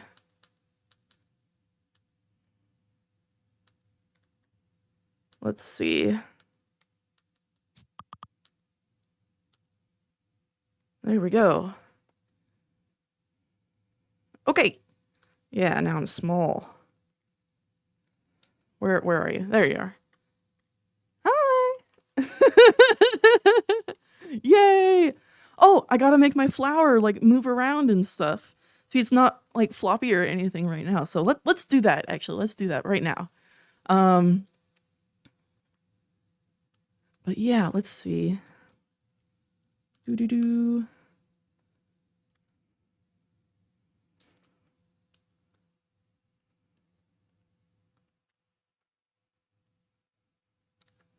Where's my camera? There it is. So this is my son.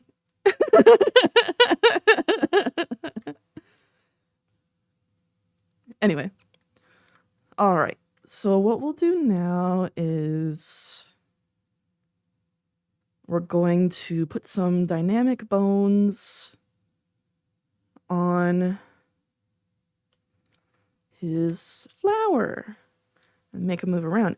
And dynamic bone chains are generally something that you're going to want to do for things like hair and tails, stuff like that. So you're probably going to have some sort of dynamic bone chain that you're going to want to put on this. Let's see, where did this thing go? I have to remove my little HUD on my avatar for now. Bloop. Okay, there we go. Sorry about that. All right, so now we're gonna go to the bones specifically for his flower, because we're gonna put the dynamic bone chain on the bones themselves in the armature. And let's see, let's go to the inspector again. And the way that we're going to get to these bones is just to go into the centered root, into the armature, hips, spine, chest, neck, head. And these are the flower bones. So we're going to put it on the bottom bone here, so it starts wobbling around from down there. And we're going to attach component. And this dynamic bone chains are going to be under physics. Dynamic bones, dynamic bone chain. We're going to double click that one. So this is a pretty large component. That's okay. And like I said, you're probably going to have to do this for hair or tails or anything like that. So there's quite a few sort of options here, but if you want to have it sort of on the default, then you can kind of just leave all that as is. I do normally recommend unchecking collide with head and collide with body, because if you're really close to somebody, or if you're really small, then these can interfere with other people's colliders and make your dynamic bone changes sort of like wobble around super fast, and it looks very unrealistic. So I like to uncheck at least those. All right. And then all I'm going to do to set this up and get it working is hit the Setup from Children button down there. And then it takes the 3 bones that it has and puts it there and drives the position and rotation of them so it wobbles around like that. Ah, that's cute. Yeah, so when he's running around now, it'll kind of wobble and stuff. I think that it's a little bit too crazy right now. I'm gonna go up to these and probably make it a little bit more elastic and a little bit stiffer. Maybe less elastic, actually. More, but not too much, so. There we go. That looks good. All right. He's looking great. So there's only a couple things left that we want to do with Mossy. And I do want to talk about avatar permissions, or not avatar permissions, avatar protections as well. So before I forget to do that, I'm going to do that right now. So avatar protections are basically, it keeps the avatar private in the way that if your protections, specifically with your name on them, are on the avatar, then people won't just be able to grab your avatar and save it or wear it. So if this had somebody else's protections on it, then even if I tried to enter it like this, it wouldn't let me. And avatar protections are generally in a few places after you import. One of the places, and the most important spot, is going to be on the root of the avatar. And you can also use avatar protections to put on items and tools that you don't want people saving. Even though it's avatar protections, it'll still make it so people can't save stuff. So right here, and you can generally find it because it has this big old warning on it, simple avatar protection. So, and it has my name in here, you, Miss Molly. When it comes to your user ID specifically, if you signed up in, or if you made an account in Resonite, your user ID is probably going to look pretty wacky. It won't actually reflect the username that you signed up with. The platform that came before Resonite, when you made an account, your user ID would also line up with the original username that you made when you made the account. So mine, since I'm from that era, my name is just you, Miss Molly. But since my name is in there and nobody else's, only I can wear this avatar and save this avatar. Now, if I wanted to make this avatar public, which I'm starting to think I might not make it public. Sorry, everybody. But you have a tutorial on how to make him, so you can, and you can make yours public if you want. If I wanted to take the avatar protections off of this so other people could wear him, then you do not want to hit the trash button. That will delete him entirely. And that's another reason why it's really important to save. Because if I deleted him right now, I would lose my work, but I have made some intermittent saves, so I could spawn out an older save that I made and continue working with that. But no, if you want to remove this protection, then you want to hit the Remove All Instances button. And this removes this component, as well as this component in any slot that's underneath the main avatar. So, and that usually includes the meshes. So if I go into like the flower mesh, then you're also going to see the simple avatar protection on these meshes. Yeah. So that's avatar protection. All right, so now that I've covered that, we only really have a couple things left to do for him, which is make the talking lights work and make his fingers work. So I have two Flux systems that I use that I made myself. So I guess I'll just kind of go through this, and I guess you're going to be learning a little bit of Flux today. So I could have taught you how to make Visemes in Blender, but he doesn't have a mouth, and so I'm gonna do talking lights instead. Because when you make Visemes and blend shapes in Blender, you can make your avatar really expressive. And I'm sorry I didn't go over those in this tutorial, but you are going to be able to use Google to find other Blender tutorials on how to make Visemes and how to make blend shapes. Google is your friend, for sure. But right now, I guess I'm going to teach you a little bit of Flux.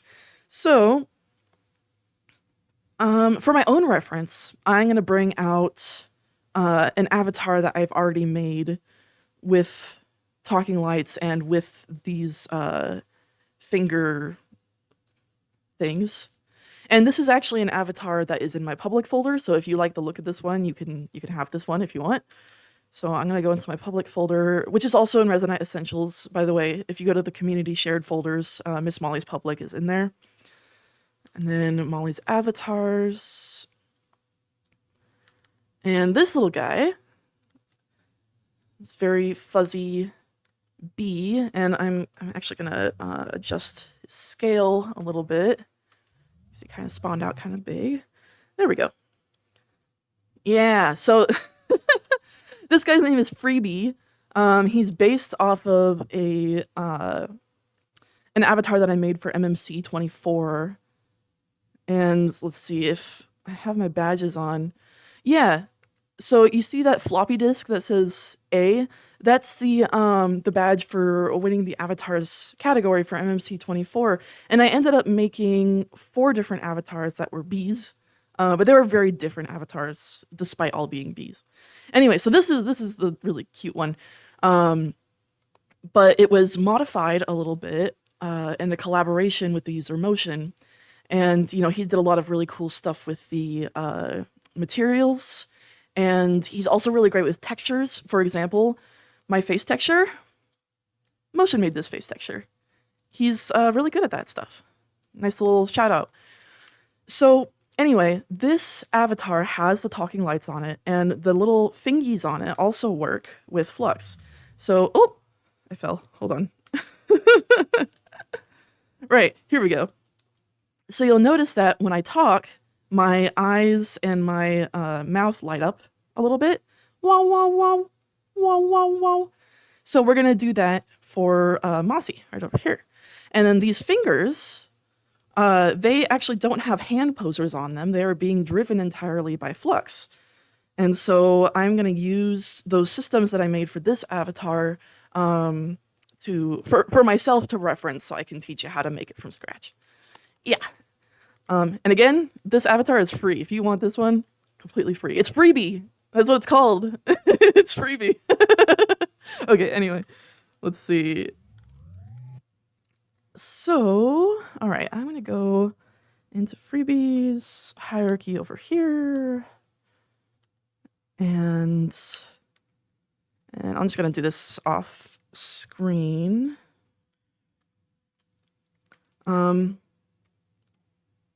Actually, you know what? I won't do it off screen. I'm going to turn off Reader Display again. Ha, behind the scenes. Yo. Just so I can show you how to get to the Flux tool. So if I go into Resonite Essentials, because you're going to need this tool in order to work with any Flux. I'm going to go into Tools again, and it's just the second tool right here. So I'm going to double click that, and I got the Flux tool. And you'll see also that the reason that I like to keep my tool shelves is because you can click the tool shelf with your tool and it will put the tool on your tool shelf. That's why it's called a tool shelf. So, and if I wanted to switch tools like really fast, I could click one tool on the tool shelf with the other tool and it just switches them. Pretty nifty. But anyway, so now I have the Protoflux tool. Mirror to display again. I'm going to go smooth POV for right now. Okay. Let's see. So I'm going to go into the systems, and you can already see here that there's some flux. I need the talking lights flux right there, and the finger flux right here. So the way you can unpack flux is while you have your tool equipped, you can grab the slot and open your menu here and then unpack that button right there. And so now you can see all of this flux. Now this is a little bit more complicated than what I'm going to be showing you because, you know, I have a system on here that allows you to change the talking lights color. But for Mossy over here, we're just going to have the one color. Now, normally, I will also have the talking lights here. So this,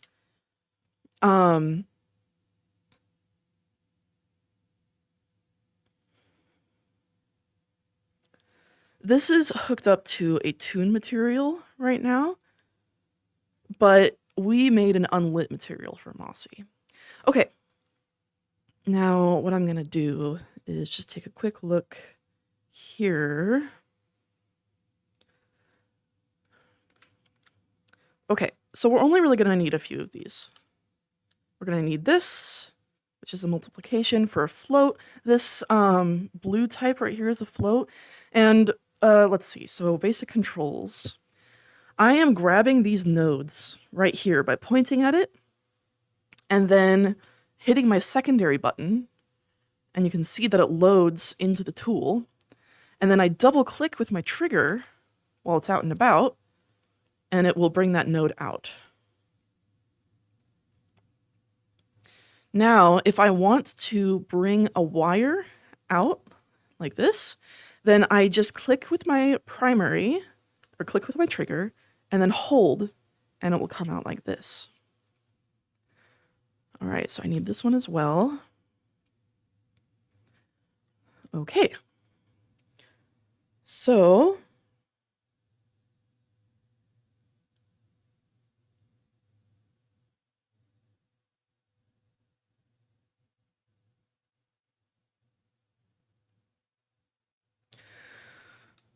if I were to explain these nodes, now what we're going to be using is a source, and then we're going to be driving a color. So all of these blue types right here, those are floats, float numbers. So that's like a number with decimals. And then this orange one is color. These are going to be colors. So I'm really only going to need these. And I'll show you over here how we're going to hook it up.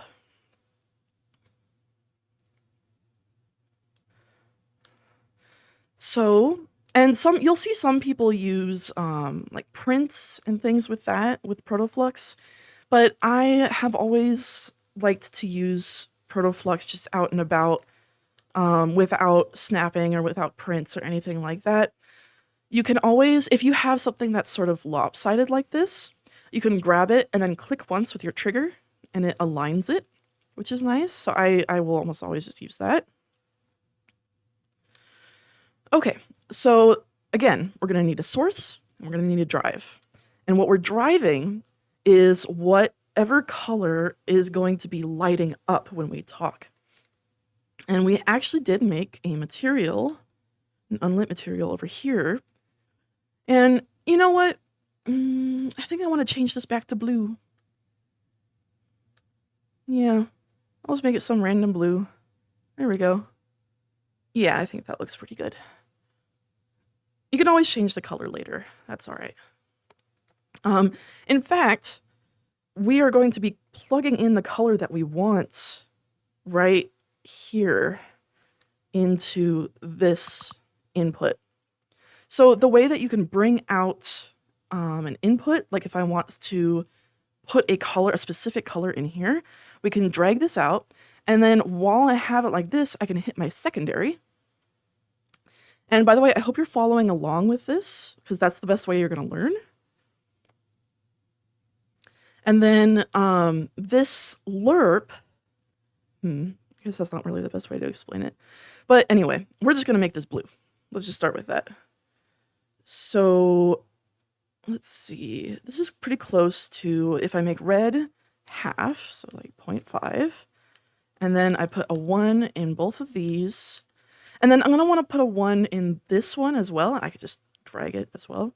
Because this is the alpha right here. So we have red, green, blue, and then the alpha. And so we're going to use this blue for now. Now, we need our source, which is going to be our voice, because we're going to use our voice to make the color light up. Now, if you remember, we imported the avatar and it gave us an option to set up volume meter. And that was really important for exactly what we're doing now. So the way that you're going to find your volume meter is double click on your head proxy right here.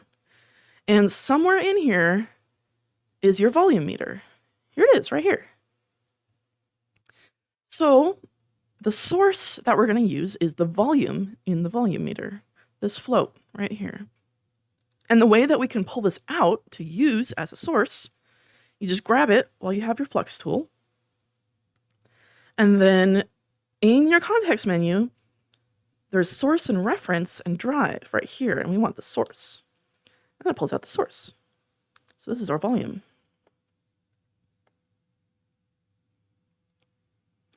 And so the volume specifically might be a little bit too small. We might, the reason that we have this multiplication node right here is to basically make the volume number bigger so it's easier to work with.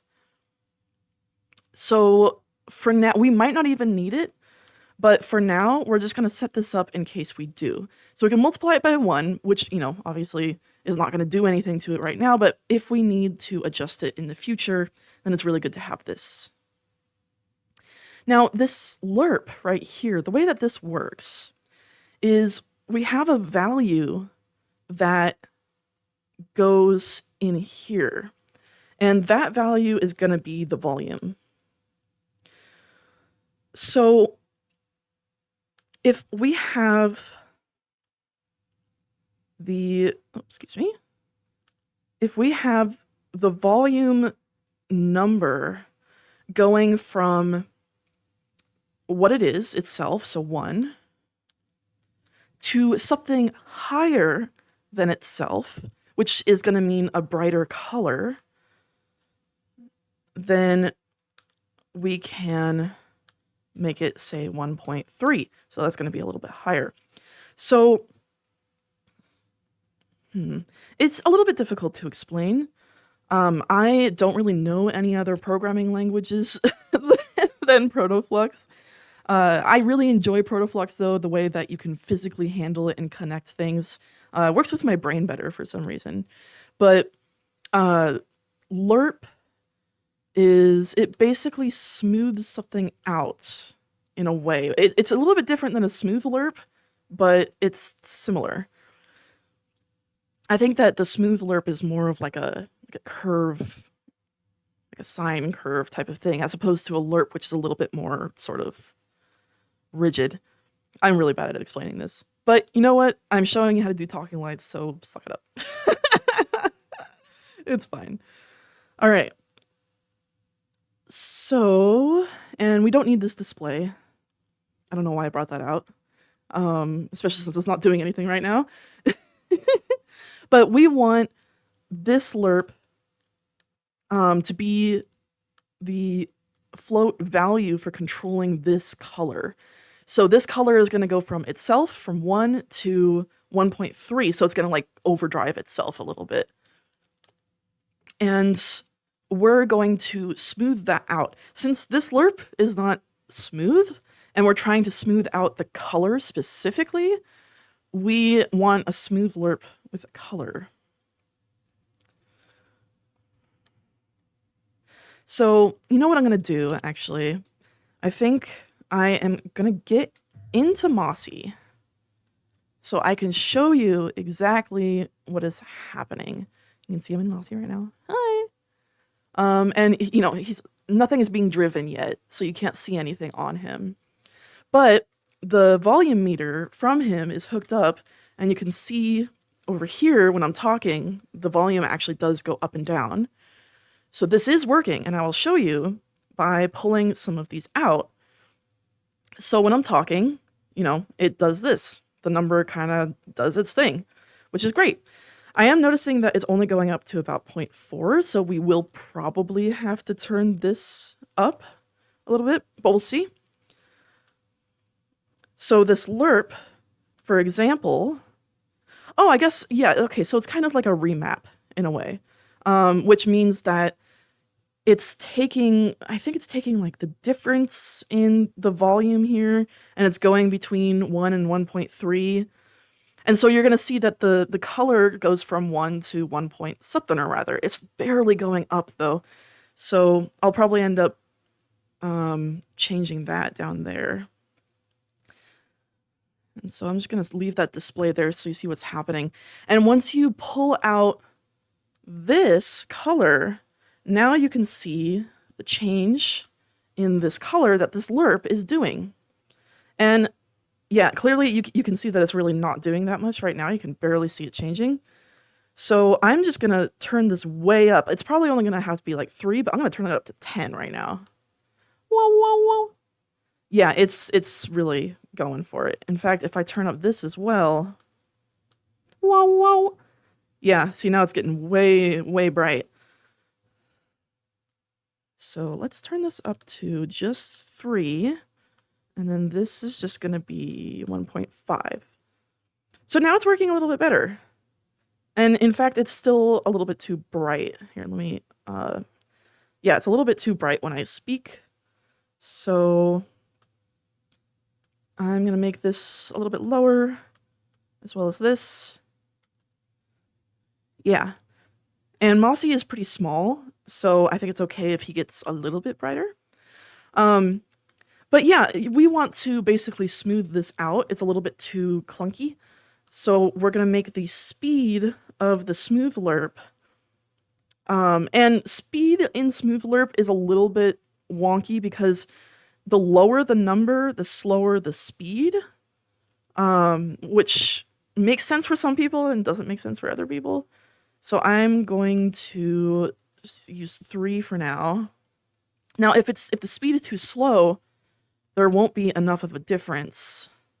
So maybe 7. Yeah. Maybe even 10. Yeah, I mean, you probably could even get away with not having the smooth lerp. Especially since Mossy doesn't have any other, like, emotes or a way that shows that he is speaking.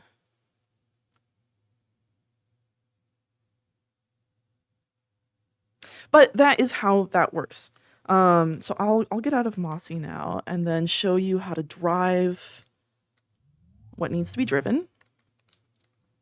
Okay, so you're seeing how that works. And I'll make this smooth lerp just really big for now. Okay, so now all we have to do is just drive this bit at the end. And so we're just going to go to the unlit here. And we're going to drive the emissive color. Like that. Because that is what glows in the dark. The emissive color. Yeah, there we go. So, what we're going to do now is we need to pack this flux underneath Mossy somewhere. And we already have a slot for flux, which is right here. So I'm just going to double click on that. and make a child slot.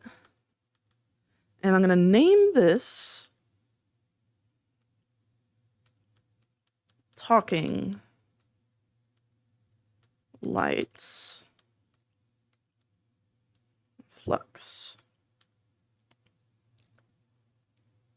And then in order to pack your flux, you point at any of the nodes in the system with your tool, and you hold down your secondary button. And you'll notice that it all sort of lights up if it's all selected. And now I can grab the slot that I'm going to pack it into or under, and there's a button here that says Pack Into. I click that, and now you can see all of it is underneath here. Excellent. So I'm going to do another save. Let me go to my folder for Mossy. Okay. I'm going to grab this and save.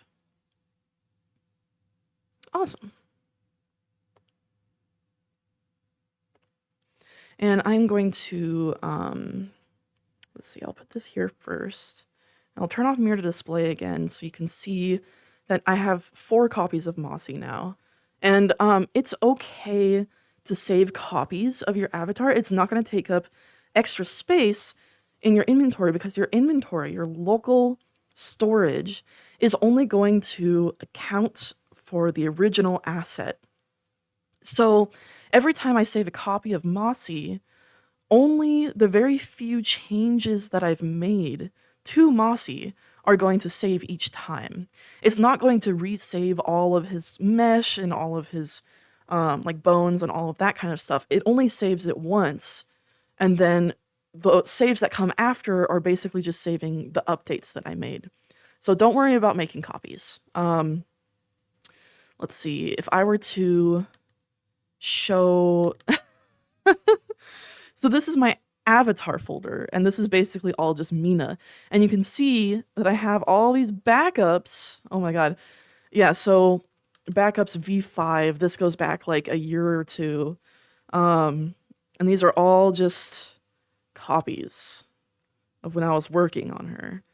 And so it's about that big for the folder for all of these different backups. So this is V7.1.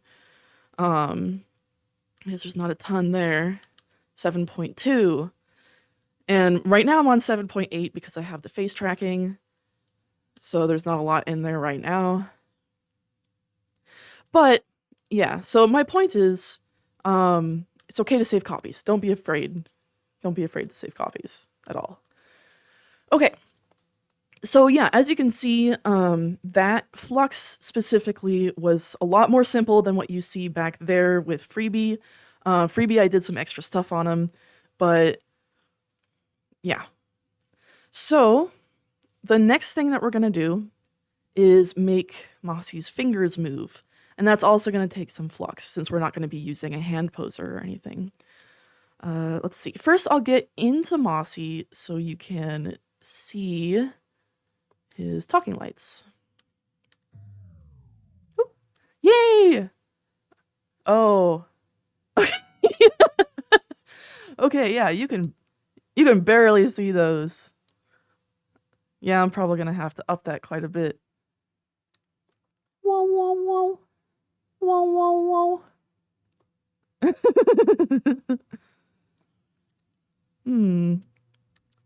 I'm gonna cheat a little bit. And instead of pulling out all the flux again, I'm just gonna go into the value input that I need for multiplying my volume meter, which I know is this one because I just remember 4. Okay, maybe that'll work better. Whoa, whoa, whoa. Whoa. Yeah, there we go. In fact, I'm even going to go into the unlit and lower the albedo color instead of the emissive that's being driven.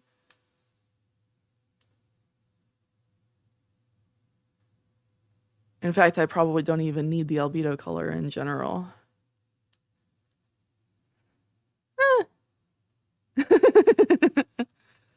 Yeah, clearly, you know, I probably should have added a little bit more of the talking lights. You can also see it down here when I speak.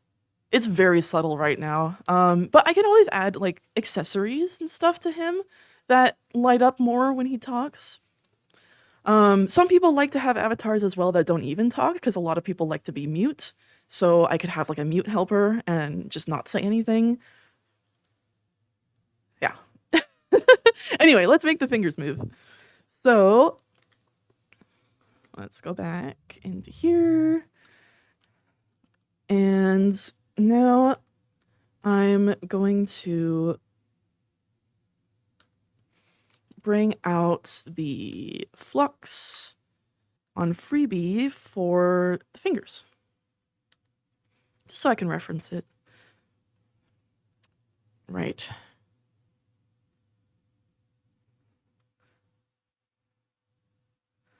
Yeah, okay. So this is going to be a little bit trickier. I think for the sake of time, I am just going to make Mossy's index finger move. Just so I can show you how to do it. Because theoretically, I am going to need all of this. But I want to just show you how to do it so you don't have to sit through me making all of this again from scratch. Okay, so I'm just going to grab the... You know what? No, I'm not going to grab these via doing this. I am going to show you how to find them in the Node browser. And don't worry, I'll be labeling this part of the tutorial, so if you don't want to go through all the Flux, you can just like skip it. But it's good to learn. So let's see. So I'm going to open up the browse nodes, and we are going to be using finger pose nodes for this. Now, I would like to, because we are going to need a user and to get their finger pose nodes, and the user is going to be yourself when you're in the avatar.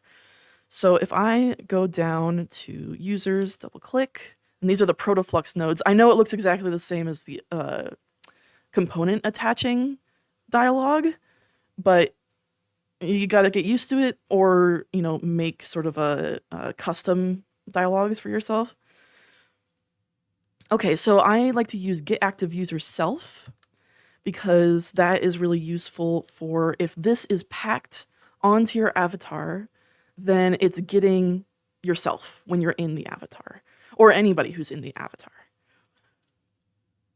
Okay, and I want to go to user root.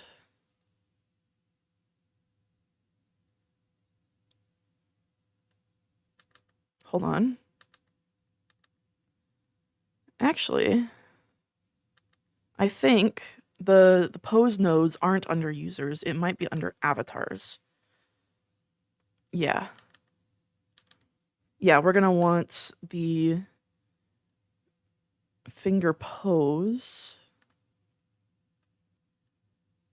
And I'll just do this for his right finger, like right index finger, just to show you how it's done. And then we're gonna need body nodes. And I believe it's finger node index. Nope.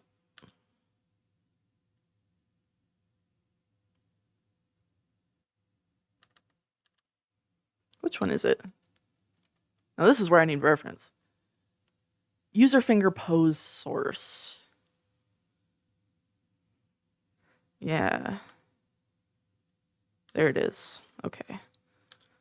User finger pose source. There we go. So you're finding the pose source of the user's fingers. And we're just going to connect these. And now we have to find the finger node for the right index finger. And so I'm going to pull this out. and it's an enum. So if you don't have this, this is an enum drop down mod. Oh, hi Bbot. And you might not have this just right off the bat, so you're going to have to go through it like this and find the, let's see, that's thumb, left index finger. You're probably going to want the, really any of them can work, because if you look at your index finger, you know, there's going to be the metacarpal and the distal and the tip and all of that. And I think that you're going to want the intermediate, because if you look at it, they all turn at an angle that is all approximately the same angle. And so if I'm getting the intermediate part, oh, I got the left index finger. I need the right one. But it's still going to get the right angle. Since we only have one bone on him, it's just going to go down, and that's it. So we can really get any part of the right index finger, which I'm going to have to find. There we go. Yeah, intermediate works too. So let's do that. Okay. So we have the position and the rotation of this finger pose. Now, the rotation is what we're going to want to use.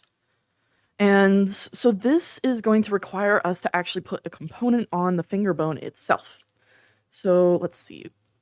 If we go to Mossy's hierarchy right here, and we go into the right wrist, let's just focus on that. So the index finger right here, that is what we want to be sort of rotating with our regular finger. Yeah. And so in order to make it animate or rotate in the way that we want, we're going to have to add a component in order to do that. So let's attach component. And this is going to be in transform and drivers. And that's where all the fun stuff is. So we'll scroll all the way down, and we want a value gradient driver. It might lag out for a minute when you go into these, because it has a lot of different types. But for rotation, we use float Q right here. Bam. And it's gonna go between 2 points, which is basically just up and down. So we're gonna add 2 points. One of them is gonna be up, and up is just gonna be, you know, position 0. And think of these kind of as keyframes almost. And then position 1, so the second frame, is gonna be down. Now, in order to find the correct rotations, one, these fingers, as they are imported, they're already up. So we need the rotation that it's at right now to be this first key. And we can use the trick that we had earlier to grab this rotation by grabbing the little box next to it and then dropping it over the value down here, which is what we want for our up value. And now that we have that saved in there, because if it were just 0, it would look a little bit wonky, and we want it to look how it does now at the up position.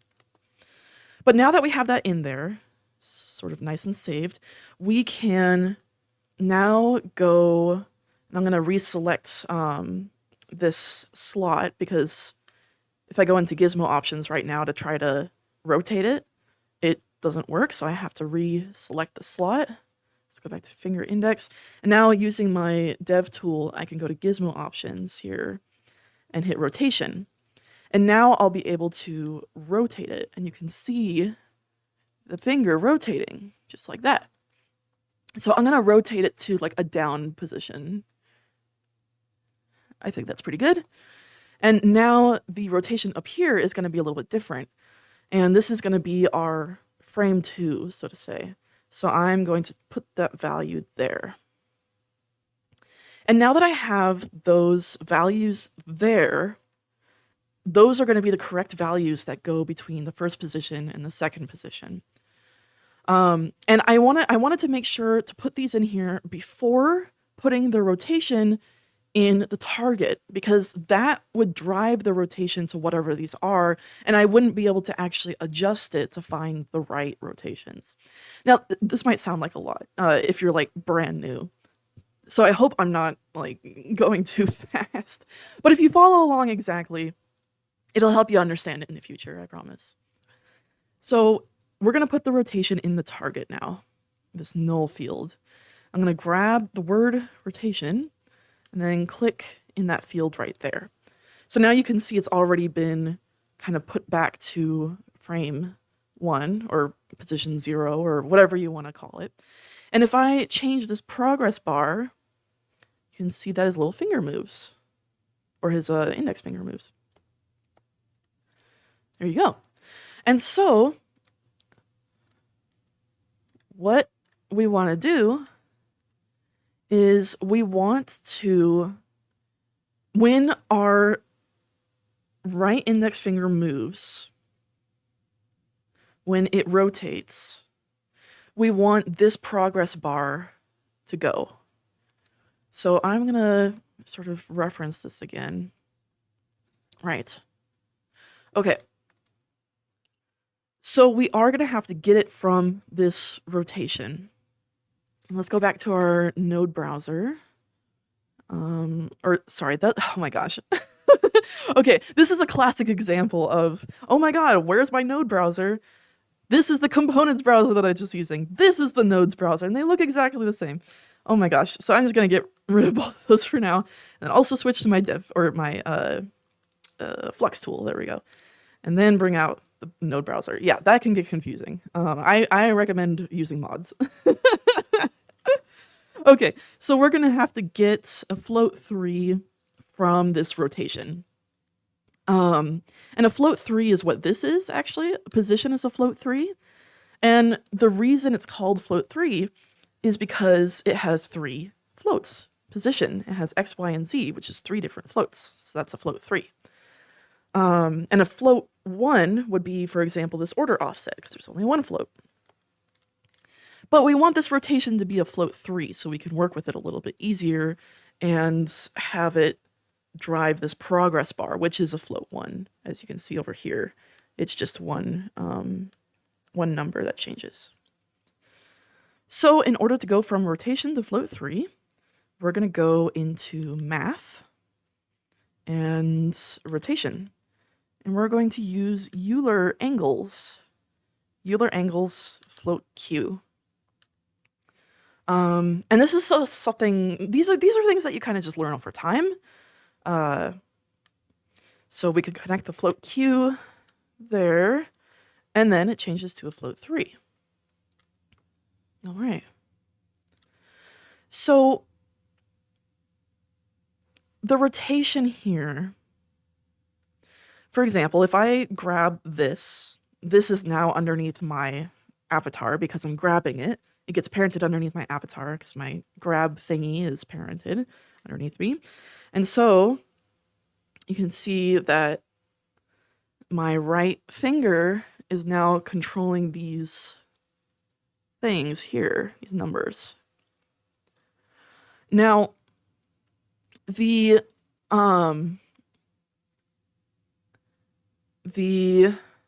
rotation that is changed the most, and the sort of axes that we want to focus on is a very specific one. It's only one of them. And so we only want to really reference one of these numbers in this float 3. And you can see that the one that we want to reference, I believe, is the X.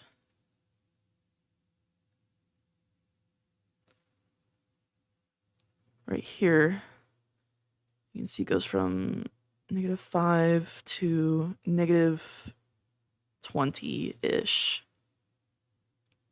But honestly, any one of these numbers might work. I'm just used to using X, I guess. There might be a specific reason, there might not be. Okay, so we're going to have to get just that one number. Now, in order to get one of these numbers from this float 3, there is something called packing and unpacking. Now, if we go back to our folders here, we can go into the operators folder and packing. And then we can unpack 3. And we're unpacking a float 3 right here. So now, here, I'll just for demonstration purposes,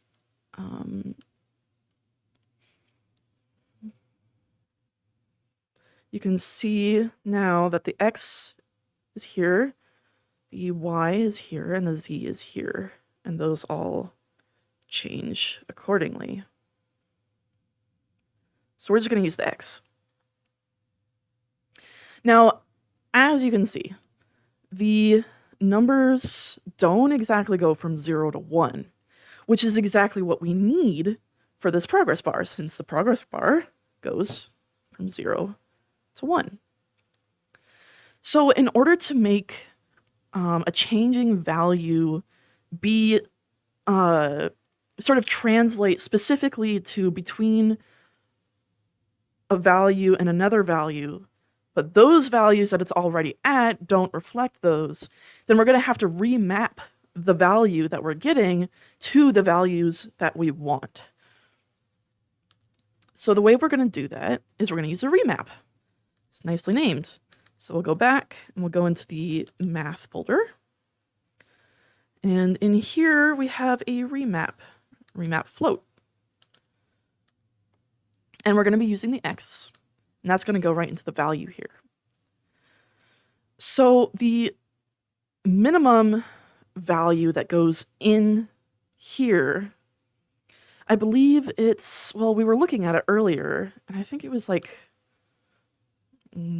possibly -5 to -20. But I'm going to double check.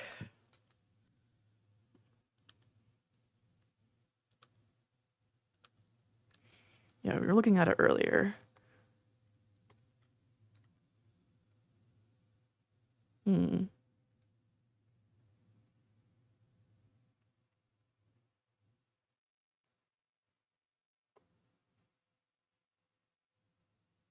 5 to 75. Interesting.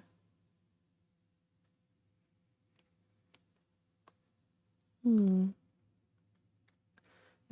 to -20.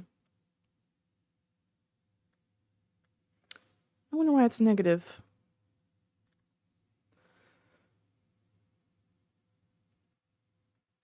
Anyway, the out minimum we want to be 0, and the out maximum we want to be 1. Now, we might have to use a clamp here.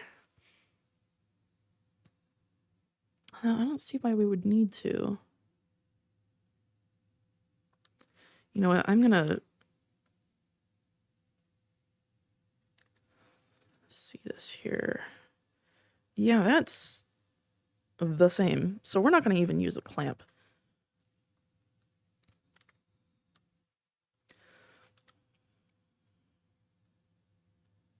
Oh, I see what it's doing. Okay, you know what? I'm just going to use the numbers that I had on that guy over there. Obviously, I worked with this a lot on the other avatar, and I'm going to trust my judgment, my past judgment, which you normally shouldn't do. But in this case, I think it's okay.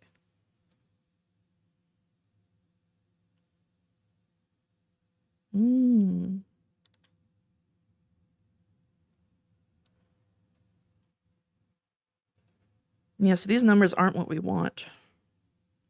This is going from a -0.1 to a 0. That's probably why I used the clamp.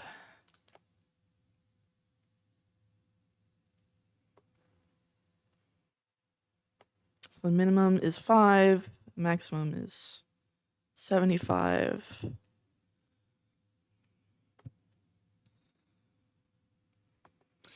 Okay, well, you know what? We're going to use a clamp. Let's do it. And honestly, it could be also just this index finger body node might not be working in the way I want it to work. Yeah, there we go. Okay, so obviously intermediate was not the right thing to have it on. In fact, that might even be the knuckle, and I just totally forgot. But I have it on proximal now, and it's going from approximately 0 to 1, and that's what I want. So the reason that I used the clamp over there was because, as you can see, it is going into the negative right here, and we don't really want that to be happening with a value gradient driver. So we are going to use a clamp, and that should be in math as well. So clamp 0 to 1, and this is exactly what it says, where it clamps the value from 0 to 1. So now you can see it goes from just 0 to 1. There we go. Okay, and so now that we have the source of all of that and we have the calculations, all we have to do is drive our progress bar. And this progress bar is on Mossy, so I could even grab this and use my finger here, and it will actually move Mossy's finger. Oh, and you can see it kind of goes in a little bit. So I set up the value gradient driver a little bit incorrectly. What I'll do in order to fix this is, let's see, it's at 0 right now, and that's good. So I'm going to break the rotation. And then get my dev tool and select this. And I'm going to actually, yeah, see, it was a little bit to the side. I'm going to find the correct rotation that I want. Yeah, so that's a little bit more of what I wanted.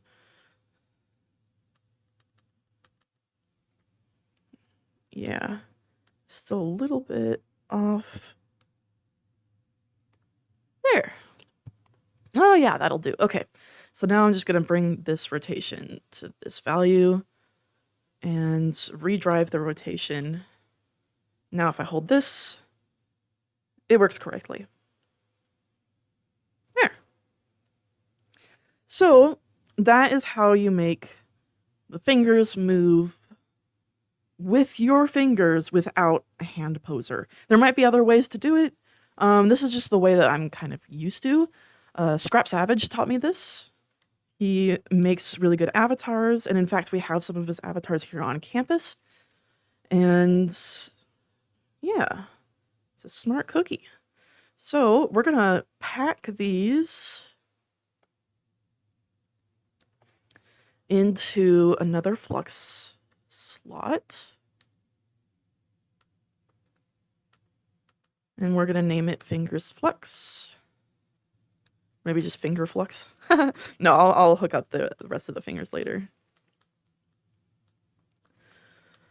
But yeah, so this is only for one finger. You will have to do them for the rest of the fingers. Mossy has 6 fingers, and so does Freebie. And so your Flux is probably gonna end up looking like this. If you can optimize it, power to ya. I still need to figure out how to do that. And you'll have to make, you know, a value gradient driver on each bone. All right. So we're going to pack that. Excellent. So let's get into Mossy. Third person. Hi. So now, yeah, I can move my little fingy. So I would just hook up that same type of flux to the rest of my fingers, and then I could move all of them, and that would go for my thumbs as well. Since I've finished that, I'm going to save Mossy again. Save avatar. There we go. Mossy's all nice and saved. And let me show you really quick. Turn mirror to display off. So if I wanted to make Mossy my avatar that I always load into, like whatever world I go into, then I would just click him once in my inventory and then hit this favorite avatar button. And now whenever I load into a new world, then I will load automatically into Mossy and I can just run around as Mossy. Yeah. So, honestly, I think that's pretty much all you need to know. There are a ton of things that you can do with your avatar. So let's see, if I go and show you my main avatar, Mina B, there's so many things that you can do. I mean, it depends on how much Protoflux you know and how much you know about components and the kind of friends that you have, and you can use public systems that are in people's public folders and stuff like that. You can end up doing some really cool stuff. Like, for example, I made this armor myself in Blender with exactly the methods that I just taught you. And I also made spider legs, and I have spider legs that move around with a custom IK. Well, when I say IK, these are really just value gradient drivers that are moving according to my velocity and whether or not I'm on the ground. So I can change my locomotion, and when I'm flying, they're not like, they're not walking. So let's see, what else? Yeah, so there's a lot of stuff that you can do. Got lights. You can, one thing that's really fun is just having interactables. So, for example, 2 interactables with myself right off the bat is I have my goggles, which are also a public item, I guess, if you want these. And these goggles, when I open up my dash, they change to this. When I open up my Steam Dash, they change to that. This mask is an interactable. And so if you, for example, if you had a snapper for my goggles, which are moggles, I call them moggles, or my mask, Mina's mask, or anything like that, if you have a snapper keyword for that, then I could just come up to you, take off my mask, and then put it on your face. And it would just snap to you, and you'd just be wearing it. And that is very regular avatar interaction that you can have in Resonite. And like I was talking about before, with modular parts, like modular arms, modular heads, like I can take off my arm, whee, and I can actually puppet it around with my regular arm too. You can see my tool shelf kind of moving. Yeah, whee. And then I can, like, how do you do? Take off my head. And you can have snapper keywords for these parts, so you could interchange parts of your avatar with people, and it's especially fun when you're like a robot or an android, because it's lore accurate, so to say. And then you can do recalls and stuff like that in order to get it all back. Yeah, that's pretty much it. I'm sure that there are a lot of questions that can be asked, and I'm absolutely open to answering these questions. Please, please, please feel free to ask me questions in the Discord on this YouTube video. Yeah, anywhere really. This has been a lot of fun. I adore Mossy.